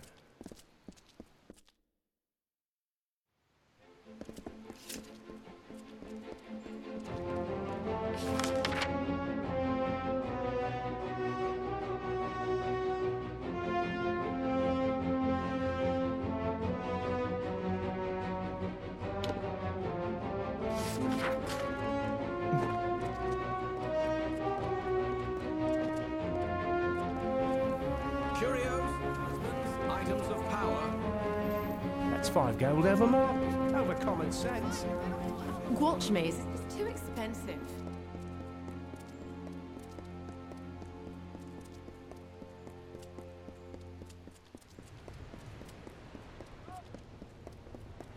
Your comrade died. The job is yours. Yours. The ships are loading now for Melsen Shear. Are you ready to board? Right away.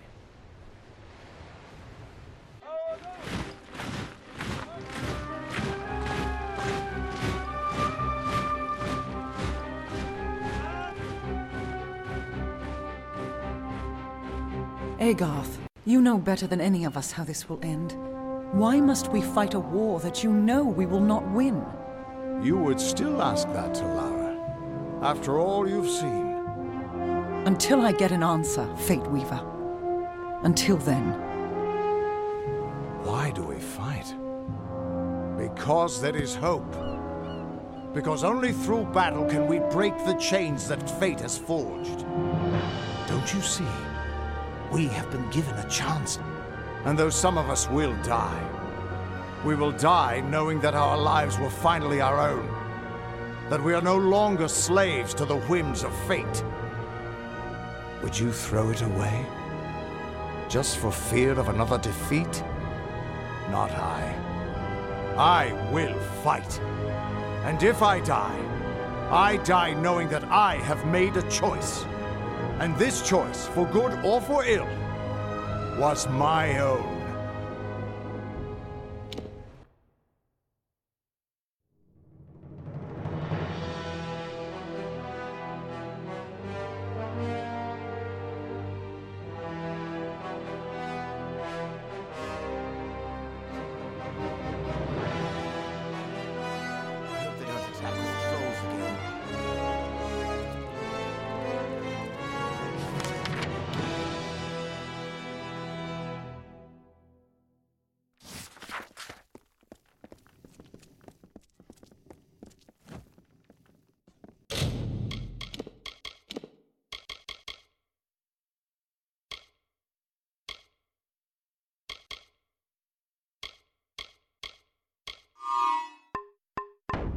The Tuatha are relentless. We get no peace here. I hope they don't attack with trolls again. Not exactly the heroes of legend, but you're a welcome sight nonetheless. Likely you've come to see the fortress before it falls. I've seen her stand for the last 10 years, but the end, I think, has finally come. Our scouts report that the Tuatha are massing, and in their wake we've seen it. The Niskaru Lord, Baelor, has come for Melsen Shear at last. Baelor could tear through our walls like parchment. Our only hope is to ambush before they can bring him forward, and take the Tuatha by surprise. While our forces delay Baelor, you and Talera will be sent to hunt the Witch Knight, Malwen. It's likely that he will hold the Baelor sway during the battle. We can't best their army in the open field. My hope is with Malwen dead, the Baelor will turn on the Tuatha. It is little more than a wish, but that's all we have. Soon. I know you're eager, but take a moment to make sure you're ready. Check your gear and say your goodbyes. When you're ready, come meet me by the gates. I'll be readying the troops. Come on, the commander's waiting for us. What is it? Time is running out! Steel yourselves. The battle is not to be taken lightly. Then let us go. We've had sightings of the Tuatha vanguard. When they enter the courtyard, we will open the gates and counterattack. You and Talera will use the distraction to execute your plan. One way or another, this will be over soon.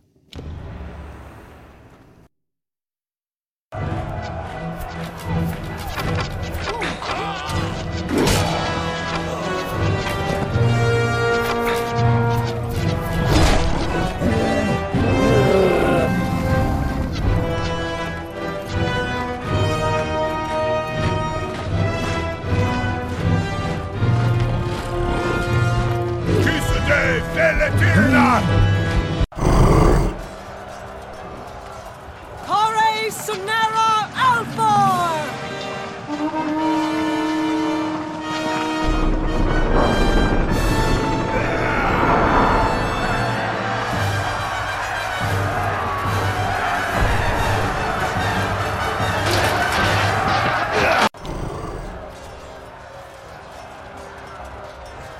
Our hunt for Malwyn can now begin in earnest. I will take one path and you another. If Wygland's troops hold, then Malwyn will be delayed at the outer wall with the Baelor. But we should make sure he doesn't get past us. Now, we must get moving. There is no room for error.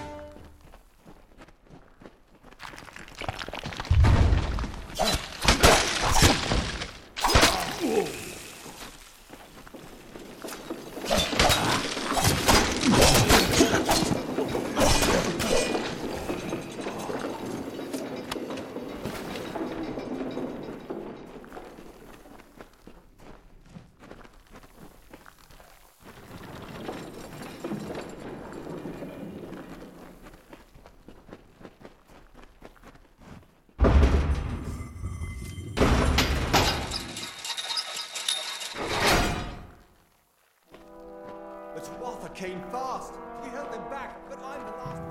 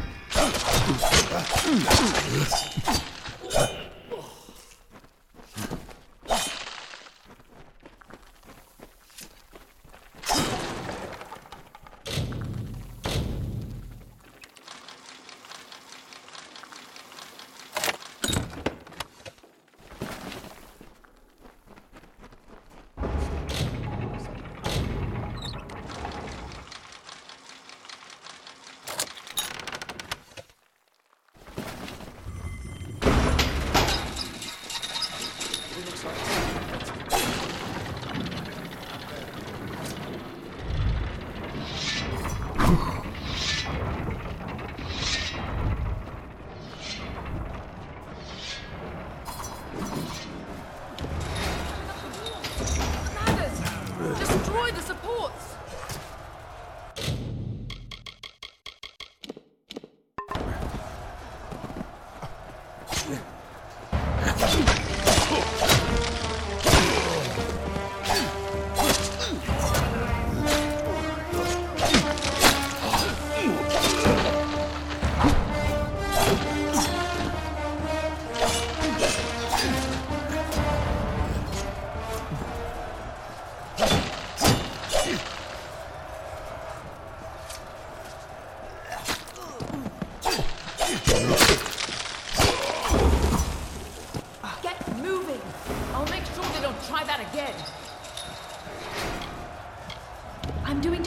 On my own. In any event, you've got to get to Telera. Wygland's troops can't hold the Tuatha back. One step closer. Finally, some reinforcements.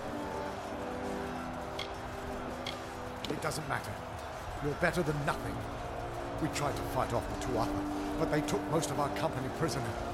They're threatening to execute the rest unless we lay down our arms. You could get in amongst them, silently if possible, and save what's left of the survivors. I recommend you tread lightly in there. They'll probably kill any survivors if we try to mount a frontal assault.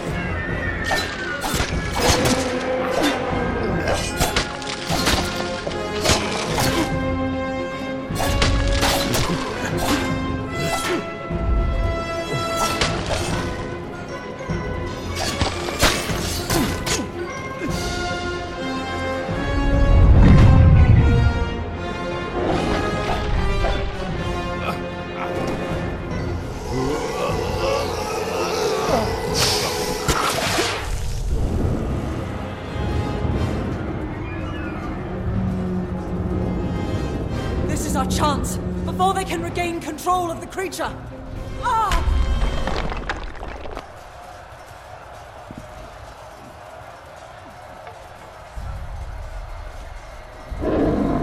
Theoden, guide my hand.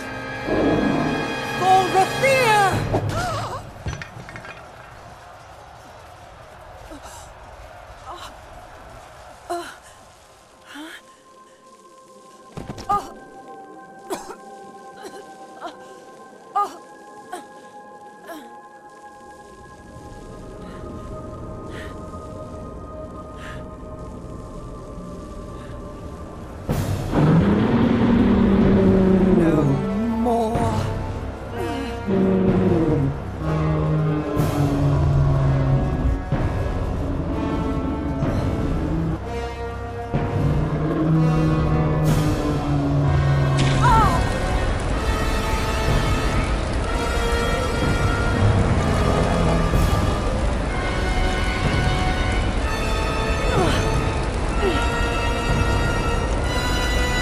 This ends here!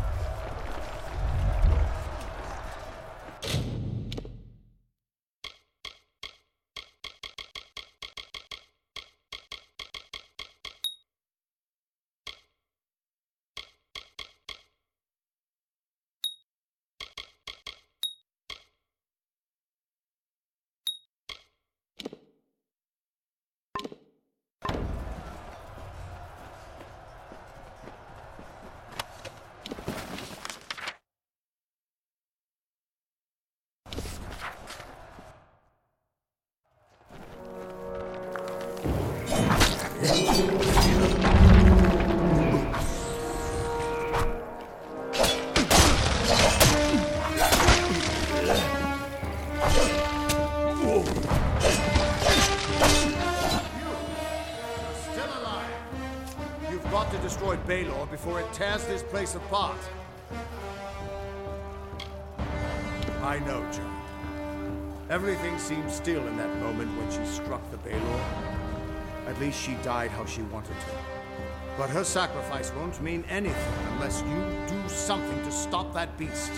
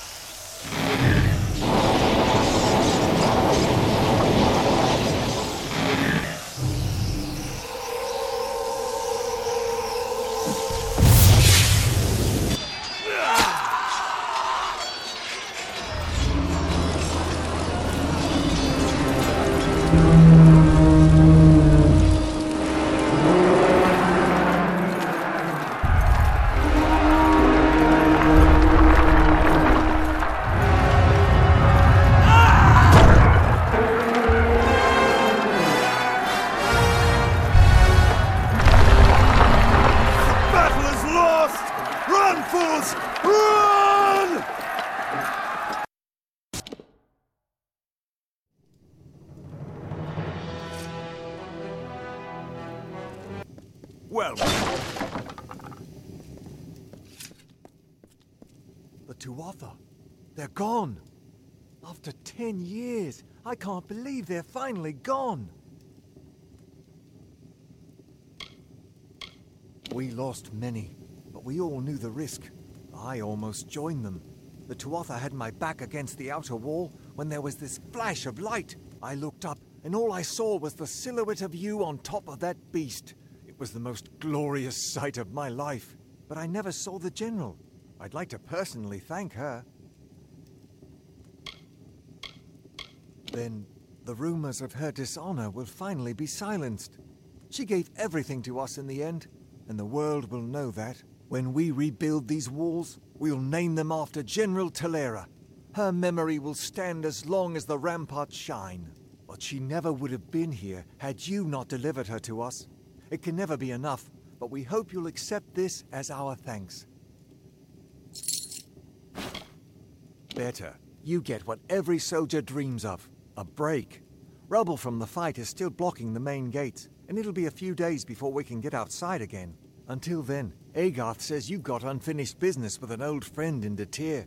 Don't worry, there'll still be Tuatha to fight when you get back.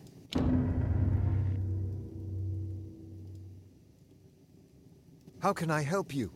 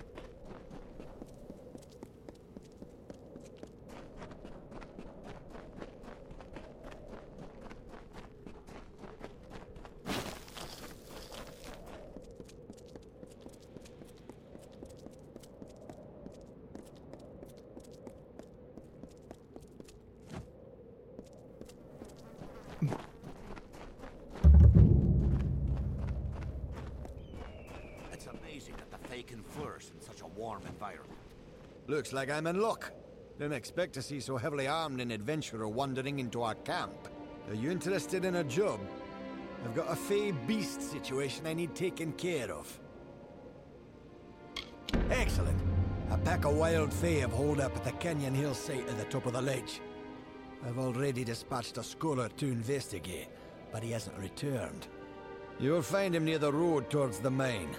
I'll have more information for you there, but it isn't useful for much else. The coward refuses to go near the fae.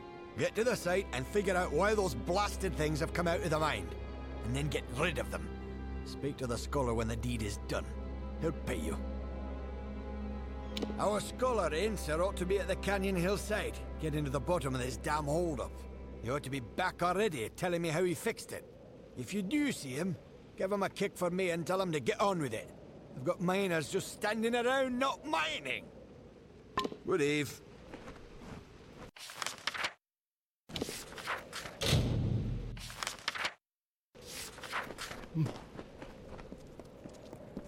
It's amazing that they can flourish in such a warm environment.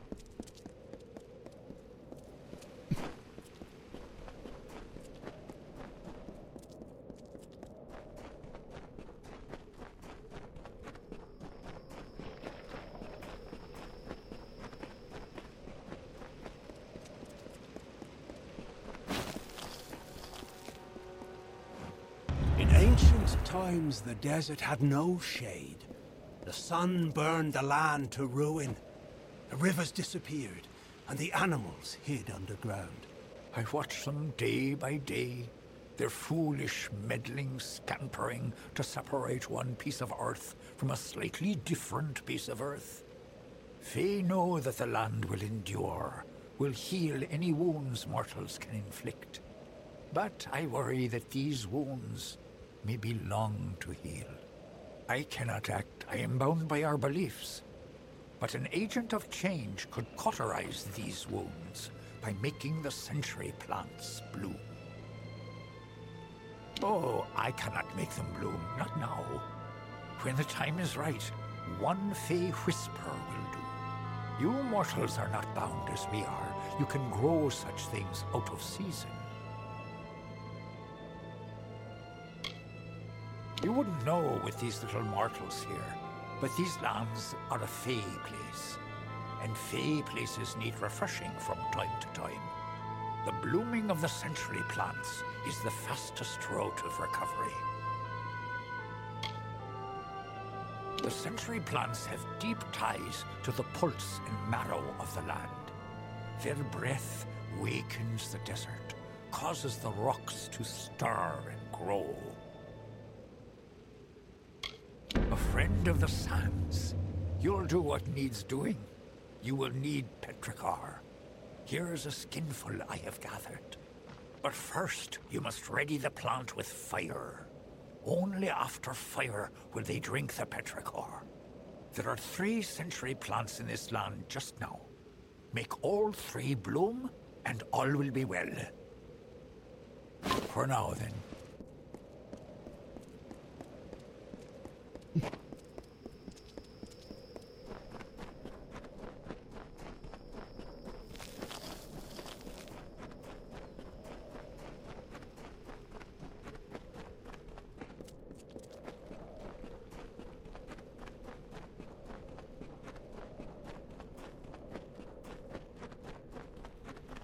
Oh, I'm in a terrible bind. I don't dare go forward, and I certainly can't go back.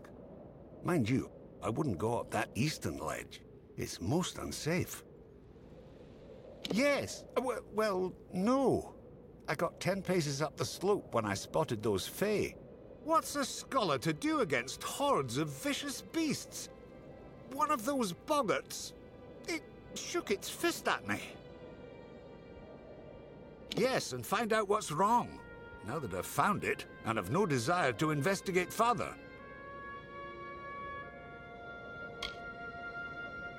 Well, if you were willing to go first, I would have no objection to trailing behind at a safe distance.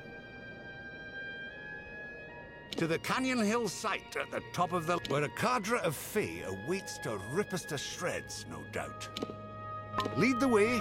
Up the slope we go. There they are. Dispatch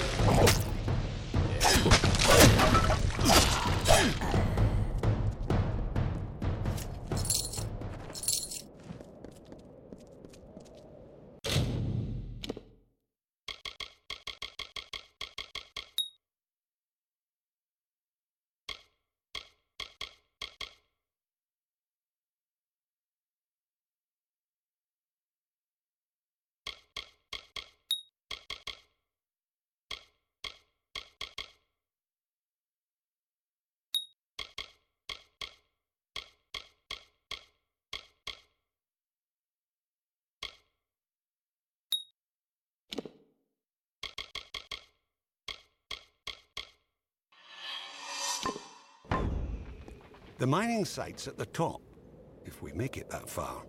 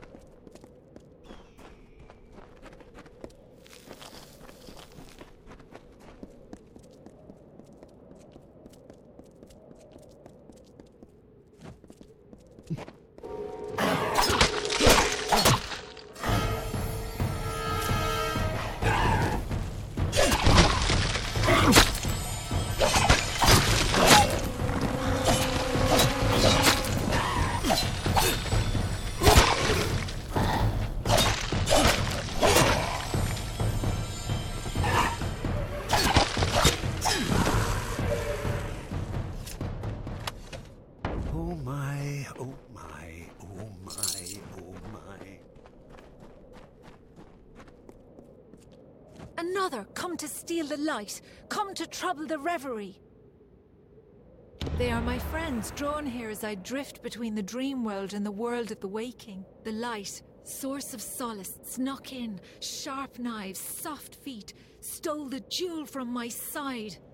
Took it northward, through the narrow rocks, to their village of wood and cloth.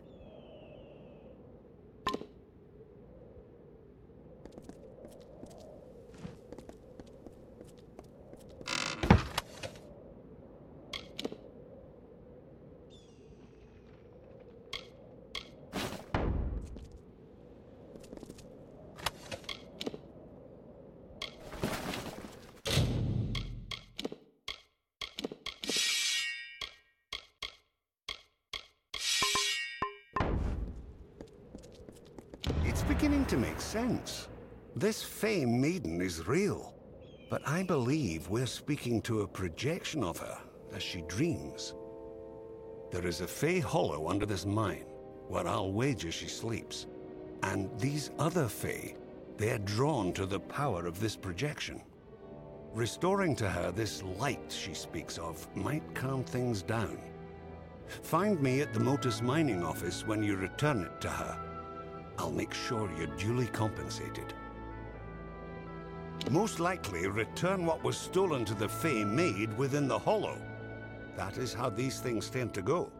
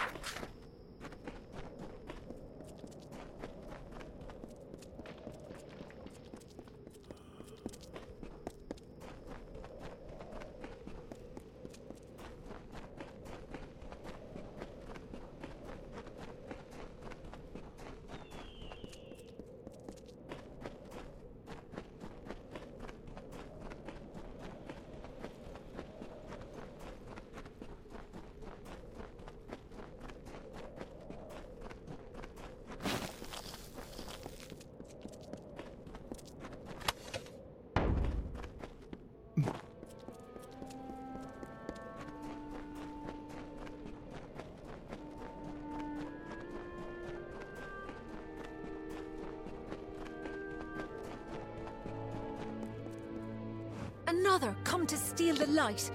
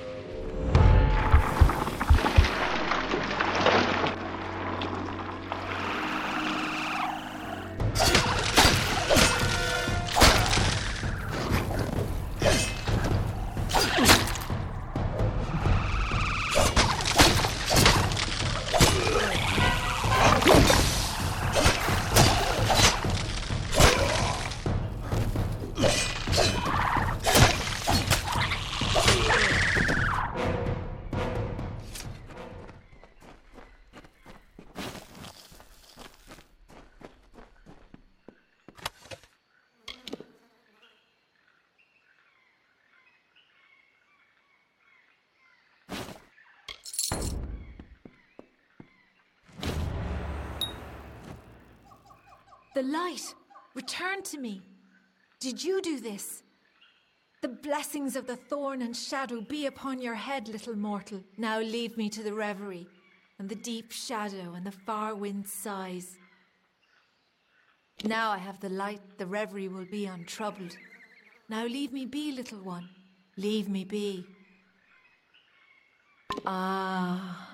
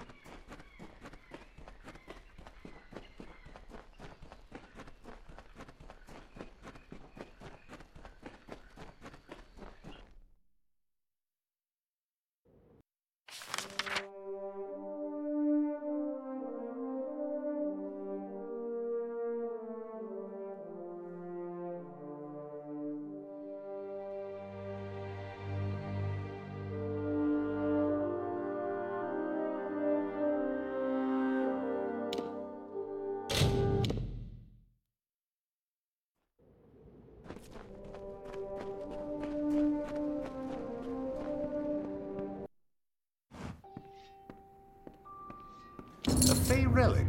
Was that it? She called it a light. I wonder what possessed those fools to steal it. No matter. Facts are, without you, I'd still be tugging my beard at the bottom of that slope. So please have this. The interest rewards those who smooth its way. So long.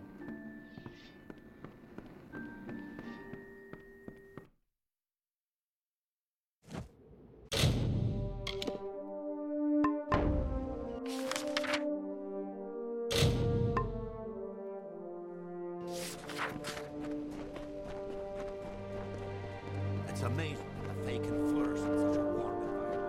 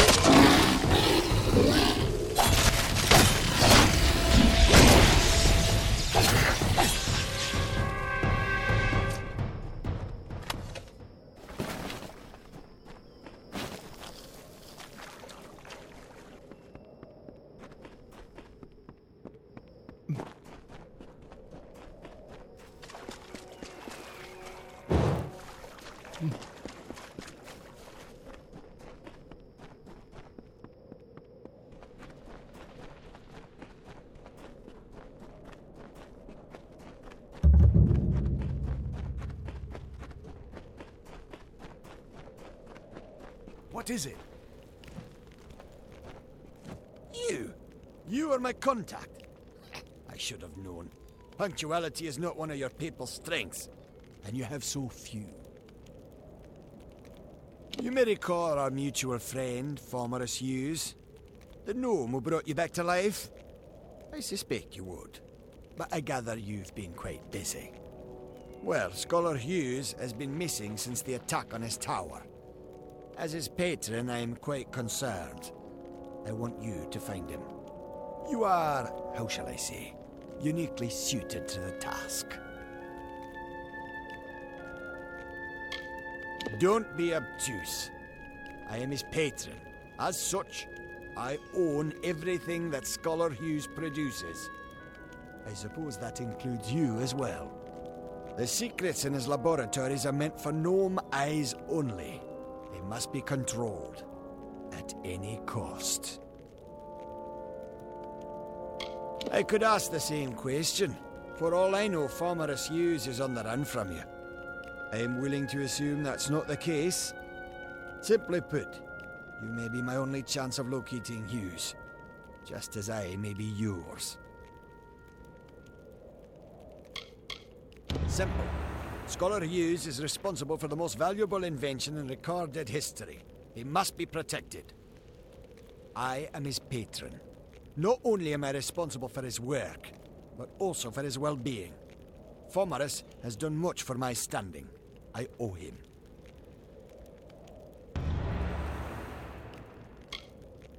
And I am grateful. Scholar Hughes is quite fortunate to have friends like us. Hughes has an old laboratory in the cavern of Saltwell Mines. I believe he's been conducting research there since the destruction of Alistar Tower. Find him, and you will be rewarded for your contribution to science. I will await your success in the Librarium in Edessa. He may have returned to his old laboratory in Saltwell Mines, but if any of my people approach, he'll flee. He's quite paranoid, for good reason.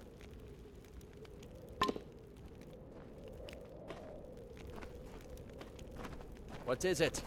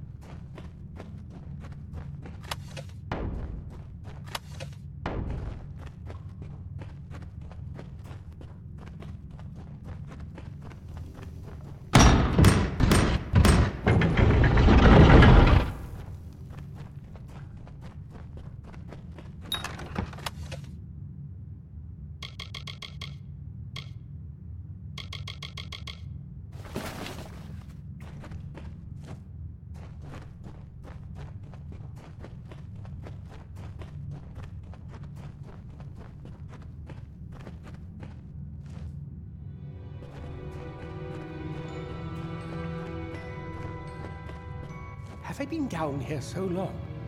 Is the madness so great that I see the faces of the damned before me? Or is it really you? It is! By the tome! Come closer. Let me look at you. It has been an eternity since I've seen a trusted face. Are you? In many ways, your awakening has brought me nothing but misery. But that is not your fault. I am to blame for all of it. Wait. Do you hear that sound? It could be the Sons of Laz, but it could be someone else.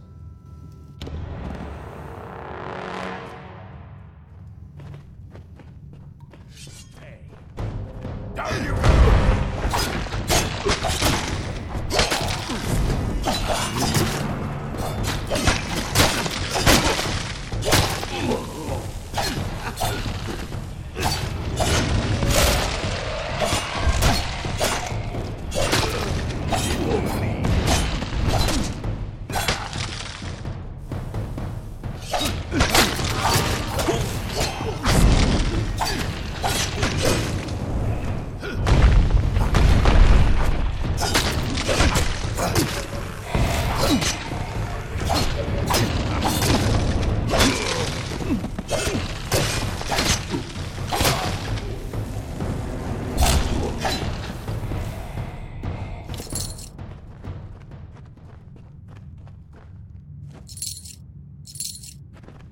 The last we spoke, it was the Tuatha that reduced my lab to cinders.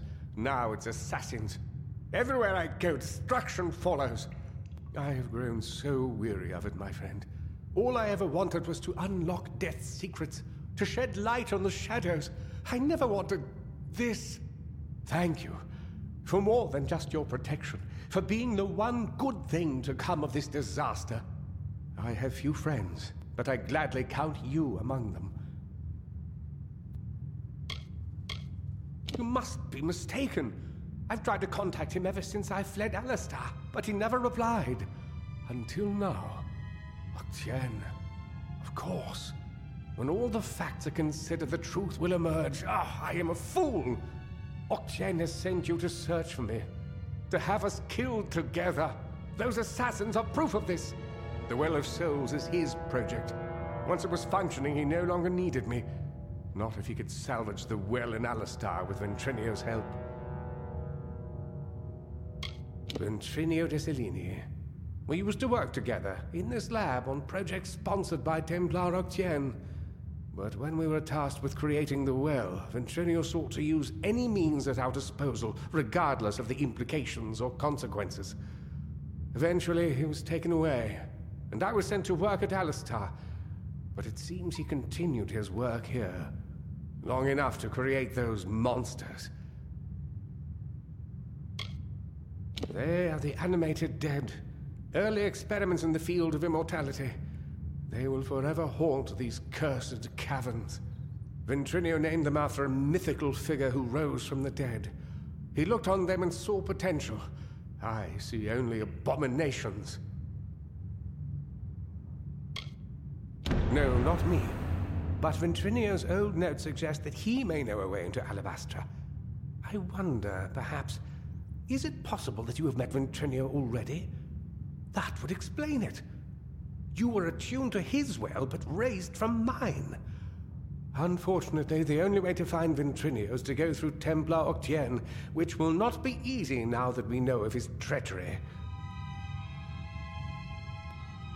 Octien is a powerful sorcerer with tremendous influence.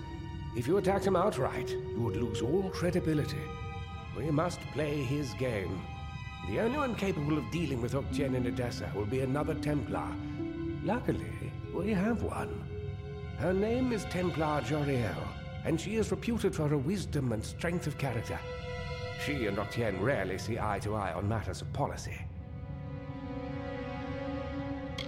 If Joriel can make Octien answer for his crimes, then we will gain access to his information. That includes the location of Ventrinio's lab. If you wish to uncover the mystery of your deaths, then you will need Ventrinio. He is the key to Alabastra. Find Templar Joriel in Edessa. We don't have much evidence, but I have a feeling she will help us. Oh, don't call it that. You're just having a talk with Oktien in the library. In return for your discretion, he'll give us what we want. I know it's unpleasant, but when you work with the Templars, you just start thinking this way. It helps you stay alive.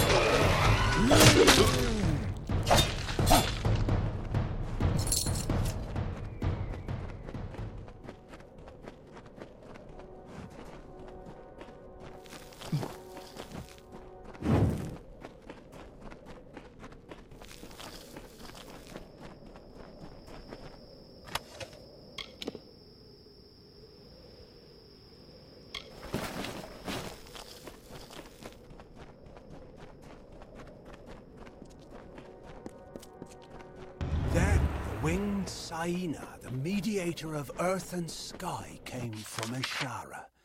She beheld the suffering desert and swooped down upon the hollow lands. Her feathers filled with the her wings pulled the broken ground.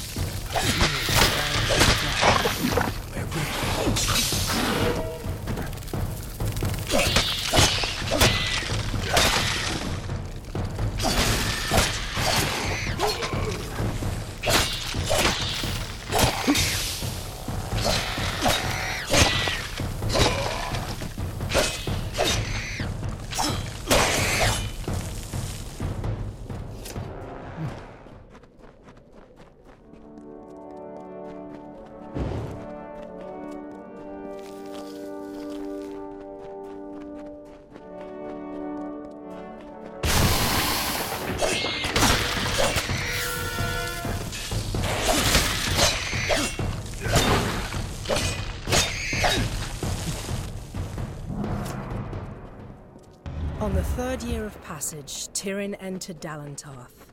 In dark wood and fany field she strode, until from wandering she was taken to the roots of mighty Velagru's child.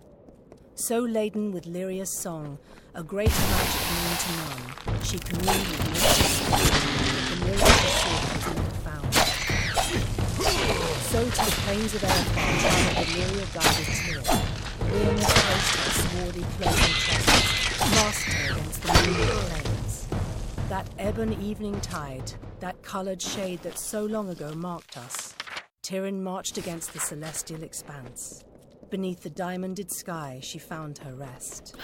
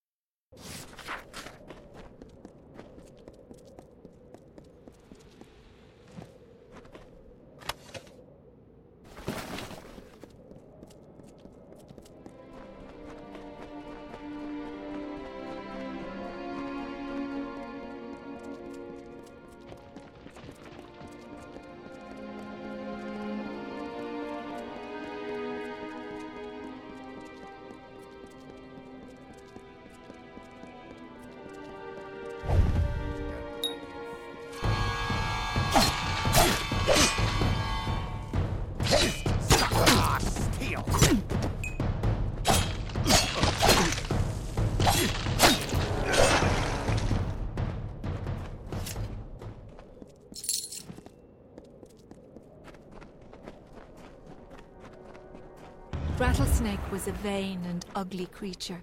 He crawled in dark places and avoided the other desert animals. He was lonely but refused to act like it. One day, while sitting on a rock, sprinting past. Wait, calls the bird. I have a favor to ask of you.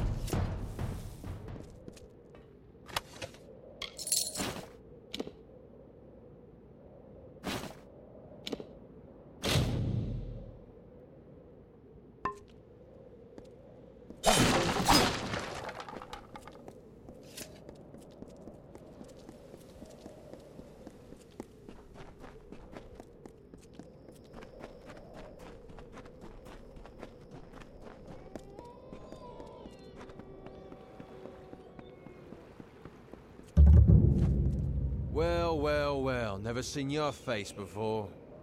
Can't say I like it. Listen up, Dogface. There are 2 rules in Bonetown. Number 1, Mayor Eswin's law is absolute. Number 2, if you don't like rule number 1, then you'd better get your ass out of town. Now go meet the mayor yourself. He likes to know what the kobolds kicking from the wastes, especially with the families running wild. Listen to that. You're fitting in pretty well already. I'll see you around Whitestone, Dogface.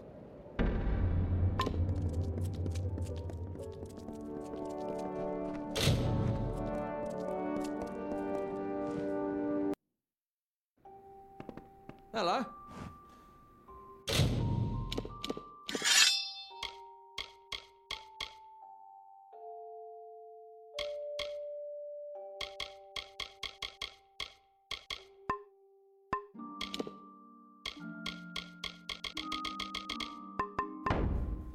Don't kill me, please!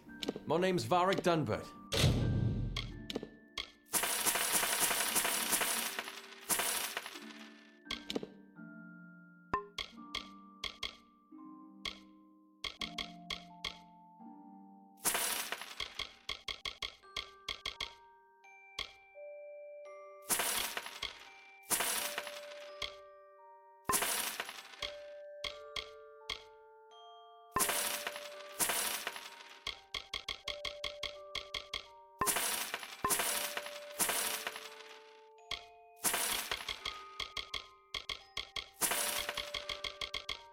In my trade selling.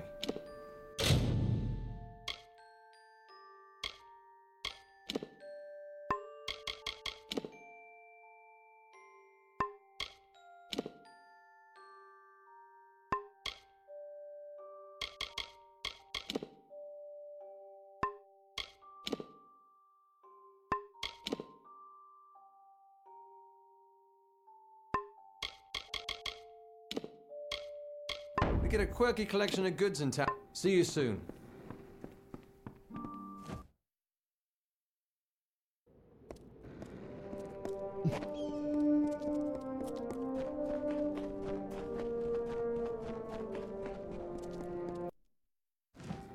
Stay out of trouble. Stand right there. Let me take a look at you. Filthy, weary, lonely, but special, that's for certain. We don't see folks like you in Whitestone very often. I'm Mayor Eswin Elfhelm, and I'm the closest thing to a friend you've got around here. Some call it war. I call it survival. The Modus mining interest left an empty throne when it abandoned Apotyre, and now everyone wants that power. The people here, the decent, honest, hard-working people of Apotyre, have been through enough. Starvation, humiliation. They needed a leader, one who cares. My goals are simple. To stop the warring in Whitestone, and to rescue it from the brink of extinction. And you can help me. What do you say? Partners? I like you. You're not a fool. Want to know what you're getting into? Well, I think big, but I'm smart enough to start small. I need a person who can do both. I want you to acquire something for me. Something that rightfully belongs to me. There's a man named Adeth Scoria, patriarch of the most prominent mining family in Apotyre. Months ago, I bought his family mine. It wasn't cheap. Now Adeth refuses to surrender the property. In fact, he's gone into hiding and won't meet with me. I need you to acquire what is legally mine. The deed to his claim. Modus Mining stored all the records in its old headquarters east of the village. But the building has long since been overrun. Get that deed, and we're in business. Probably in that relic of a building that was once Modus headquarters.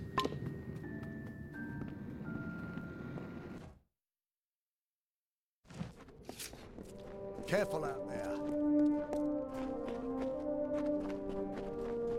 Hello.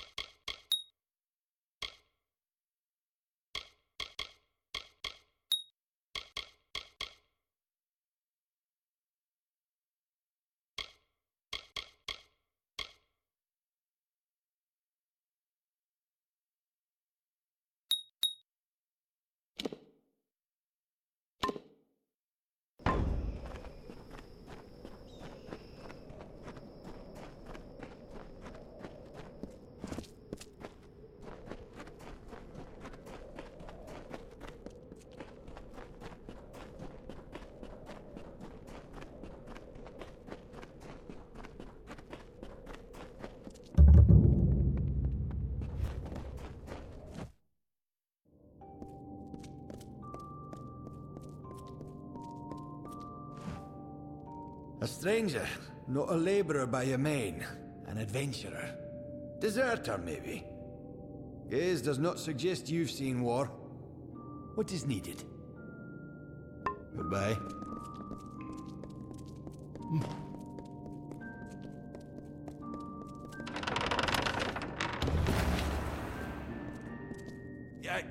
What is it? Can't you see I'm busy? If you're from the village, you can tell Mayor Eswin that I'm not interested in any other deals he may wish to offer. This discovery belongs to everyone, and it will not be used to further one man's agenda.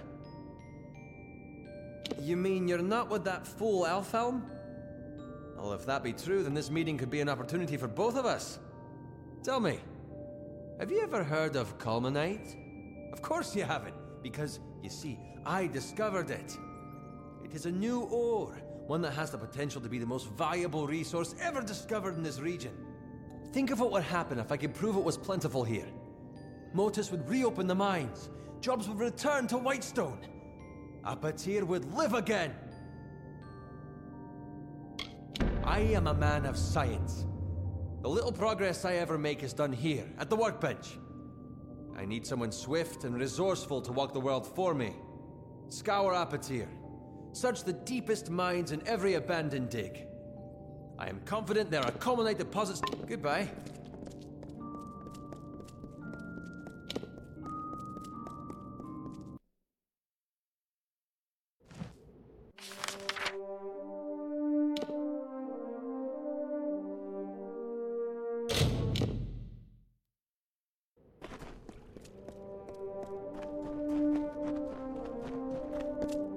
Good day. You're probably wondering what I'm doing here.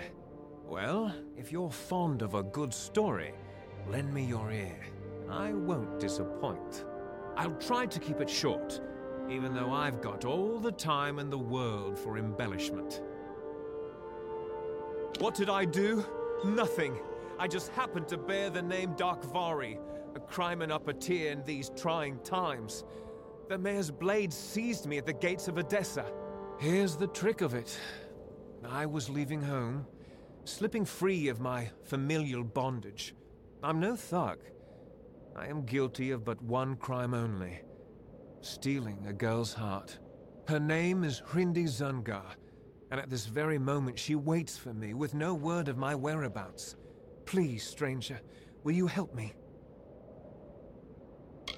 I knew I liked you.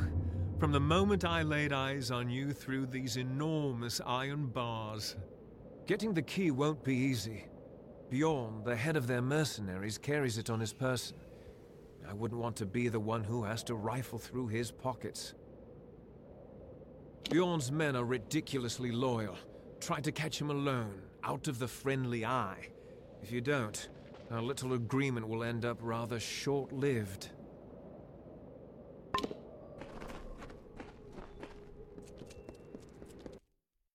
Stay out of trouble. Well done. I was worried the Zungar boys might give you a bit of trouble. I was right about you. I have an eye for promise, you know. Prospecting, as the locals would call it. I've noticed your weapons. I assume you know how to use them? It's a pity, but the only way to clean up Whitestone will be to get them dirty. We've received news that Adath Scoria might be hiding out with the Sinric family in their old Terrenium quarry. Get down there and take a look. See what you can see. The quarry is very near, in the canyon to the south. It's the most important facility in Apatir. It's a pity the Sinric family won't let anyone inside.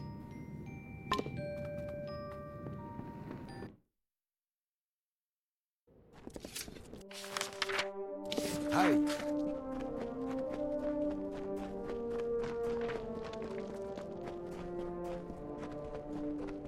Careful out there.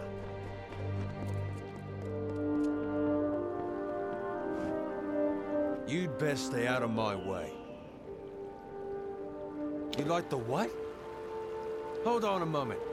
Repeat what you just said so I can laugh appropriately.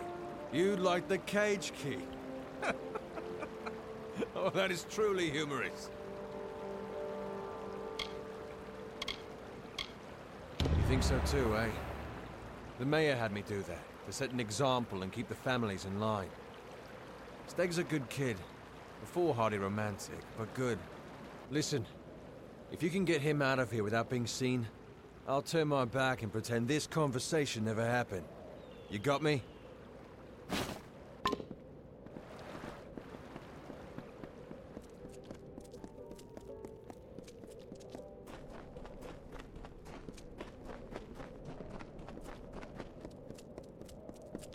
Well done. Now, you've done me this one favor. Let's finish what we've started. Before I can leave this cursed desert, I need several things. First, I need to fetch the item that will finance our new life in Edessa, our nest egg. It is an heirloom that has been in the Darkvari family for generations. Then I need you to find Hrindi and bring her to me at our old meeting place in Snaketail Canyon. Please, you must do this for me. For us. Thank you.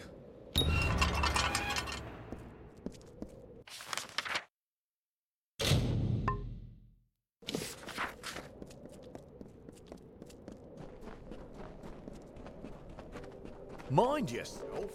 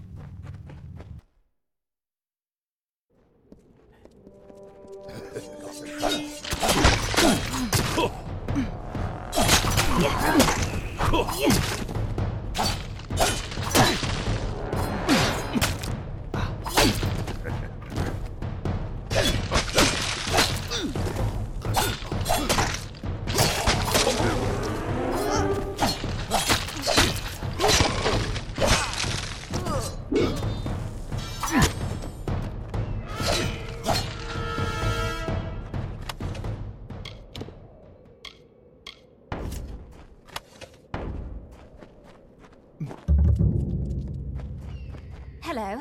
You don't know me, but I've been following you. My name's Hrindi. That parchment you carry, it belongs to me, as Steg always meant it to be a wedding gift.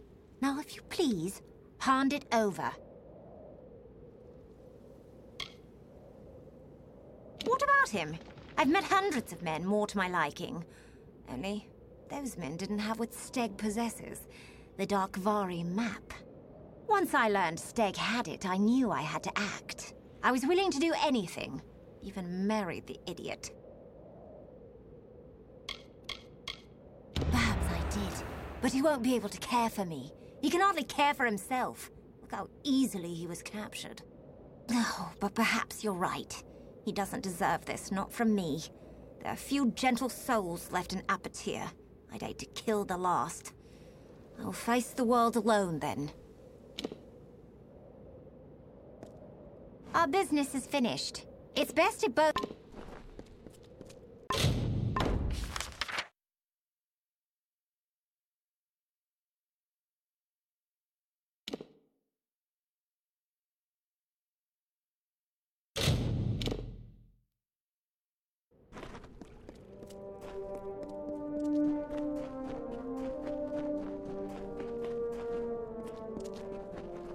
Hey. Hello there. Normally I'd be seeking help with some of our mercenary contracts, but it looks like you've collected all of them already. I'll leave you to your work then. Not bad. The Darkvari aren't icy killers like the Zungar, but they can handle their own, as can you. Here's your pay. So long.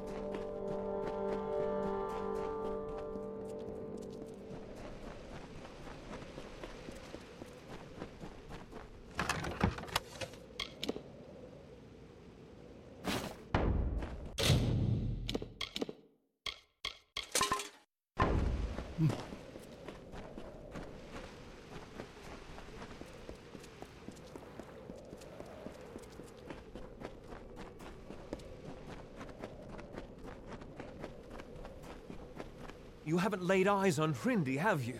She is bright, graceful, like an oasis on a summer's day.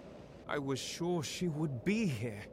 She said the stars themselves wouldn't wait as long as she would. What do you mean she's gone? Was her fear too great? Did she choose to stay behind? I had a feeling this would happen. In the end, I couldn't make her happy.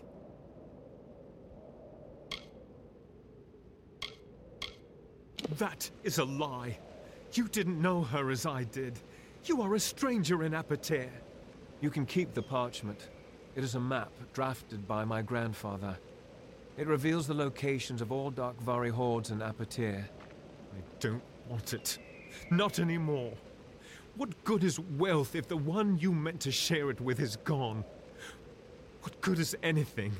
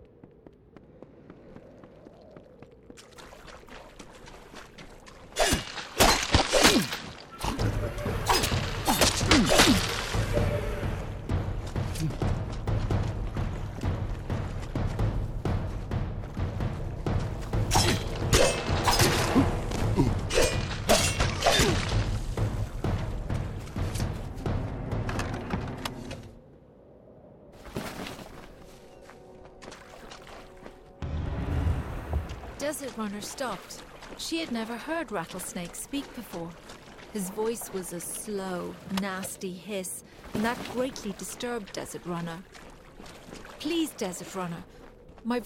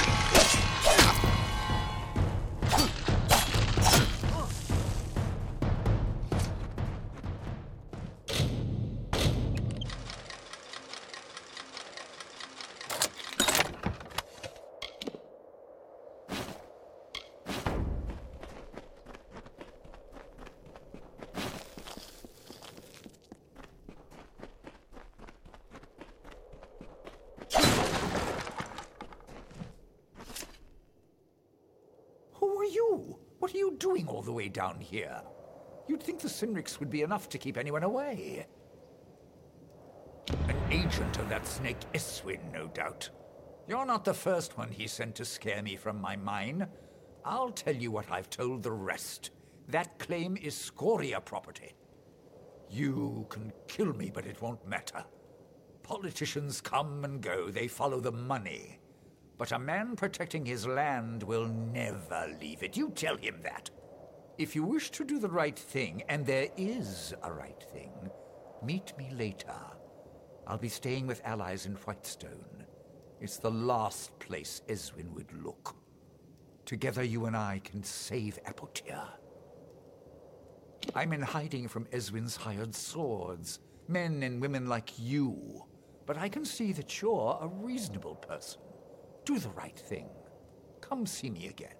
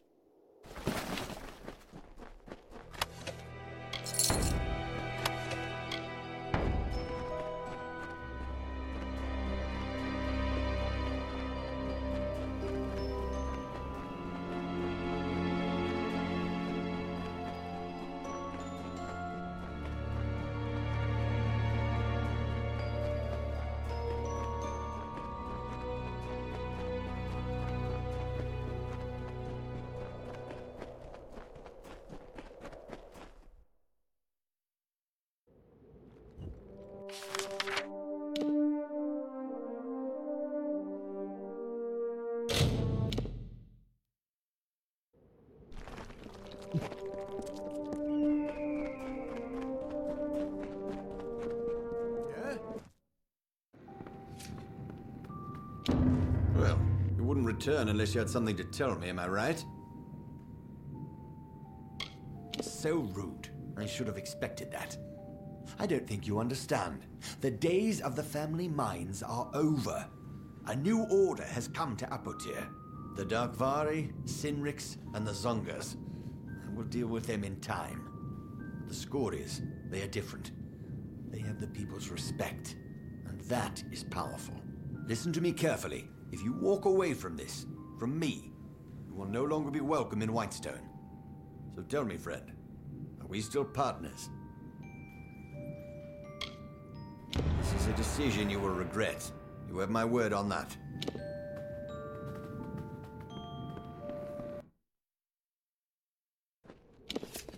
Keep your eyes open.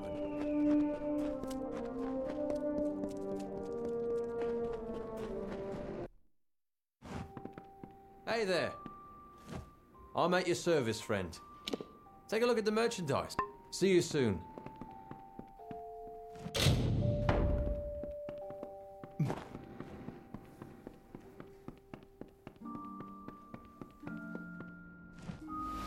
You came back?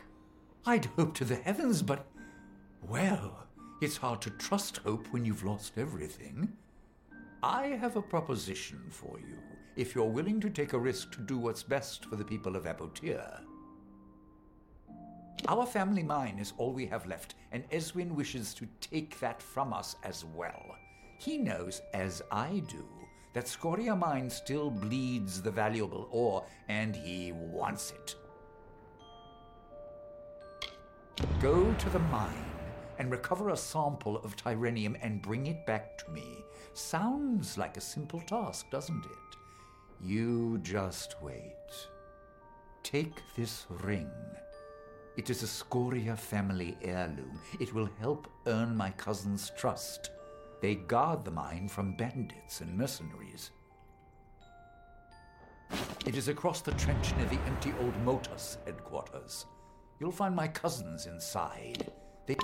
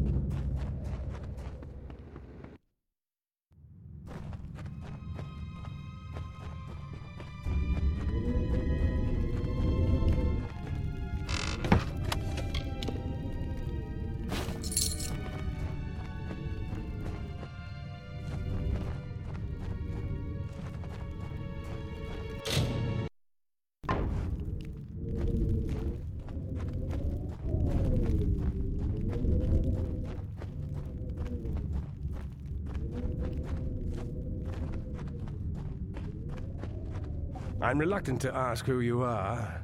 You see, we've had many visitors lately, and every one of them has meant us harm. I am Thelgud Scoria, and this is my mine. This mine is Scoria-owned and operated, and I'm not about to let some scraggly pit pony go out saying it. Besides, we've had to shut down operations on account of the beasties, not the ones outside. These are new. A few days ago in the stope, we struck something. What came out of that hole was nothing like I'd seen. Killed most of my men. Now we can't go down there. And neither can you. So turn around and start walking. You know Adav? Well, you look like the kind of person he'd drag into the middle of this. Desperate. Well, it's your choice. Have a go. I'm not going to bury you.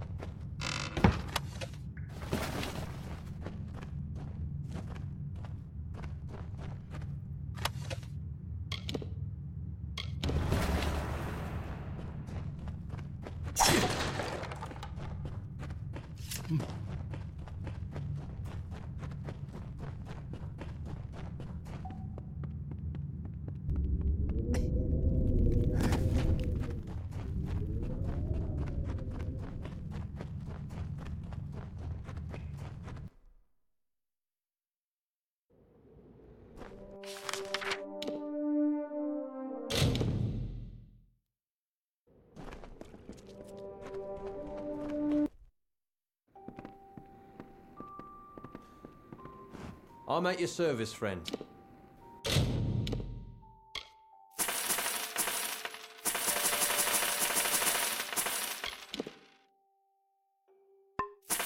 Take a look at the merchandise and let me know what you think.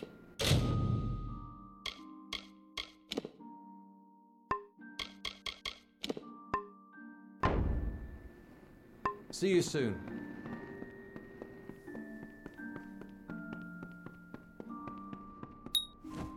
You went to Scoria. I wasn't convinced anyone could survive the evils awakened there. But you've proved tougher than expected.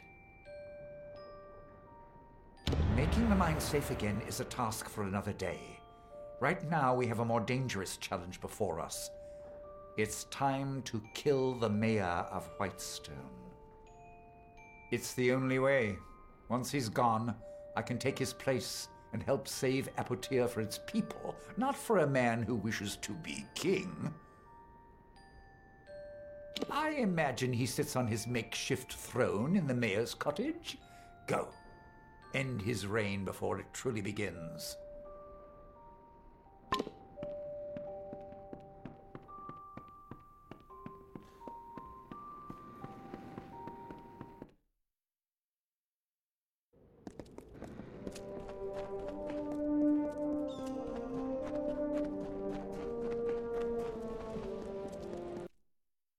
Mind yourself. I know why you're here. You've come with but one intent. Please, don't take my head. I beg you.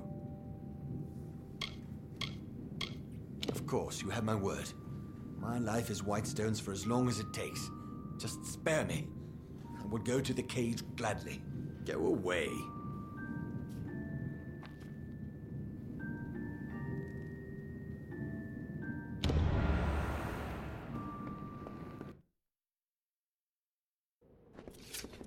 Be on your guard. It is time for the healing to begin.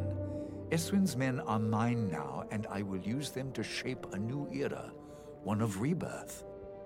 Your sacrifice has been great, and I will reward you for it. Take this gold and this armor, owned by my family for many generations. Be on your guard. Apotyre is still a deadly place. Healing will take time, but time we have. Stay safe.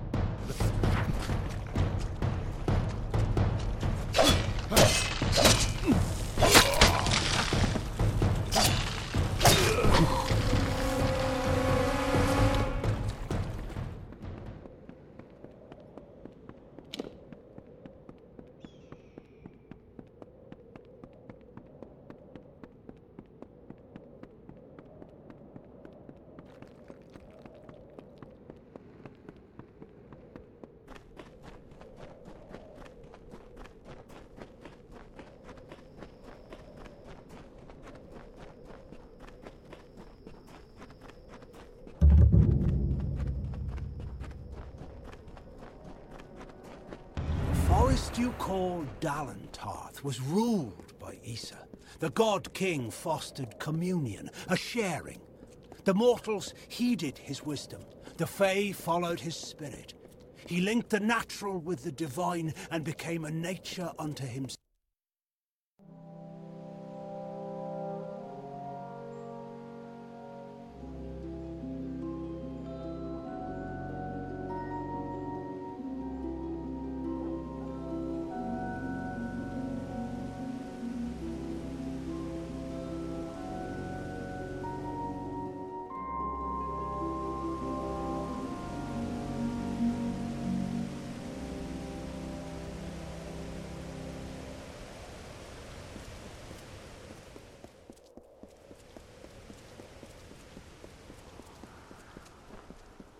Hold right there, newcomer.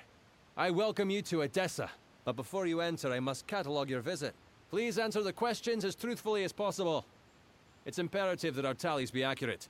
Now, What brings you to Edessa? Yes, well, at least you look more put together than some of the people that came here before you. Poor sods. With any luck, your errands go without incident. Now, where have you come to Edessa from?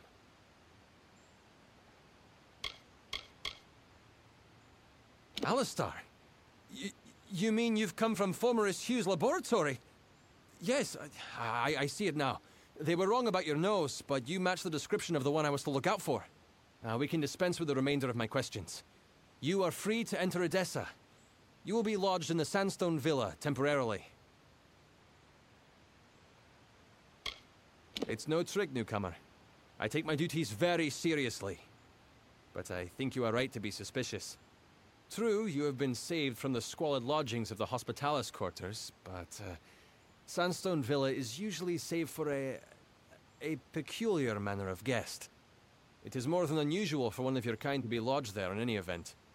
Now here's your key. Welcome to Edessa. Yes, go on.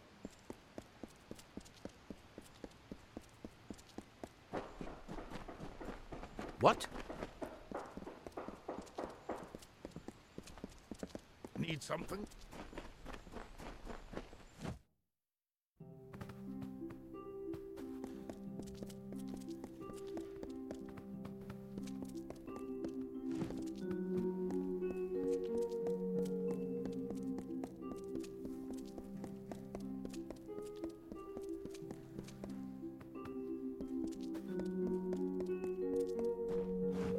Yes? What do you want? I am not in the habit of making conversation with strangers, especially one of your stature. Please be quick. I see. Think very, very carefully about what you are saying. Octien is a Templar. He is in a position of the highest authority. And who, may I ask, are you? For you to accuse Octien without having a direct confession is not only meaningless, but contrary to all our procedures. Even if this were true, or even already suspected, it would have to be corroborated by Octien himself. That requires a confession. As he is not here to present the charges himself, I must assume that no such confession exists. Now, I have done all I can for you. Please, trouble me no further with this matter, especially with such insufficient evidence. We have already discussed this. Nothing short of a confession would convict him. As such, Templar Octien will remain undisturbed in the Livrarium.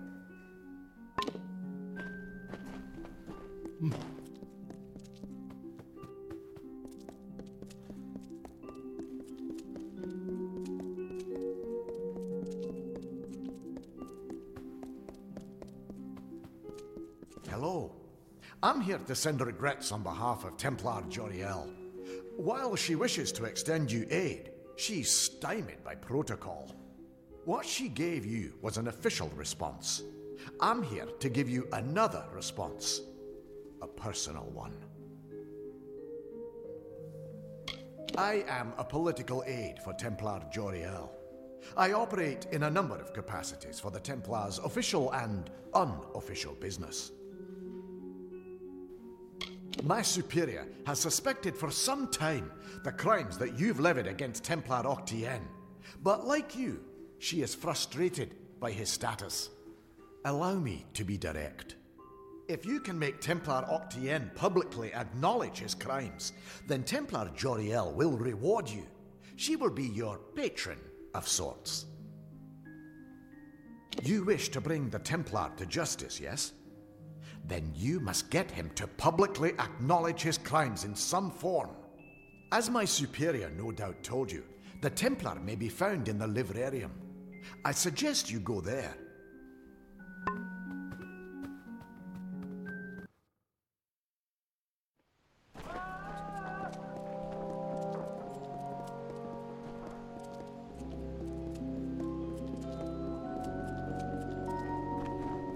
Yes?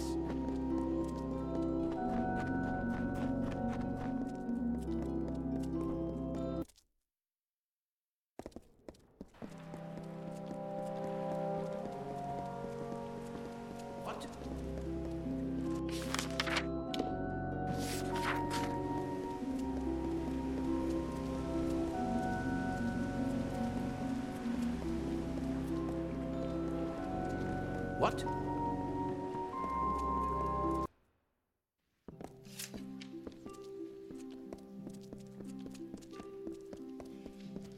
What?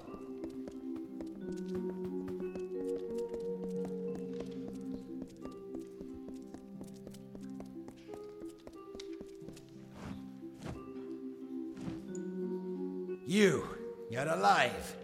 What an unexpected and quite unfortunate turn of events.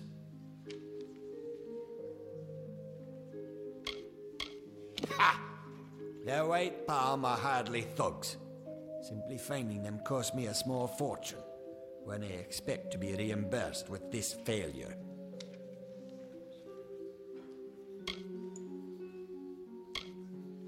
You are a child. These crimes, as you call them, shall be my final triumph. Innocent blood has been the price for this research. But the Well of Souls is priceless. It is worth every sacrifice. I do have one confession, though it's not the one you seek. If a fight is what you desire, you will find me quite hard to kill. Unfortunately, I cannot say the same for you. A long career supporting vivification research has left me with certain advantages. You could say I'm more resilient than most of your enemies. The wise and the foolish both die. Is that justice? With the Well of Souls, I can change that. I can choose who deserves life. To think that yous gave away such a gift to you. Well, we've seen how you wasted your life. Perhaps I'll give Intrinio your corpse to examine. After all, you met your first death as his assistant. It would be a reunion. Of course. And it's such a pity you'll never find out.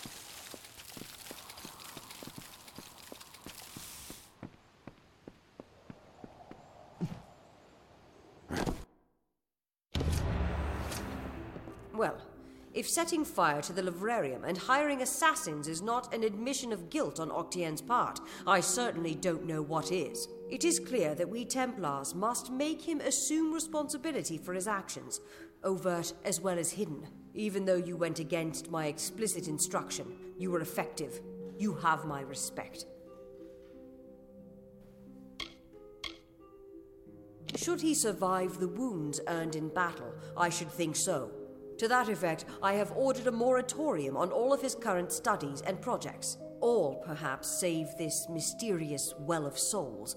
That one will take some deliberation, considering its various ethical and societal ramifications. Regardless, Gnome Society is in your debt, and we always pay what is owed.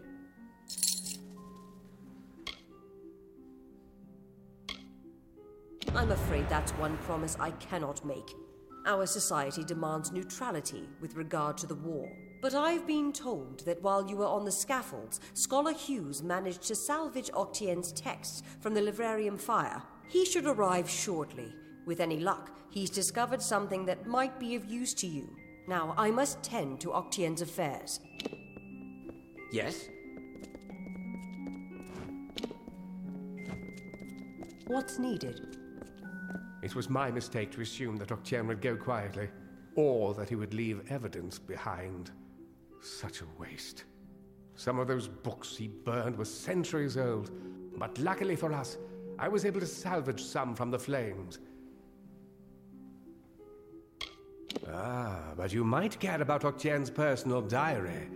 I found it amongst the various works he sought to destroy, which means it's of value to us.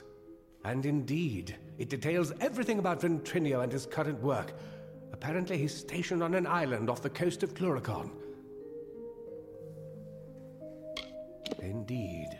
I hear rumors that Mel Sincere has been cleared and the army is ready to march into Cluricon and beyond. Sounds like you're to thank for that.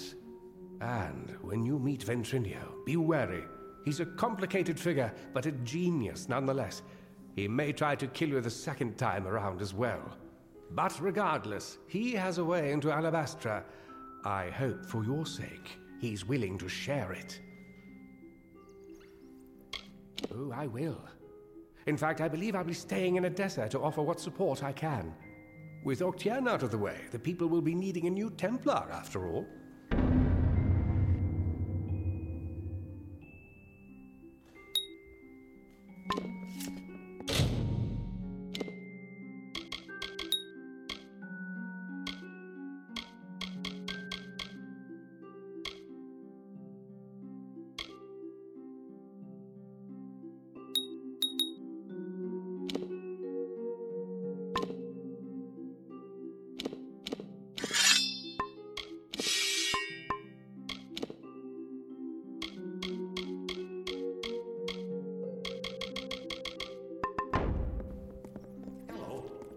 Octien seems to have gotten what he deserves. I can't say I understand gnomish politics, but Hughes is safe, and now we know where Ventrinio is. Seems like a win. No time to clean up, though. I've got news from the front lines in Cluricon. The army has been making progress in Cluricon, but the further we push, the harder it gets. The Tuatha know the land and are too well organized. But we've heard rumors of a small band of Winter Fae harassing the Tuatha somewhere in the swamps. The scouts can't track them down, but perhaps the hero of Mel Sincere could find them.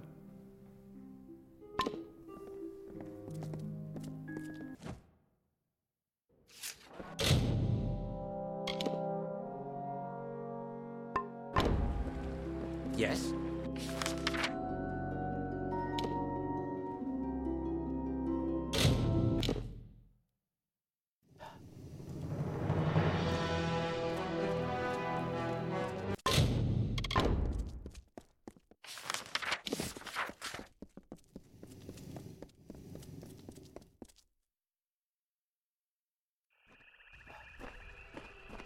You! Stop! State your business!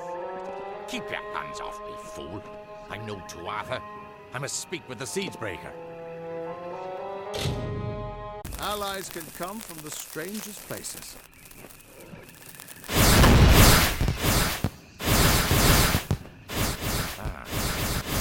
You are the one to see.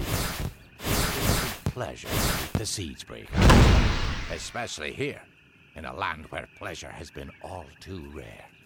I am Sidon the Outcast, Prince in exile of the House of Sorrows. I'm here to welcome you to our home. I see the hesitation in your eyes. Although I am Fae of the Winter Court, you and I have a common enemy.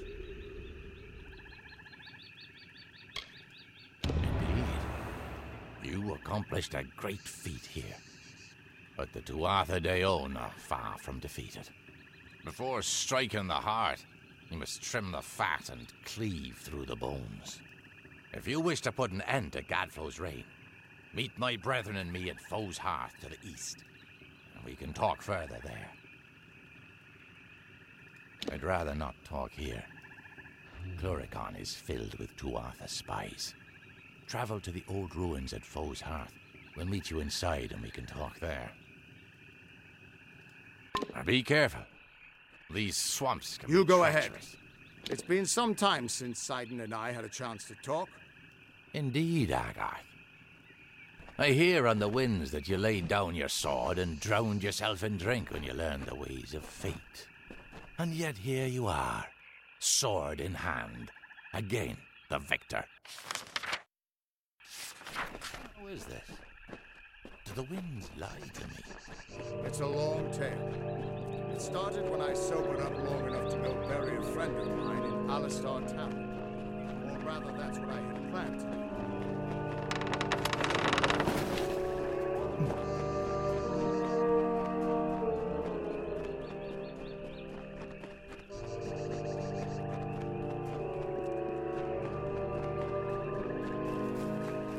It was a time of change.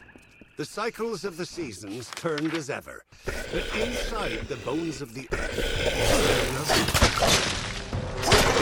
cold of winter, lies the houses of sorrow, pride and vengeance. A new turmoil fomented. Magic hitherto unseen.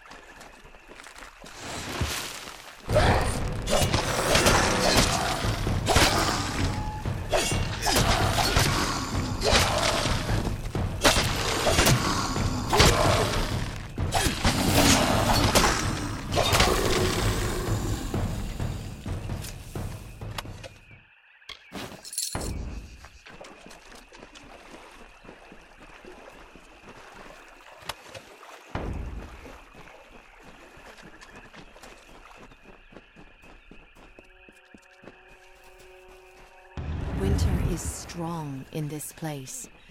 When first the Fae walked into its depths, it bore great fossils, bones of beasts greater and more terrifying than we Fae.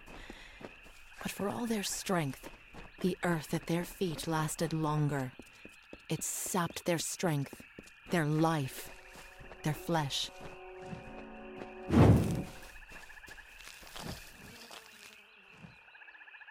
I have waited some time for you to come, Siegebreaker, and it seems that my patience has, at least, been worthwhile. The House of Sorrows has need of your might. Aid us, and you will earn a strong ally in the war against the Tuatha Dé Ón. Like your Alfar allies, we Winterfey suffer under the Tuatha's onslaught. And like the Alfar, we Winterfey need a champion. But it is a difficult position we are in, mortal. The Fae are not like your kind. We have different priorities, different threats. We need someone who understands that. It is not a simple task I ask of you. I have only approached you because you show the potential of use. You must still prove your worth. Go to the Midden and find the place called the Proving Halls. This Hearthstone will grant you access. Once you are within the halls, my questions will be answered.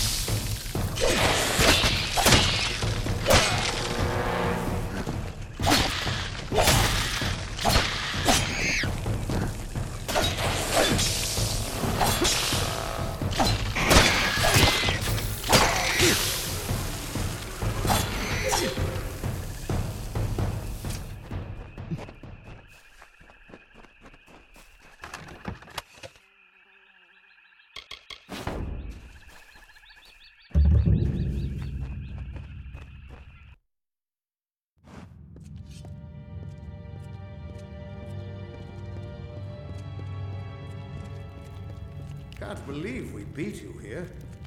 Sidon knows some amazing shortcuts through this place. The Prismere sentries stole the will of...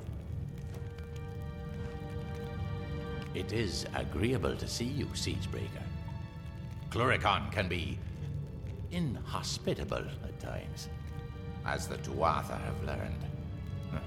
We've made sure of it. So I did. We are the Bitter Frost, the last few remnants of free Winterfey. We have refused to bend knee to Gadflow or his god. Our numbers are few, but we have fought our kin as best we can. The once noble houses of Sorrow, Pride, and Vengeance have all fallen under Gadflow's sway. Until they're freed, the Tuatha's ranks will continue to swell with the faithful. You can't fight a war on your own. And even if you could, you'd find your path barred by the House of Pride, as well as the House of Vengeance. You need a way to strike at their heart. A way to reach Gadflow himself. And we know how you can get there. Gadflow has all but destroyed the Winterfey and unbalanced the Great Cycle. We have no great love for your kind, but Gadflow leads us all to destruction. His folly threatens Amalur itself. You need not trust me, only my desire for the survival of this world. The Tuatha have built Prismere chantries across Cluricon. From here, Gadflow unifies his troops, preaches the word of Tirnoch, and corrupts our land. Destroy these chantries and disrupt Gadflow's ability to infect this land. Without Gadflow to guide them, the Tuatha in Cluricon will be disorganized and scattered. There are 3 of them, to the south and east. Kill their guards, then smash their crystals and be done with them. Gadflow will try to stop you, but it's just a harmless projection. He can't hurt you. At least, not directly. Go now. Break the tyrant's grip.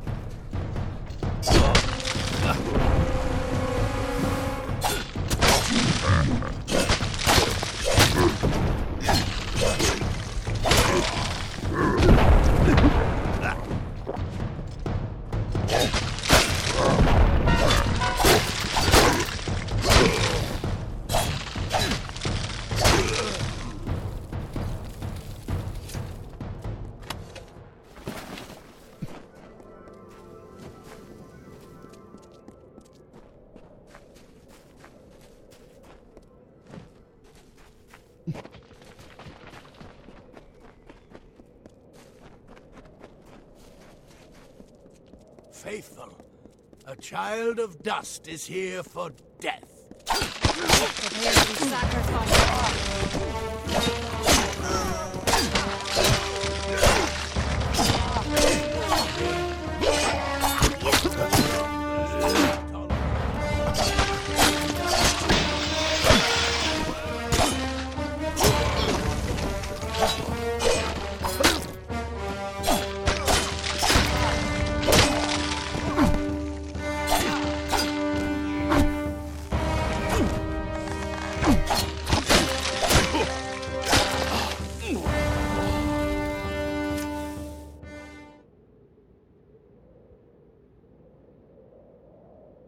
So, the undying mortal from the well has returned.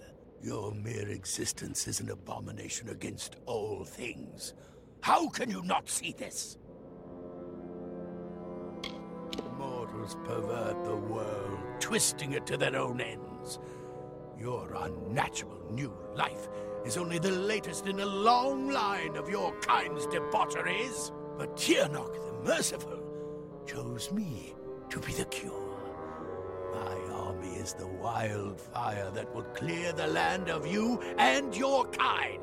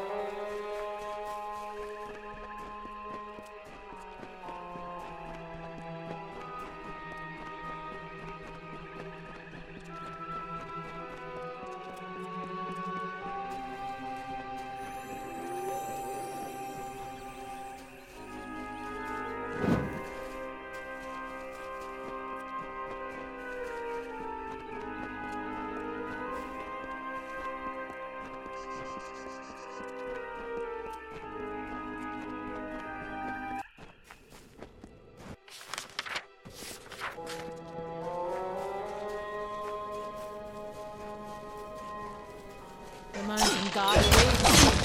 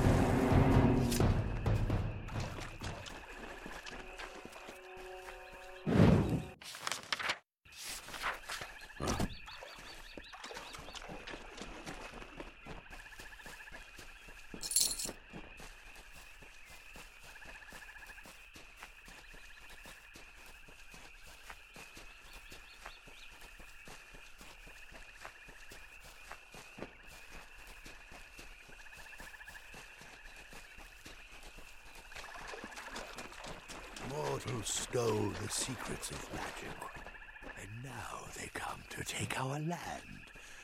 But all that they find here shall be death.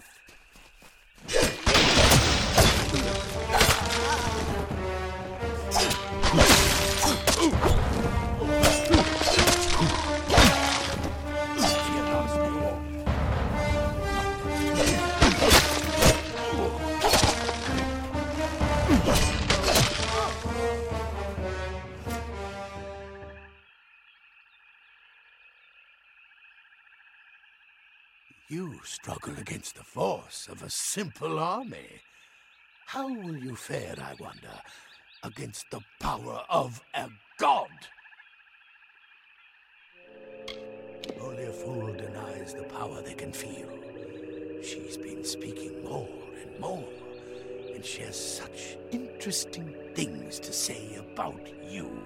Soon, Tirnoch the Merciful will come to our world in person. Then we'll see whose life is a lie, and whose life is nothing but salt and cinders.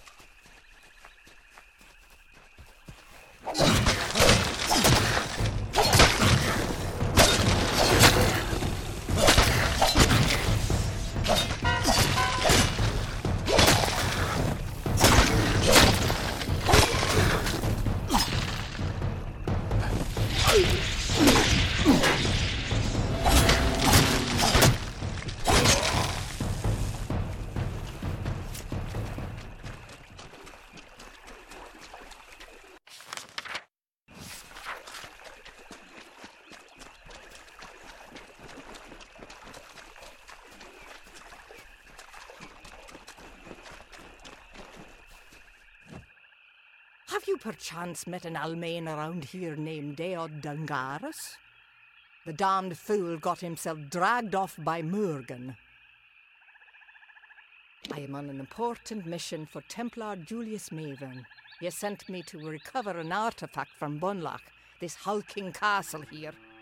Things haven't gone entirely to plan. I got stuck in Melsenshire for what seemed like an eternity, and now Murgan have run off with my porter. Would you help me out for a bit? I'll pay you for your time. Great. First, please retrieve my pack from those Murgan. Deod was carrying it when he was captured, and it contains the key to the castle. I'll meet you at the entrance to Bunlock once you've retrieved it. Deod was carrying it when the Murgan grabbed him. They dragged him off to the north.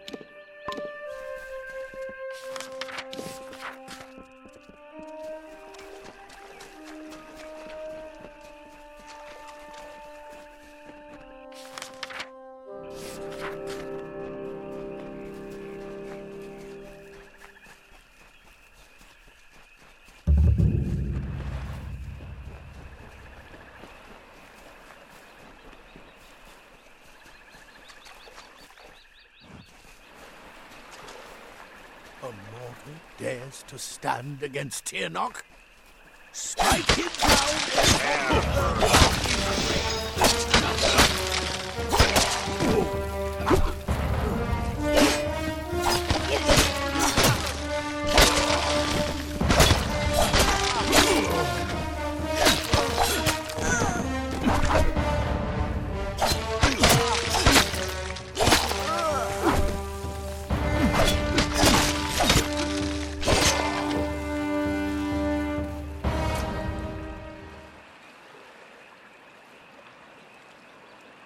Try as you might, struggle as you will, you are deluded. There is no winning for you, only death. Yes, but death as you define it means little to us. The great cycle returns each Tuatha as Tuatha again. And every time they do, Tirnoch gets stronger. Soon, she will be born into this world. You will witness her power personally, and it will be the last thing your mortal flesh shall ever feel.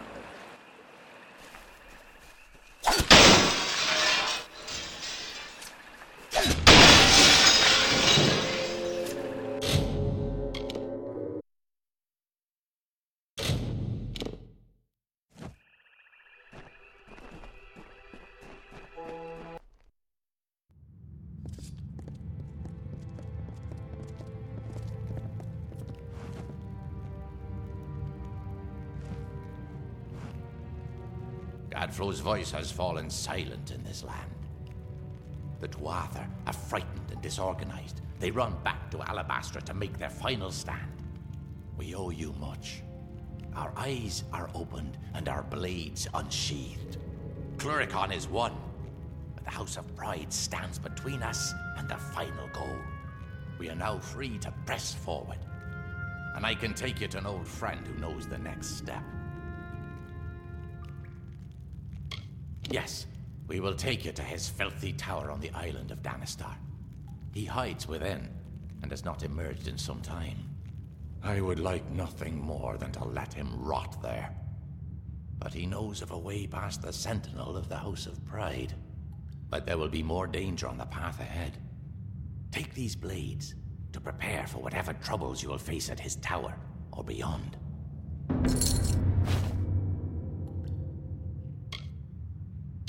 I'd gladly collect the hearts of every Tuatha, but even I can't find a way through their defense at the House of Pride.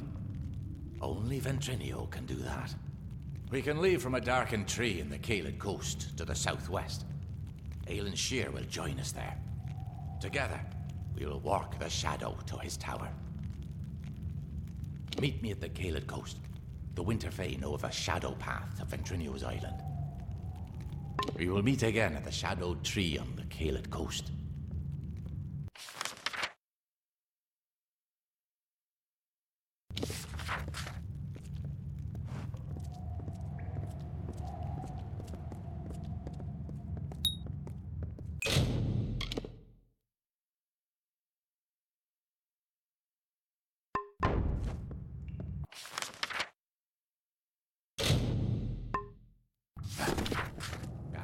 Pay for the corruption of this land.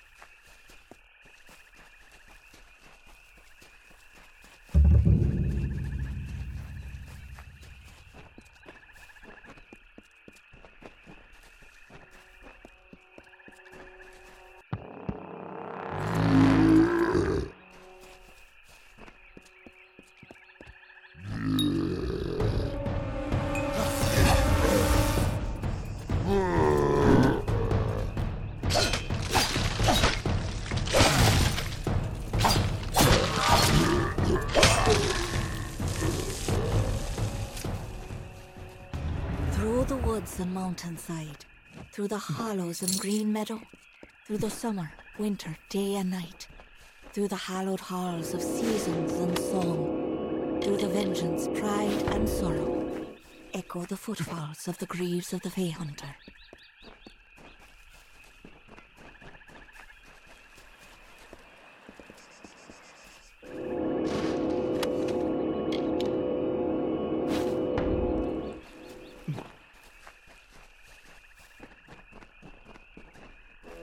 The Tuatha are on the run.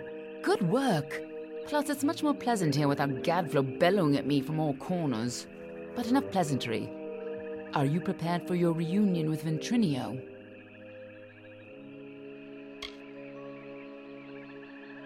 The notes we got from Octien say that you were employed as Ventrinio's assistant in his secret laboratory. You were with him in Alabastra when you died, but the notes weren't clear on what happened. I'm sure the two of you have so much catching up to do. Just make sure he lives long enough to get us into Alabastra. Once that's done, it's none of my business. Of course, this is bound to be informative. I'm just disappointed I never had a chance to see the original Well of Souls. I believe our new friend has a disturbing path of living shadow to offer you. By all means, be my guest.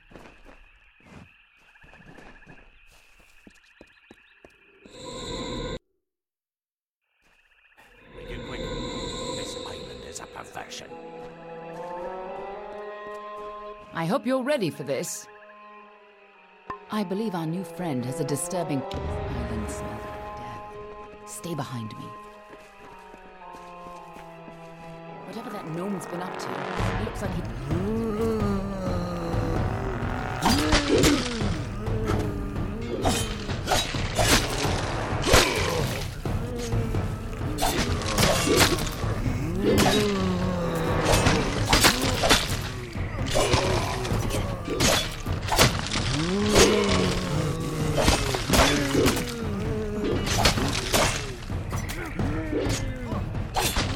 We can all be glad you didn't turn out like... I expected a little more.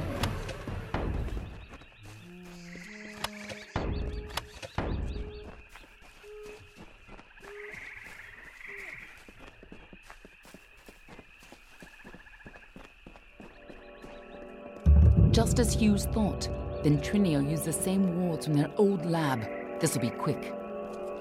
Follow me and be careful. The Laz are coming from somewhere in here.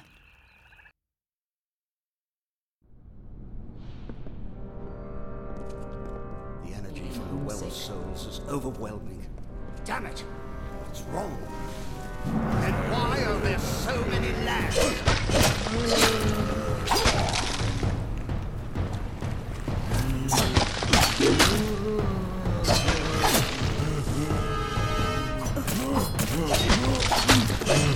Nice work.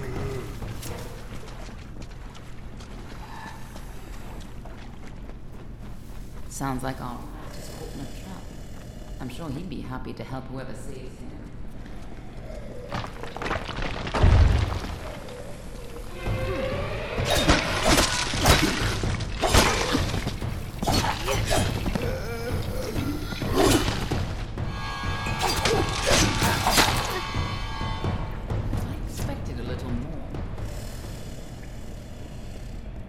careful, or we'll get trapped up there too. Here's where we part ways. I'll stop the lads at the stairwell. You get upstairs and retrieve Ventrinio. Shouldn't be hard to find him. Keep moving up and follow the cowardly shrieking. I'll hold this staircase. Move!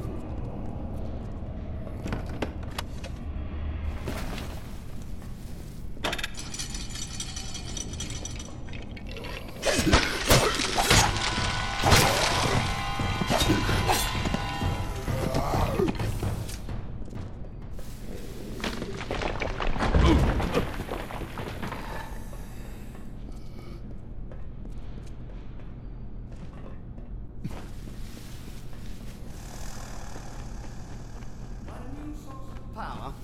What sort of nonsense is this? Wait. Who's down there?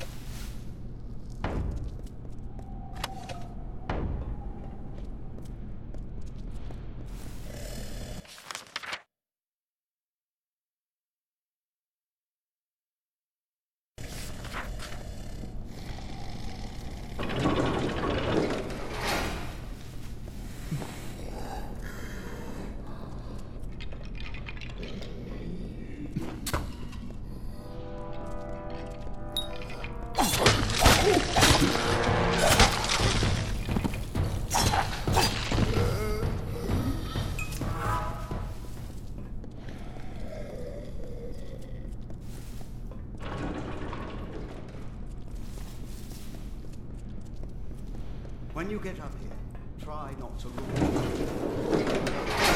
Be a little upsetting.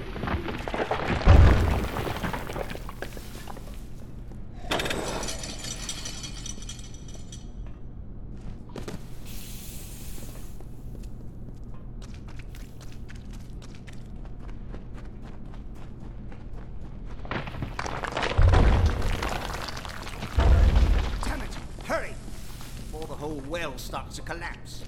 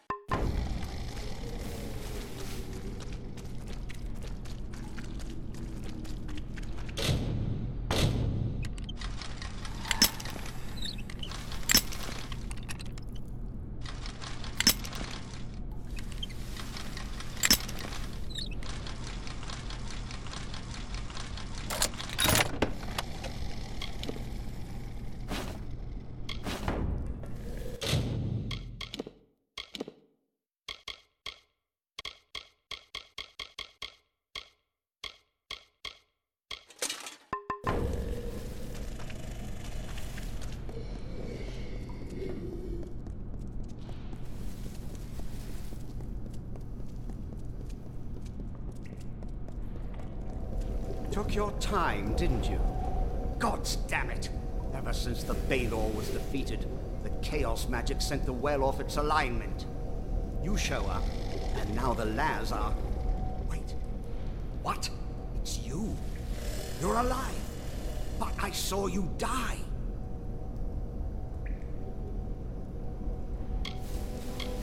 It was terrible. You were the best assistant I ever had. Who else could have helped me get into Alabastra? Who else had that ambition?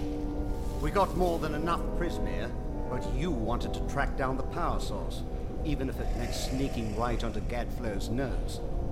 I spent days trying to recover your body, but I never expected to find you alive, or for you to return. Speaking of which, how did you return anyway? Of course you did. Went there to steal Prismeer to power the well. You wanted to go after the source of the Prismeer itself. You went off, geared for war, sneaking into Baal itself. You damned fool! I had a better chance of bringing you back from the dead than I had of changing your mind. But I wasn't able to do either.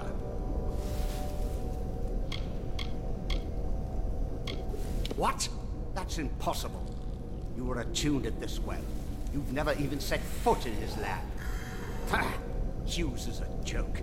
He doesn't have the stomach for this work. Don't try waking the dead if you're not ready to make a few corpses, I say.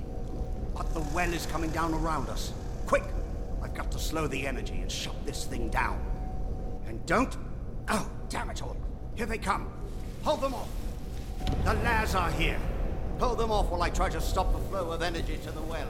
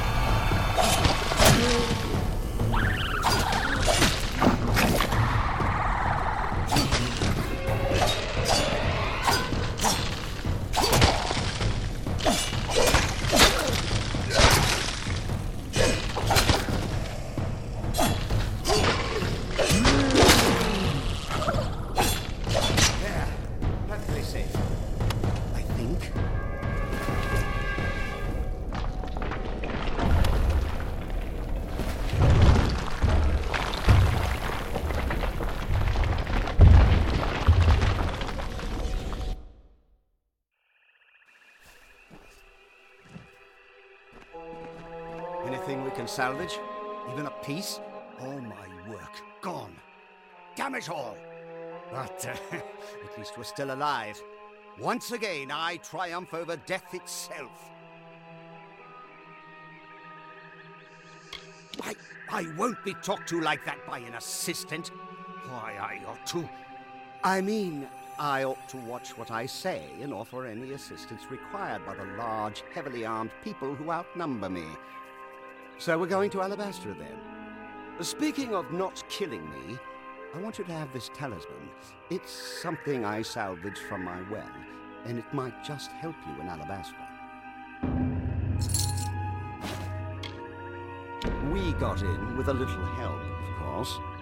See, it's all because of Callus Dren, the defender of pride. In his house, no one can stand before him. None can even approach, unless you have my little secret. Patience, patience. You'll have it soon enough. I'm going to have to dig it out of the rubble of the tower. Go to the field of Huber, and I'll meet you there. And if you value your life, do not approach Dren. Just go to the field of Huber and wait for me. I'll meet you down there once I can find this damned essence. Get going. Keep an eye on and the remember, gnome. don't go near Dren until I get there.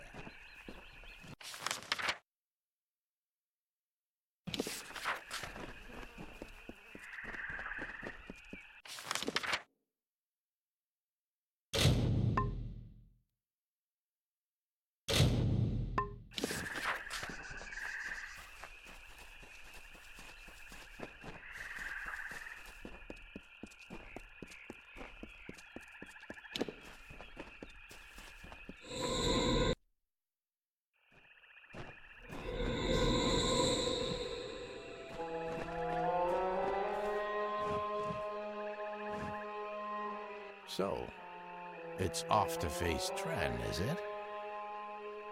Isn't that why you found that gnome? I certainly don't intend to bury Dren in bodies. What does one do in the face of certain death?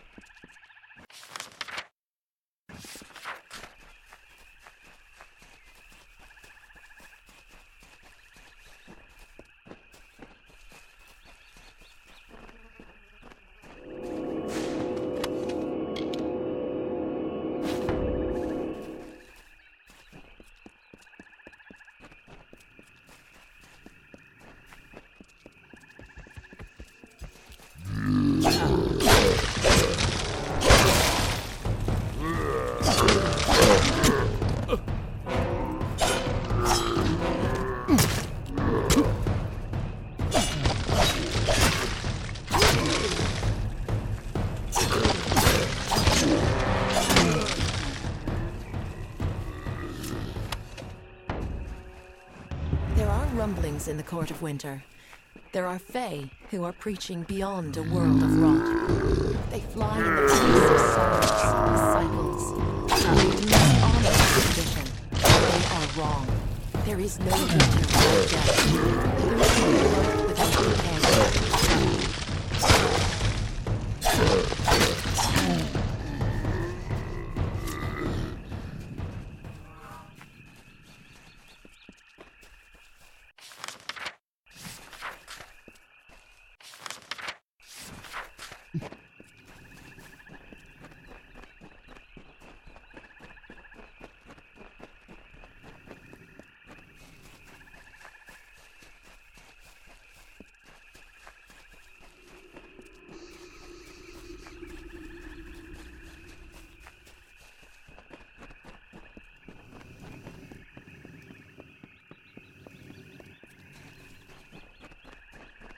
Gadflow will be The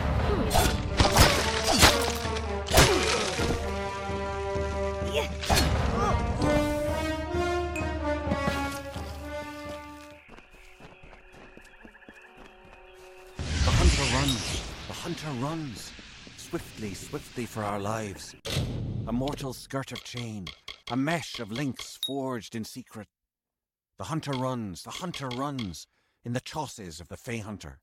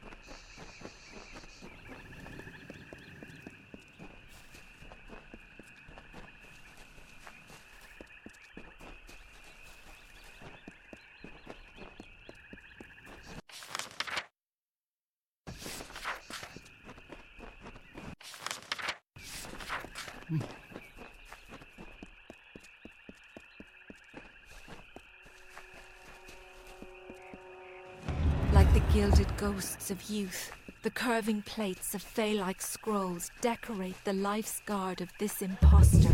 I am like you, Fey Spirit, who shimmers with this cuirass of the Fey Hunter.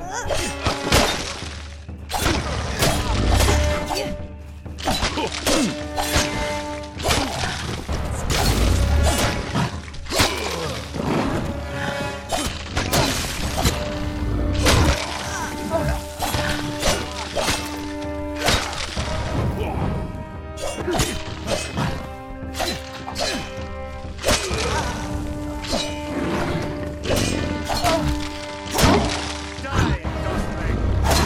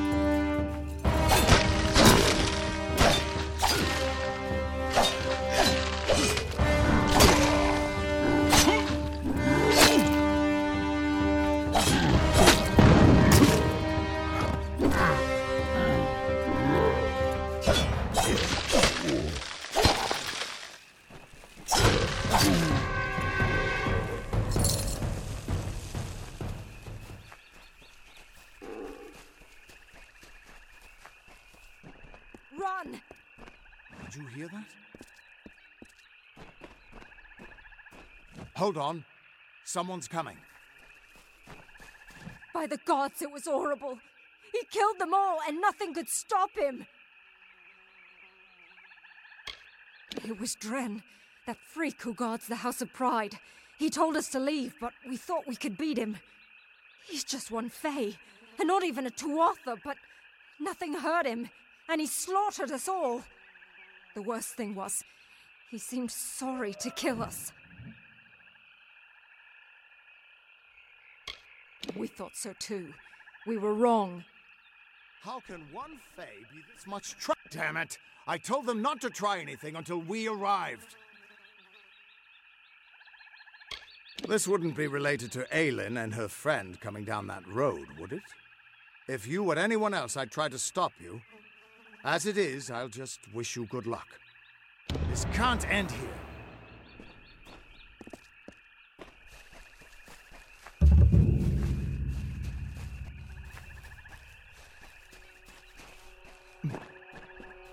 The strength of contempt, fear, and hate causes Sometimes one through the soldier Russian can do what an veins entire to the very army fingertips. cannot.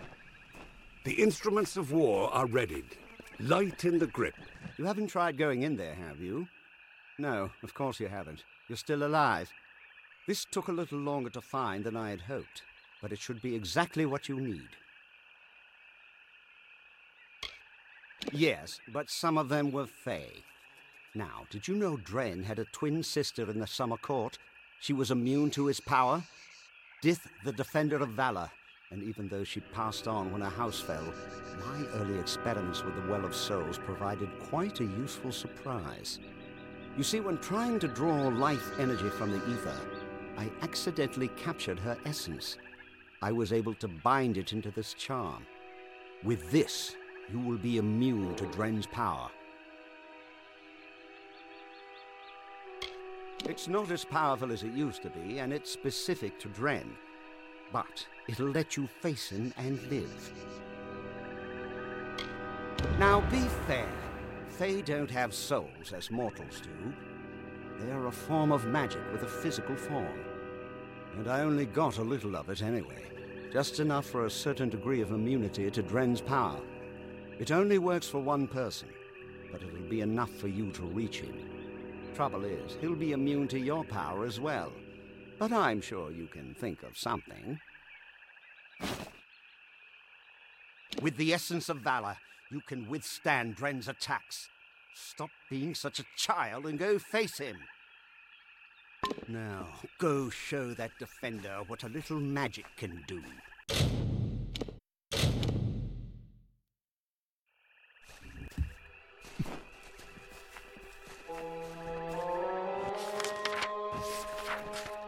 Everyone says you're a hero now.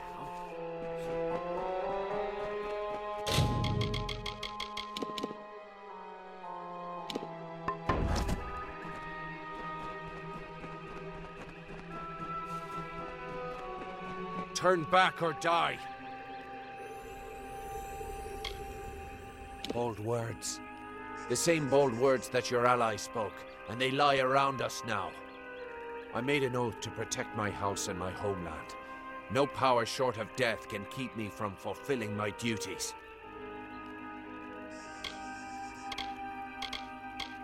I know your intentions are to free my people from the Tuatha. You seem an honorable sort. You even bear the blessing of my sister. But I have sworn an oath to defend my house and homeland. I cannot let you in without a fight, and you cannot win against me. If only things could be different. If only the Tuatha were gone and my sister was back.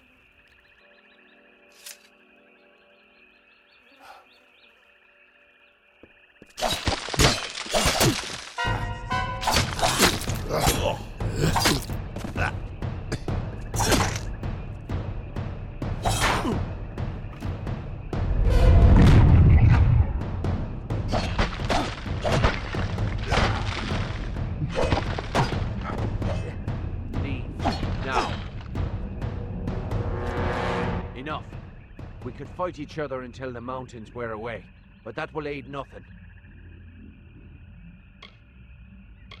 My sister and I were chosen to protect our kind. So long as our houses stood, the Fae would never pass from this world. I in pride, and she in valor. We never imagined that our houses could crumble beneath our feet. Mortals led to the collapse of my sister's house, but with Gadflow's help, they shall not have mine. He may taint pride with his Prismere and his obscene god, but it will keep us eternal.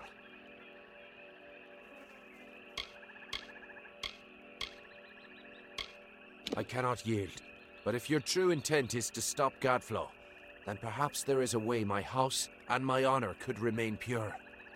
If you would promise to spare the House of Pride, then we could put aside our powers and have an honest battle.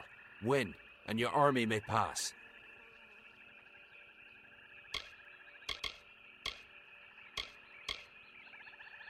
If this is the only way to secure a chance for my house's untainted survival, then so be it. If you should win, then destroy the Tuatha in my house and the hateful witch knight Myrna. Then we can be truly free.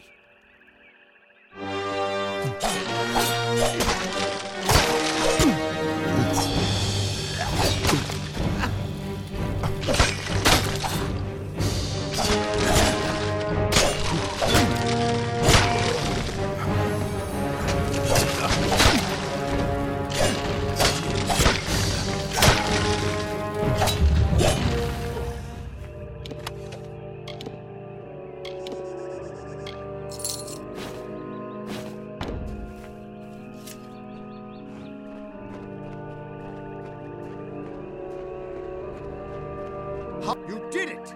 You actually beat him! Guess I owe Ventrinio a drink. A promise is a promise, and the Witch Knights of Pride would be powerful allies to have on our side. I'll send a few soldiers along to help. Meanwhile, I'll get the other troops ready to move into Alabastra once that gate opens.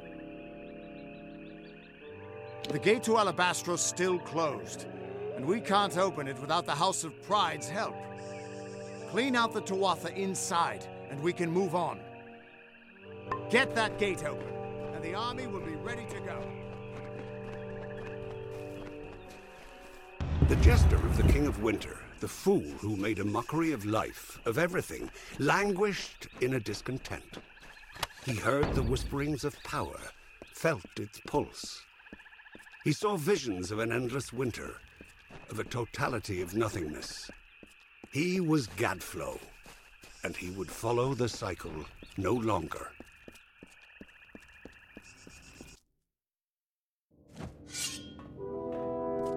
With you here, we can't lose.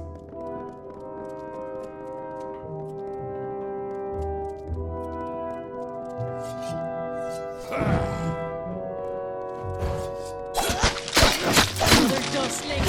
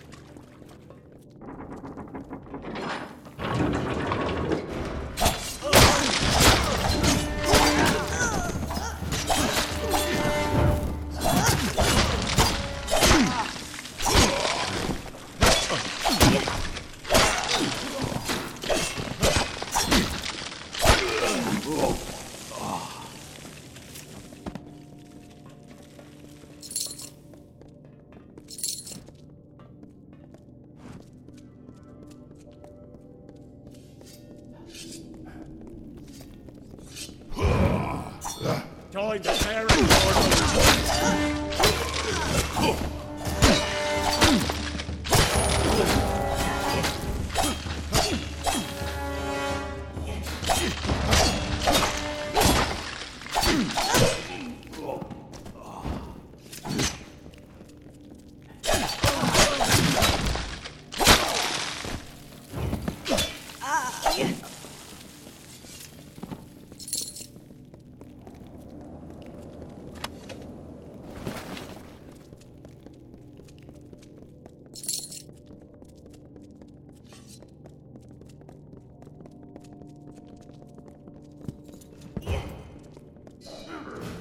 Fear not, shall the order.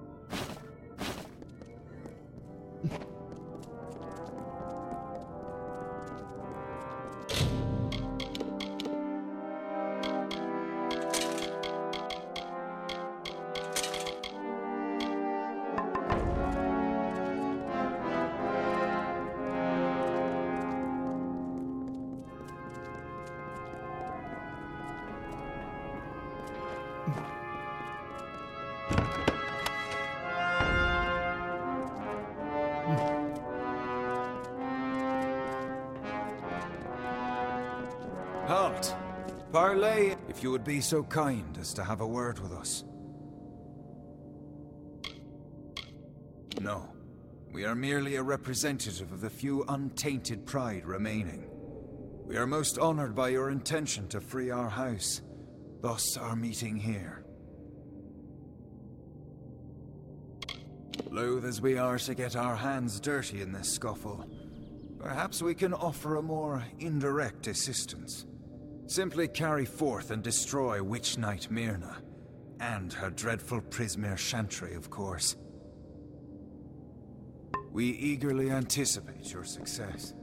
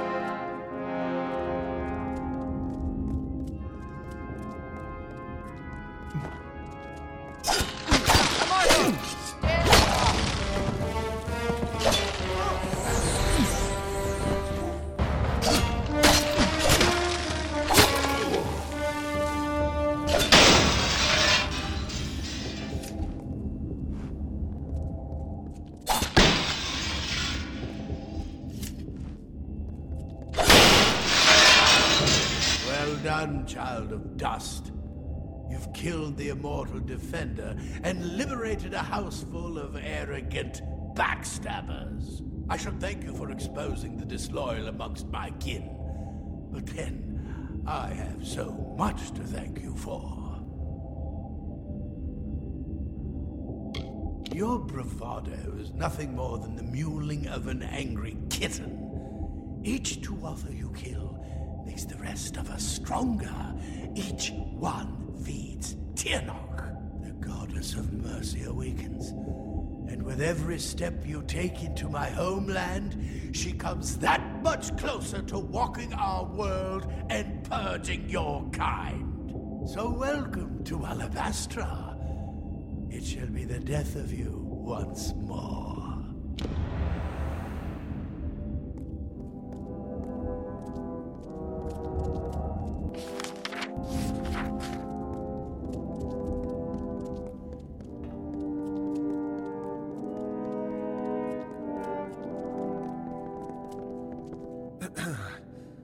have seen our champion bested, our advantage lost, and our minds are cleared. Bravo to you, champion. House of Pride, in our ineffable wisdom, renounces the Tuatha and demands that you accept our immediate surrender.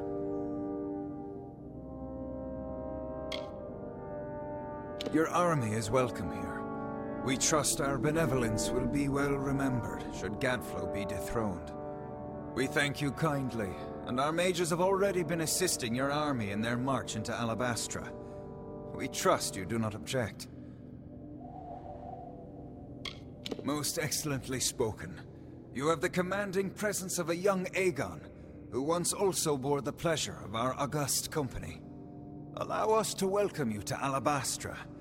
We trust your visit will be eventful.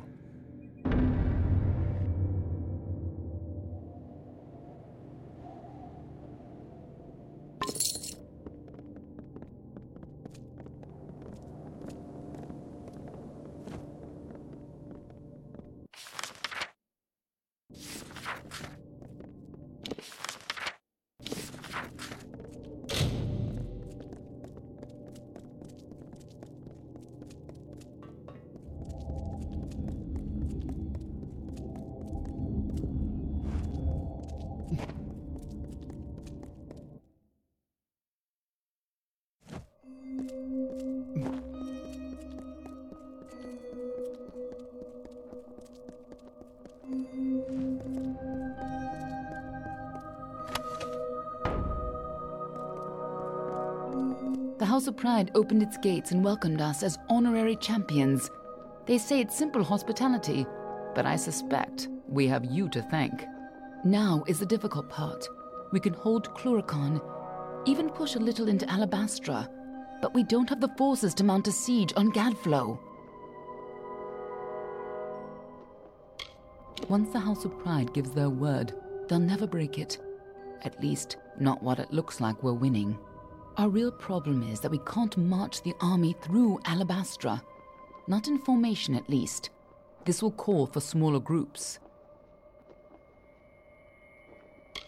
Where armies have been fated to fail, you have the chance to succeed. But you won't be alone.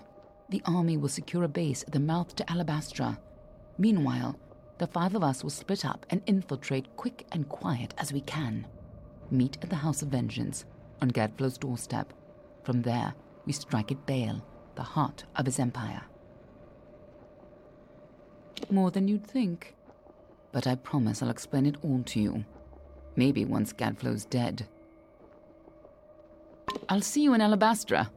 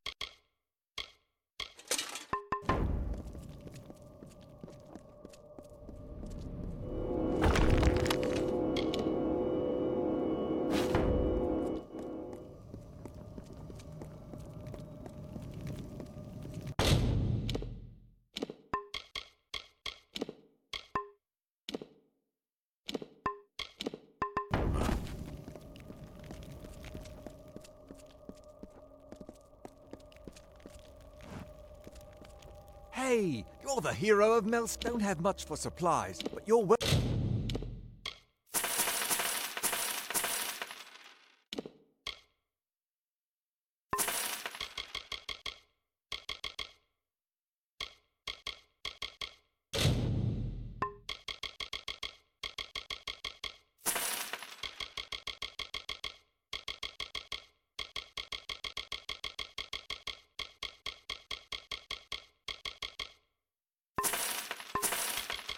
Welcome to them.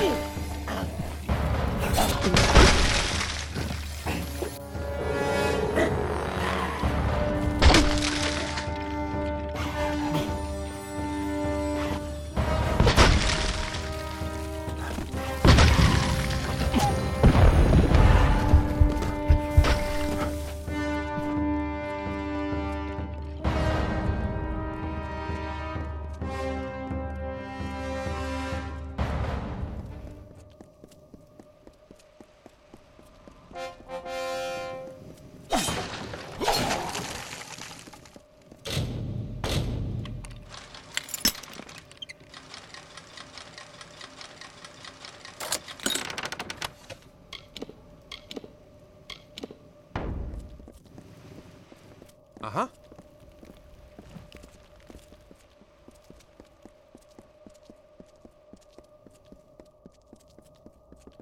Another mortal.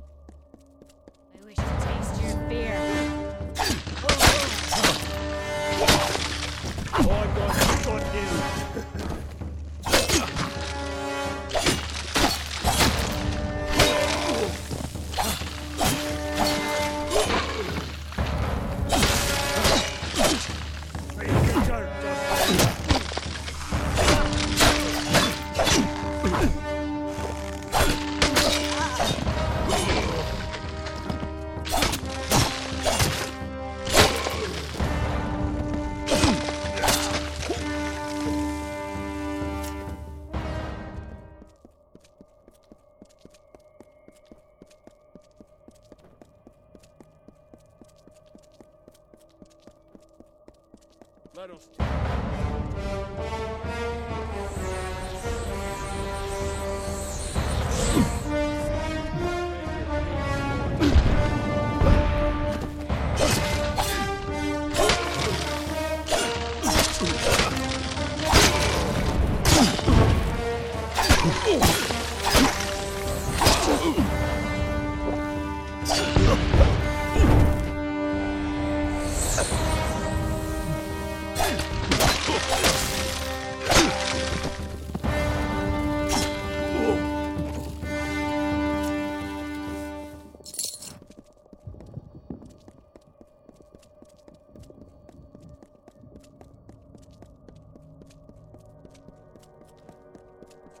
The High King Mathod. Agarth wanted me to keep an eye on Lady Shear, but you and I need to have a talk first. I've been reviewing my notes of our last trip to Alabastra, and I've come to some startling conclusions about your death and Tirnoch. I don't know exactly, but it must have been a tremendously powerful source of magic. So powerful that the Well of Souls couldn't help but pick up on it. You were attuned to the well in my lab, but Hugh's well captured your essence. The power in Bale seems to have been the missing element. What's more, I think that power is the source of the Prismere crystals. Something intelligent and malignant. The creature the Tuatha call Tirnoch. No, but her power was the key. In fact, I bet she'll be glad to kill you again. And this time there's no Well of Souls to capture your essence. She's not a god. She's something much, much worse. And judging by the growth of this Prismere, she's very close to coming into our world for good. Whatever Gadflo's been doing, it's all in order to bring her here. You've got to stop him before it's too late. With tremendous difficulty. Even so, there weren't as many Tuatha here, and we used magic to keep us hidden. Magic which you provided, in fact. You never did explain where you got those fascinating little artifacts.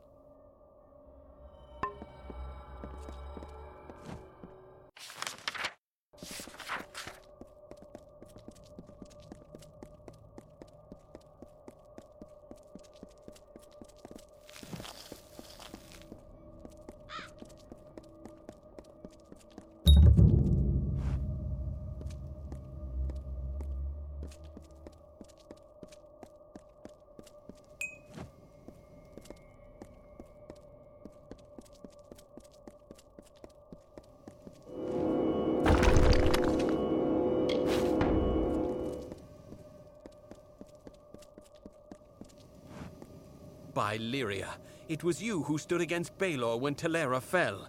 Fortune favors me today. I am commander of the Ariad. Do you bring word of my reinforcements? The ash covering the ground ahead is all that remains of my men. All fallen in our assault on that pass. The Tuatha have built a gauntlet of spell-casting sentries who greeted our every advance with fire. It's just... these Tuatha wage war like none I've known. Magical fires burning my men to a cinder with a word. But if you're brave enough to challenge them, we may have a chance. They're using the terrain against us, flanking the paths from above with sorcerers. If you can neutralize these sentries, I will charge the approach myself. Together we might be able to break their lines.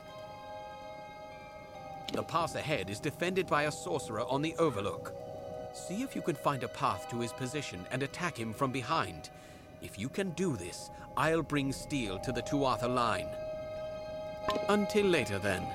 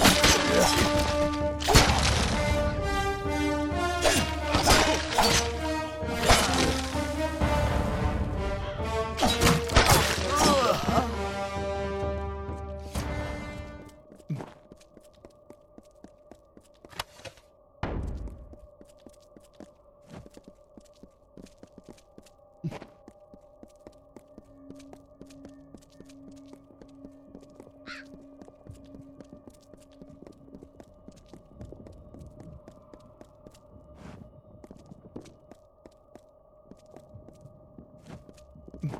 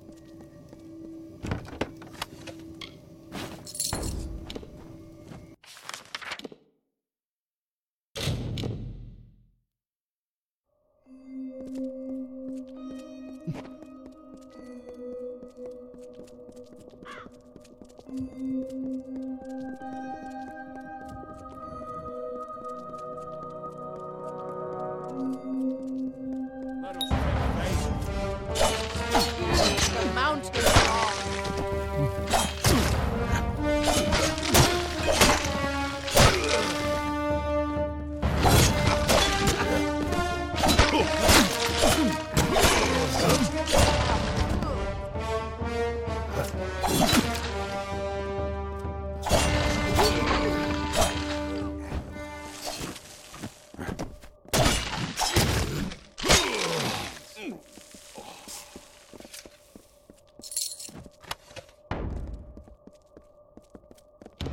begun, but we must press on lest the Tuatha secure the high ground.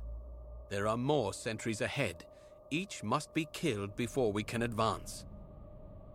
Well done so far. The next pass might be trickier. There are 2 sorcerers overlooking the path. Once you've felled them both, I will charge the lines myself. Until later, then.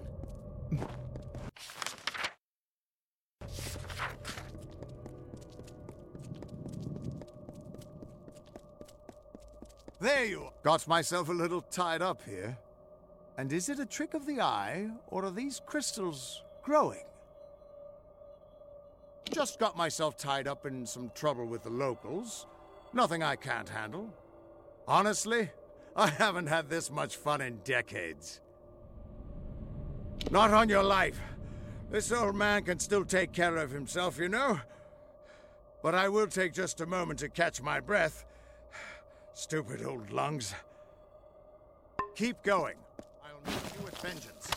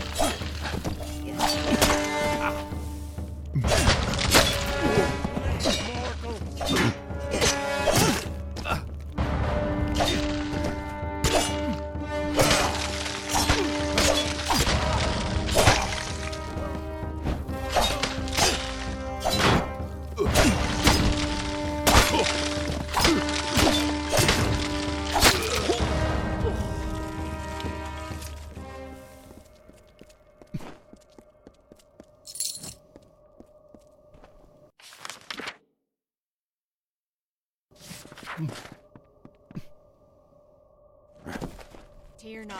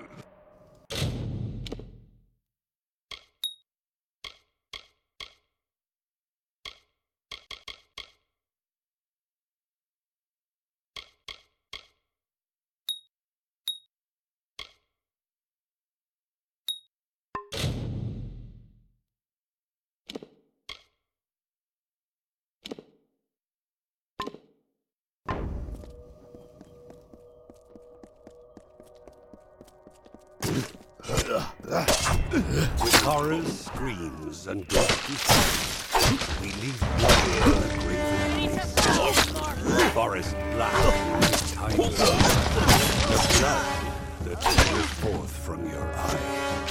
A feast for maggots, craven all, that eat the dust when they feed.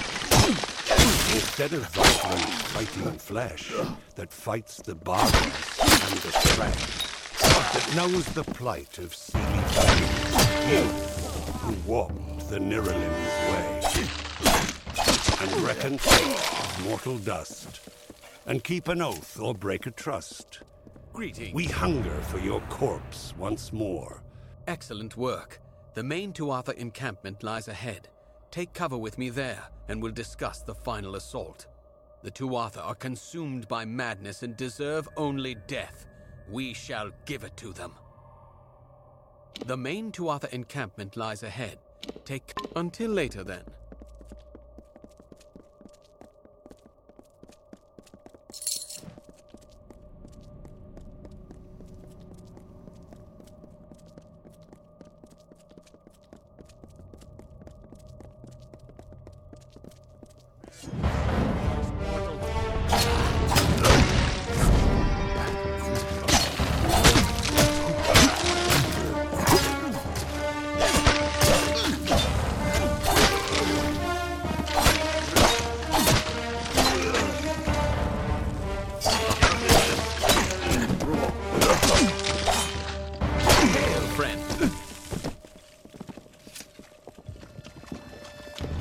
Tuatha encampment is just ahead. It looks like they are led by the Witch Knight Decidin. I cannot deceive you. This will be a suicide mission, but we've come too far to turn back now. We need only kill Decidin, and Shadow Pass will be rid of the Tuatha. Press forward. We have shattered 2 of their lines, but their command position is still ahead. We must break them now, before they can regroup. Until later, then. Greetings.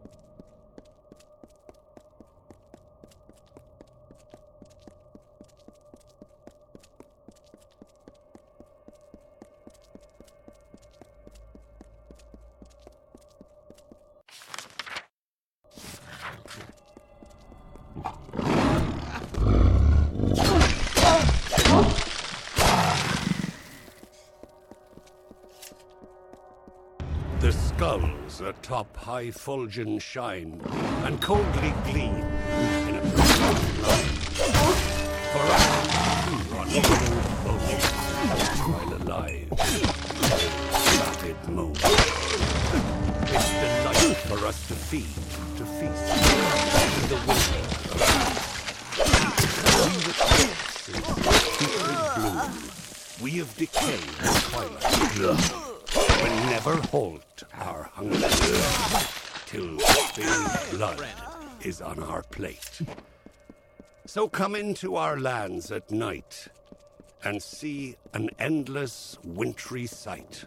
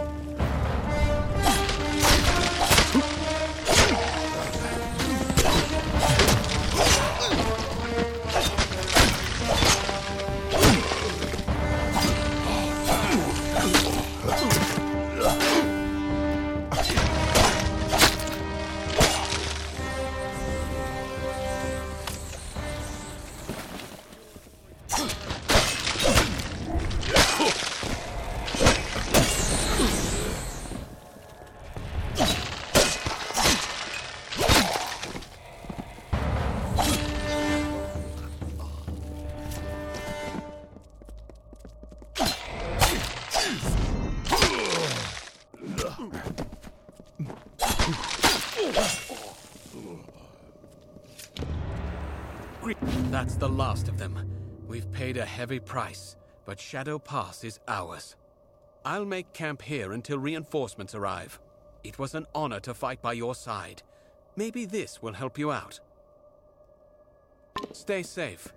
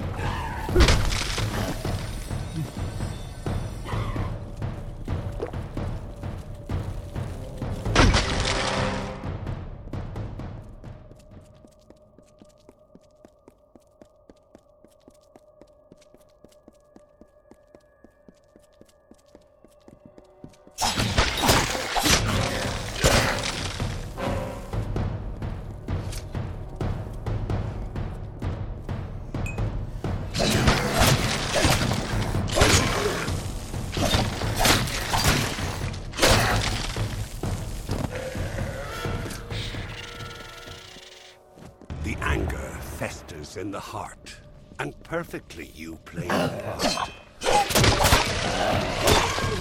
bringing Tuatha to their rest. Why do you try so hard in vain? Why bring the others senseless pain? Don't you see, mortal, don't you see the body impaled on the tree? Will you not witness their loss and feed upon the awful dross? Or walk again past corpses with a care for the rotting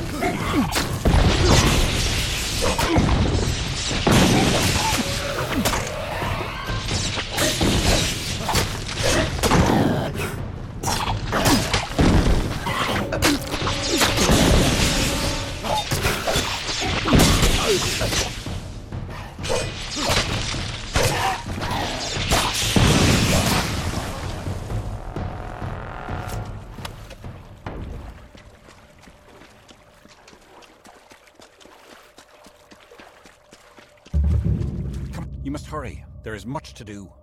Gask and his forces are preparing to march. They know about the caves and will not cease until every last one of us has been slain. And there are the survivors of Eventide to consider. I have not heard a whisper from across the pass. And Esha, she plots a fool's errand. We must stop her. Much to do. Forgive me. Ever since the Tuatha came, omens of our destruction besiege me. My every notion is of escape and salvation. When he refused to worship Gadflow's god of smoke and ash, he thought first to kill us, but then chose a far grimmer fate. He made us his example. He sent Gask. First, Gask's priests destroyed the clans. Then he burned the bodies of the fallen and breathed in their essence, mocking the dead and the great cycle itself. One day, that is all Gask needed to unravel many seasons of the telling, to make the earth shudder and the sky weep. Now he sits above us, watching.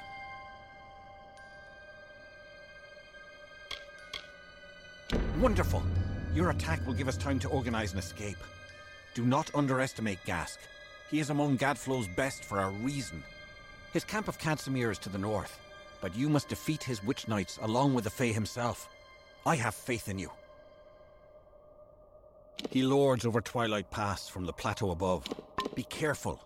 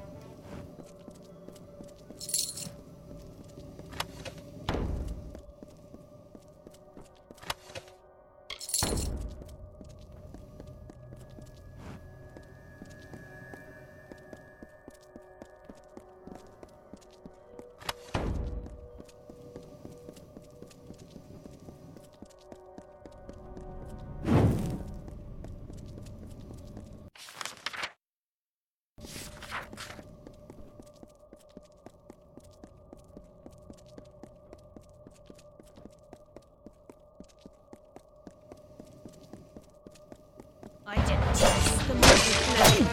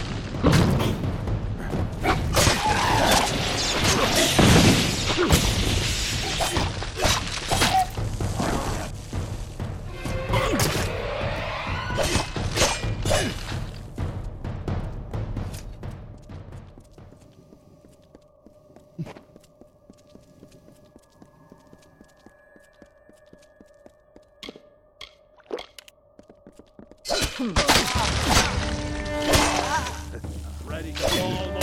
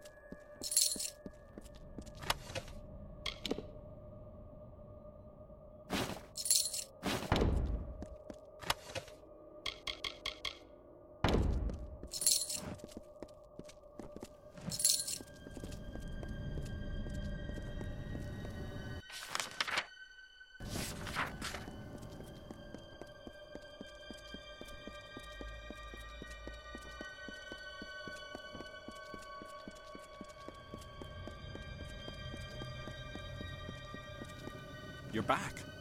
I was keeping an eye on you from a safe distance, to see if you would keep your promise. I am amazed. I dared not speak of it.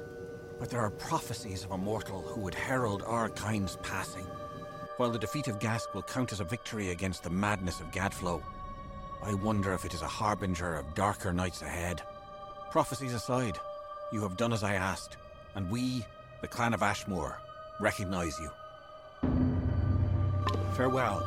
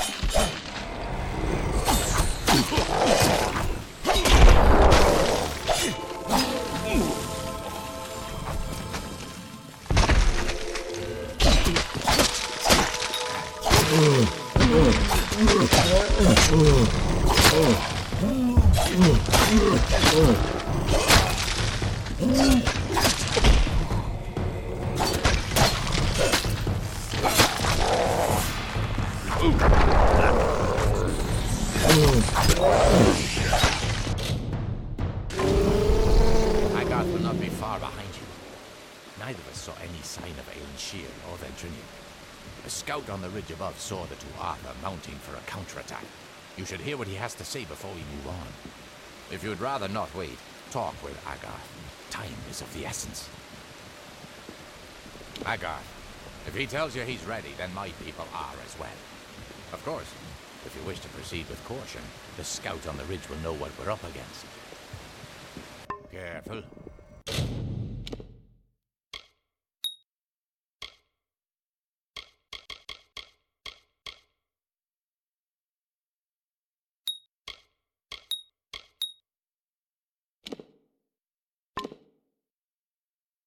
This is worse.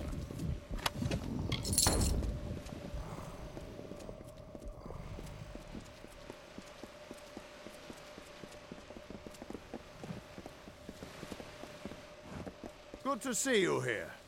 Ready? Keep your wits about you.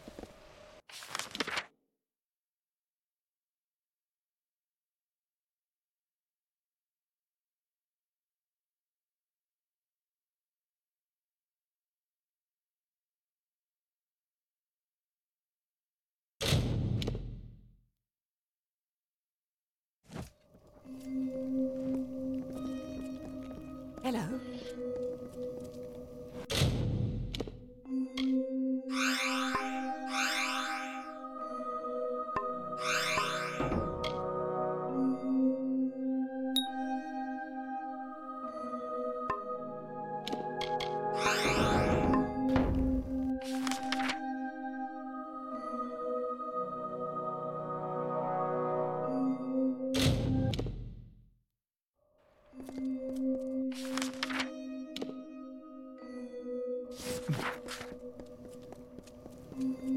Hello again.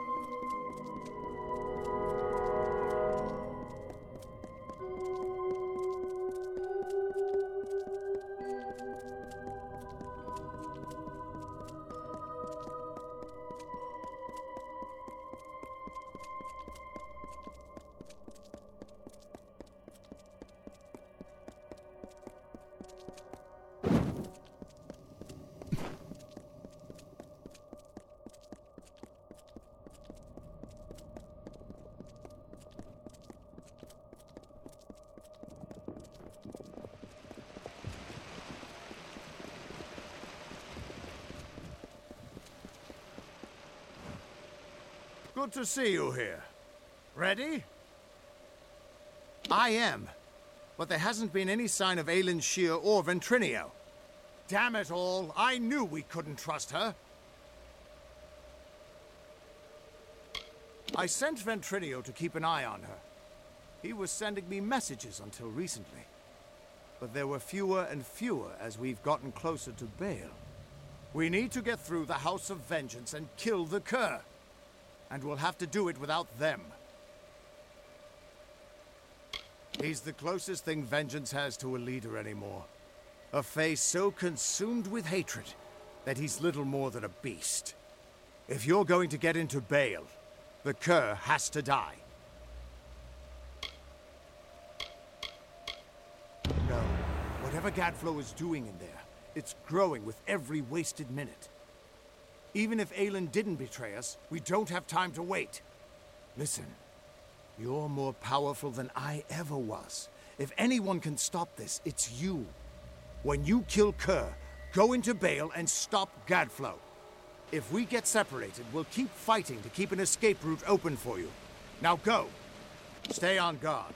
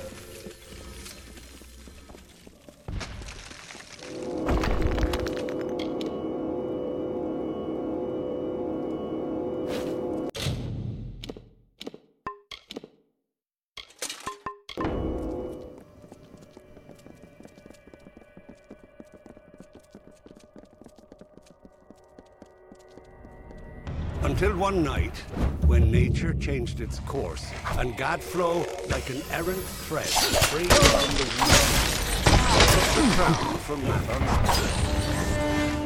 A joke, he said. A joke, dude. The court swayed his laugh. The Gadflow was often like a mockingbird, always around his own. He placed the crown on his head and smiled took a crimson stitch. He betrayed the shade, the swing of his newfound freedom.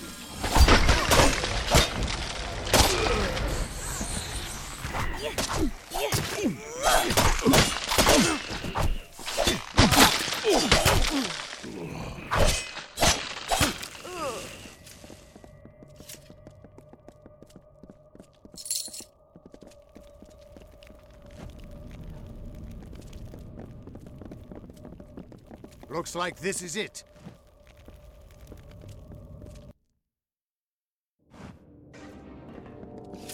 Onwards! We're nearly there.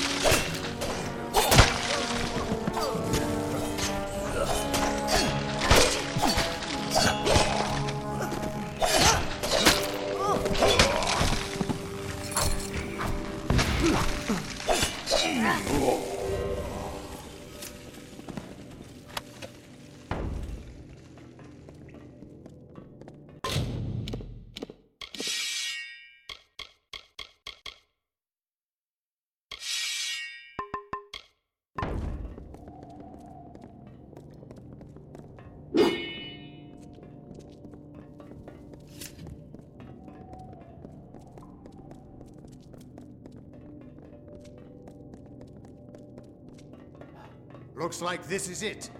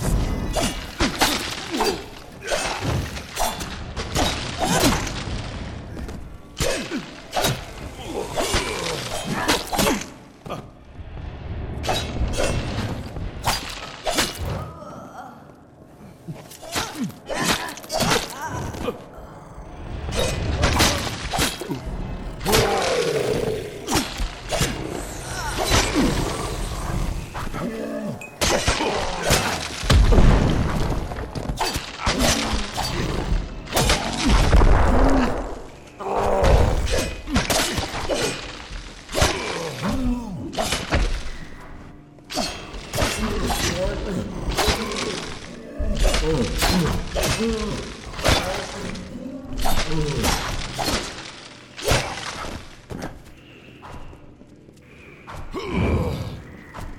us face the Feel fear no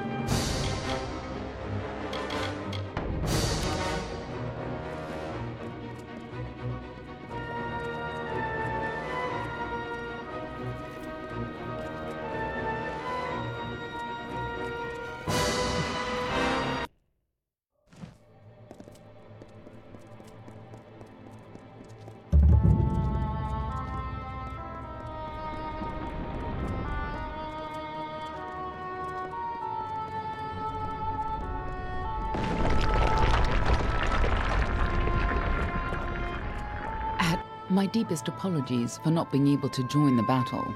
Ventrinia was something of a hassle. He attacked me. It was only a matter of time before his greed got the better of him. The closer we got to Bale, the more obsessed he became with Tianok, and with harnessing Tianok's power, just like Gadflow did. That's why he had to be stopped, and why we need to talk about our mission. I wasn't sure I could trust you. You're not the same person you used to be. We're running out of time. I'll explain as we go. Lead on. I'm right behind you.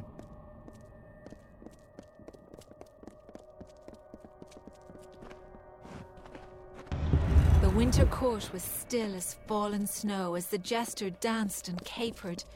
Juggling knives and torches, he sang to his lords and ladies, but none smiled. Not an eyebrow raised as the sniveling jester imitated at your side.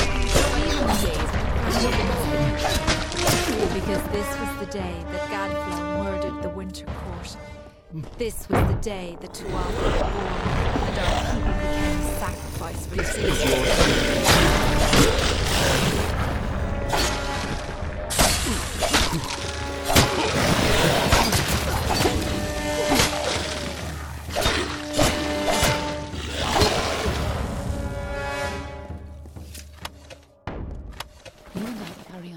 That has been fulfilled for centuries.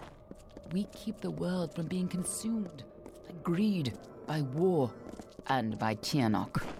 The ancient beast must stay sealed away at any cost. The world must never realize the terrible power Tianok offers.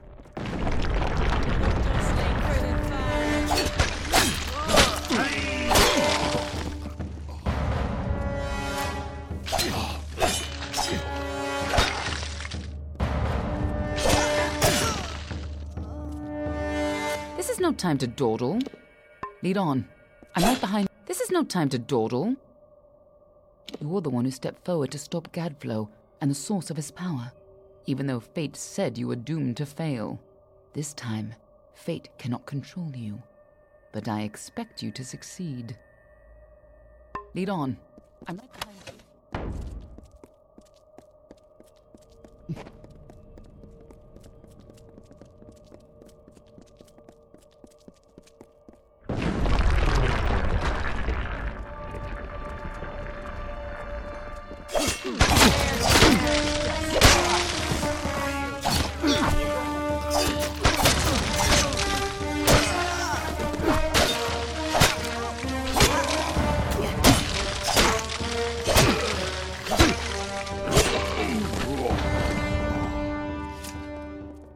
When Gadflow's army arose, we recognized Tianok's tainted influence.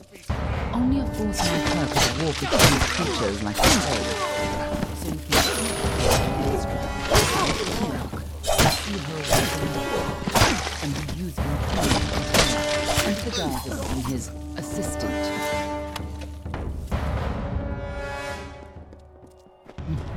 Since the Alabaster Wall was young, the beautiful bone-white forest was a place of peace and meditation. No piercing birdsong nor heated word could find its way between the branches. Quiet thought prevailed until Gadflow shattered our land. If you couldn't stop Tianok, she would use her pawns to fully escape her prison, and the world would be her new plaything. You had to try. Even though the Fate Weavers said you would do. As always, the Fate Weavers were right.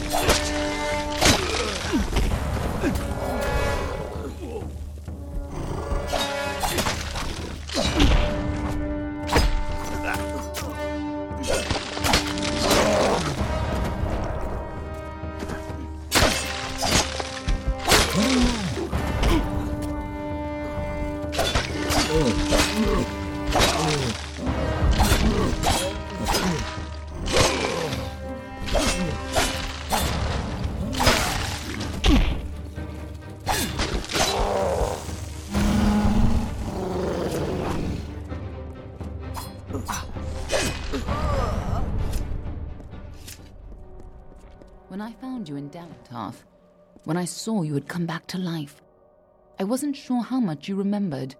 I couldn't be certain you would keep our secrets. I considered killing you then and there. Nothing personal. You would have done the same to me. But then I saw what you had become. I saw the new powers you wielded, and I saw how useful you could be. The greatest heroes of winter have always fallen from the Bale's pale bows, from Pietra the Keen to Hulgan the Hungry. When the Tuatha claimed dominance over us, heroes arose to defend winter. Gadflo laughed at their challenge and called up Tirnoch's wrath.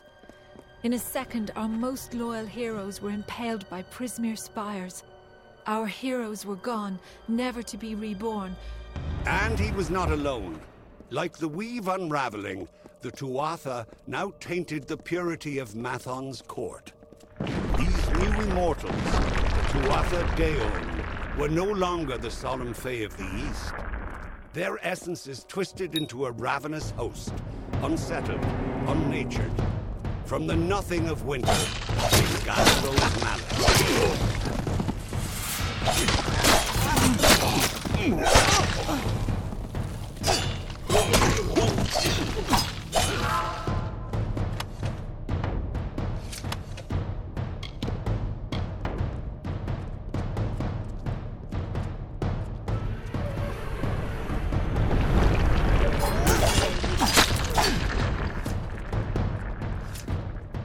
When I saw you could change fate, I knew you were our only choice. So I helped you continue your mission to stop Tirnoch, even if you had forgotten it. But over time, I realized you weren't the same man you were when you died. You were more. You were better than the heartless commander I had known. In happier times, the Winter Court would come here to bathe in the colors of the midnight gardens. Night violets and pale moonflowers blossomed on the field of grass studded with frost. When stars aligned, the aurora borealis danced to the queen herself. But now into our touched the gardens, we found only corpses, the floated and tortured gardens only they were dead.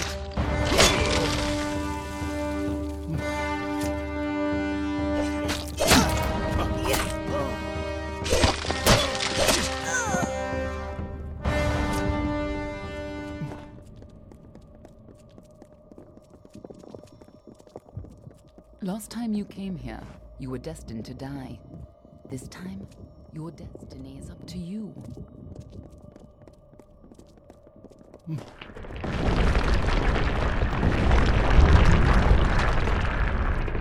This must have been a lot for you to take in at once, but I need you to be clear on who you are and what you need to do.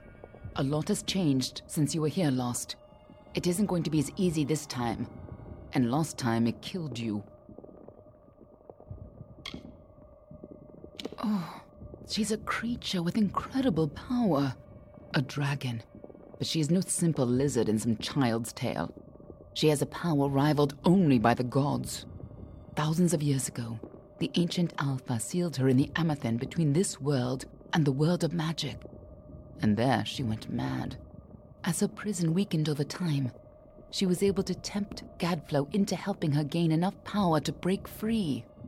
And if she escapes fully, it will mean the end of all mortal life. Tirnoch's revenge for tens of thousands of years of imprisonment. That's why people like you and I have dedicated our lives to keeping Tirnoch secret from the world.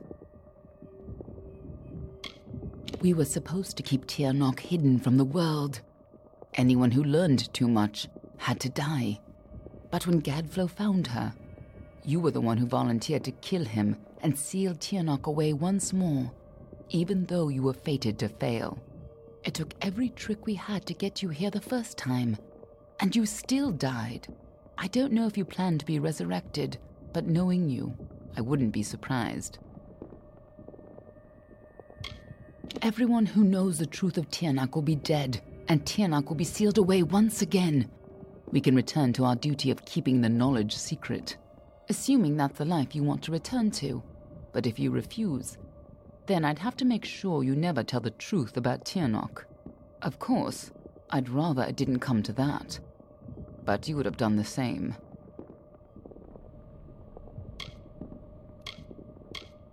What are you? A moonstruck whelp? If you're going to waste time staring longingly at me, I'll gladly save us both the trouble and pry your eyes out now. To save our world, Gadflow has to die and Tirnoch has to be sealed away. You're the only one who can do it, and you'll probably need to be able to see. Now get in there, and try not to get yourself killed again. Lead on. I'm right behind you.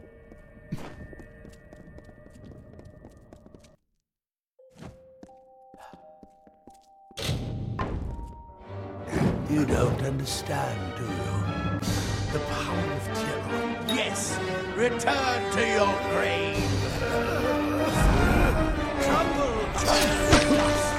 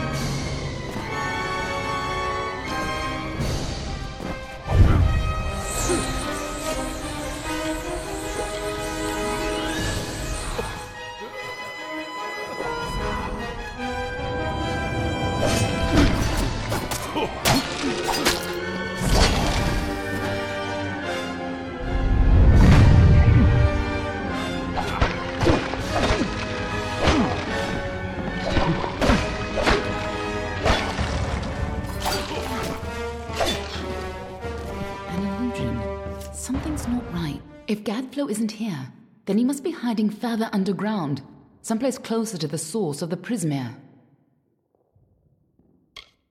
You needn't try to impress me, you know. Not anymore. Besides, we don't have time. Whatever bargain Gadflow made with Tirnoch, it's about to pay off. And when that happens, the world will suffer her wrath. She's imprisoned deep in the Amethyn, but Gadflow's war has weakened her bonds. There's no time to spare. If she gets free, our world is lost. This way.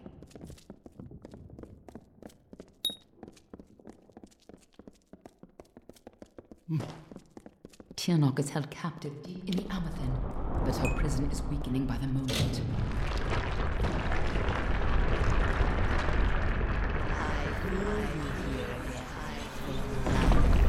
Full of things.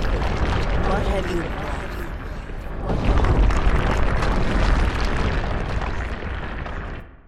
I can feel Tirnoch's eyes upon us.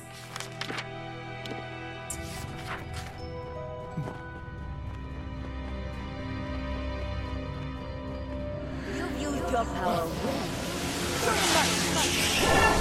Let's have a taste, shall we?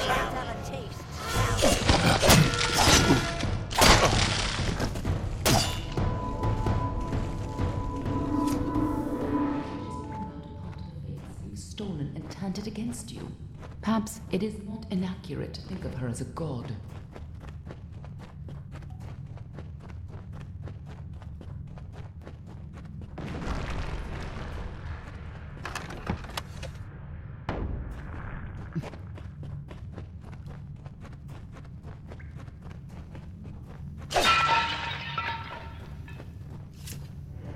Imprisoned here since before your time emerged from the water. My freedom draws near. My freedom draws near.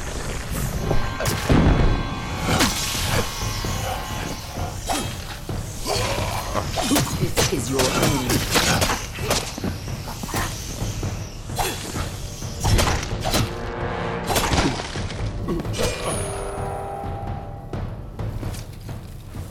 We can't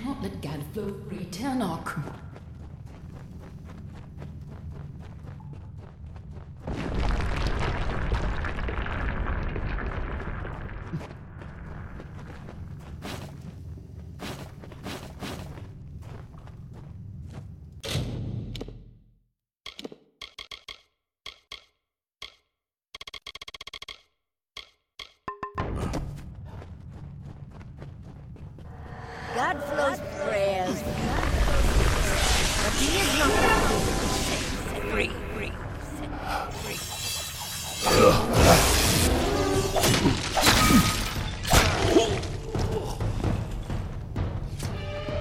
Don't listen.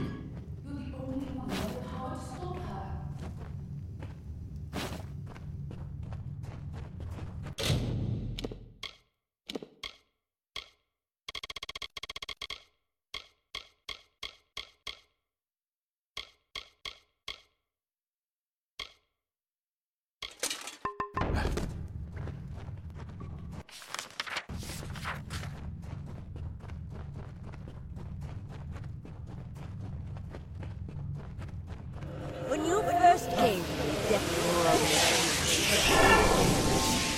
Road, and you were so eager to play your role.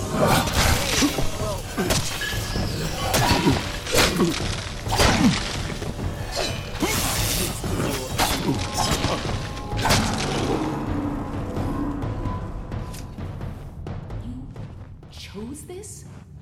What does she mean by that?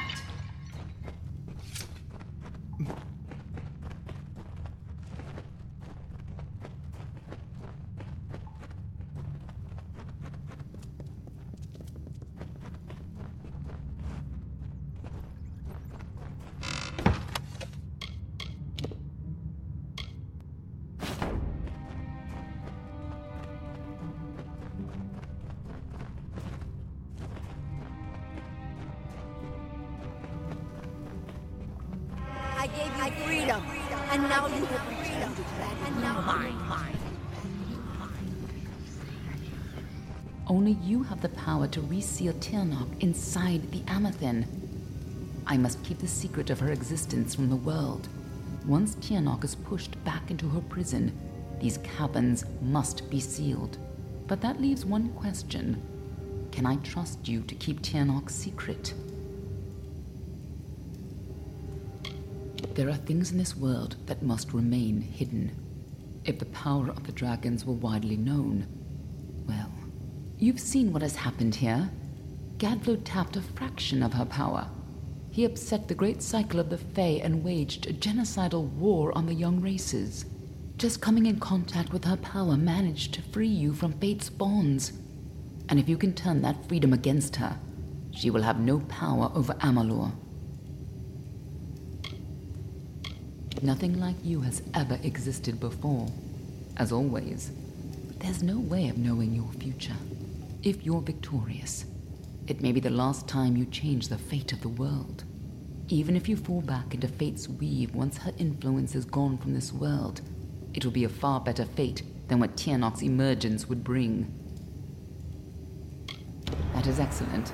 After all that you've done, it would have been a shame for you to die a second time. If you do escape, I will be watching you. And know this, anyone who learns the truth of what happens here, I will silence myself. Go.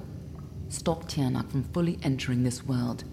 But remember, my blades will always be at your back. Nothing in the world is fated to stop Tirnoch. That's why you're the only one who has a chance. I'm just here to make sure you take it. This way.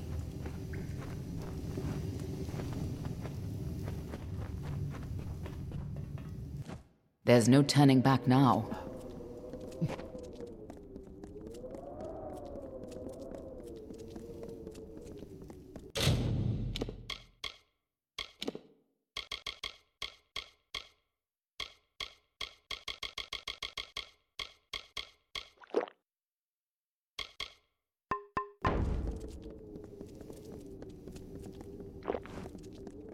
Come, Fate Weaver, bring me your power.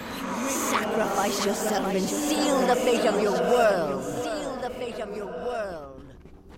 It's time to choose your fate.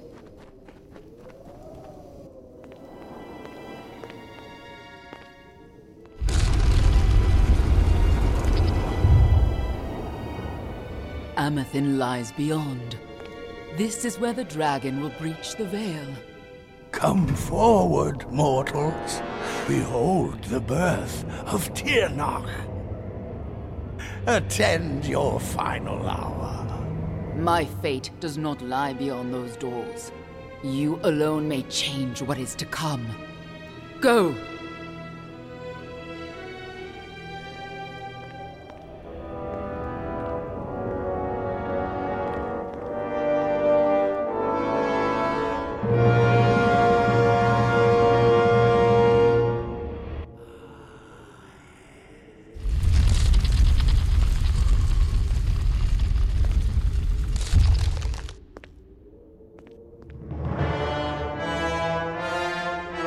Welcome back, mortal.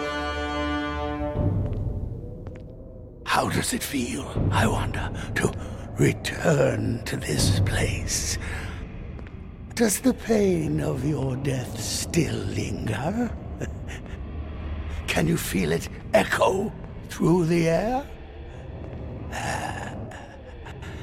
And now, in this place, you shall witness the birth of Tirnach, the destruction of the Alfar, and the dawn of the endless winter.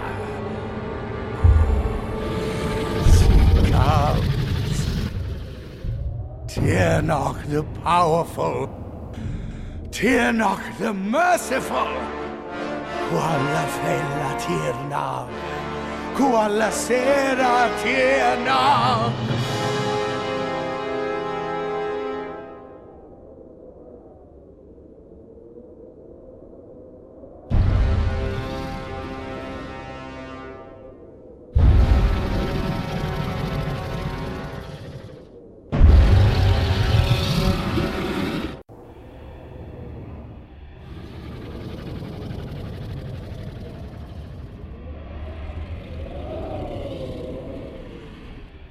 Tirnach? Have I done well, lady? Are you pleased? Is it that You have served your purpose. But I have so much more to give.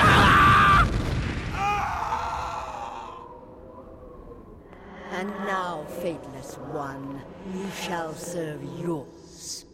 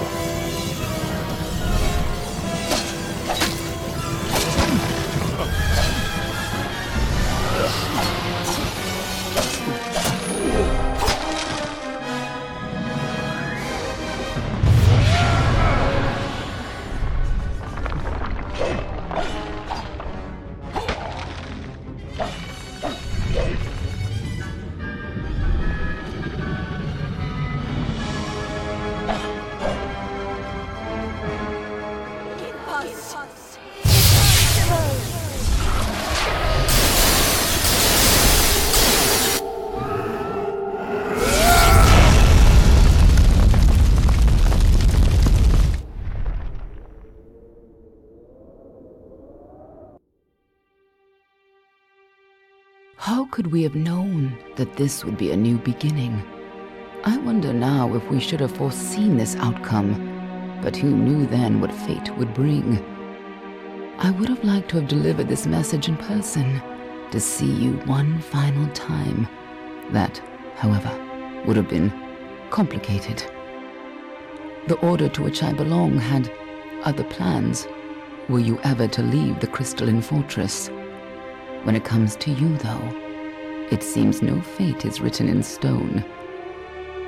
It was only through my assurances that your silence could be counted upon that either one of us still draws breath. I trust you will not make of me a liar.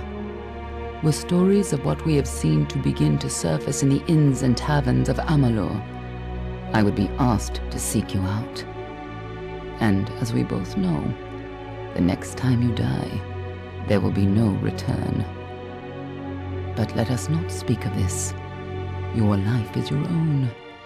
Go now, and see what fate may bring you, or what fate you may bring.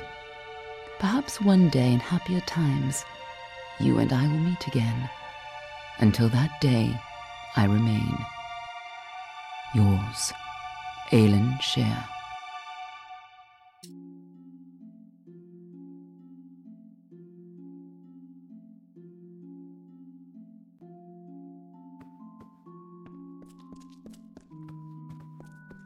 Well, well, awake at last.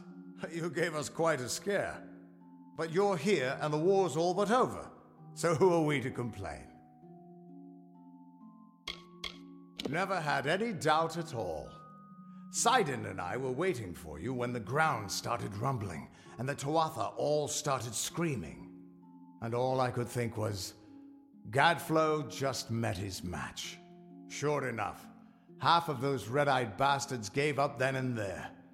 Wasn't much longer before Aelin Shear showed up carrying you over her shoulder. Told me to watch over you, make sure you were okay. She left some kind of note for you, but I know better than to read a private message from the likes of her. There are still Tuatha who refuse to surrender, but yes, the war is ended. You should have seen the parade in Rathir.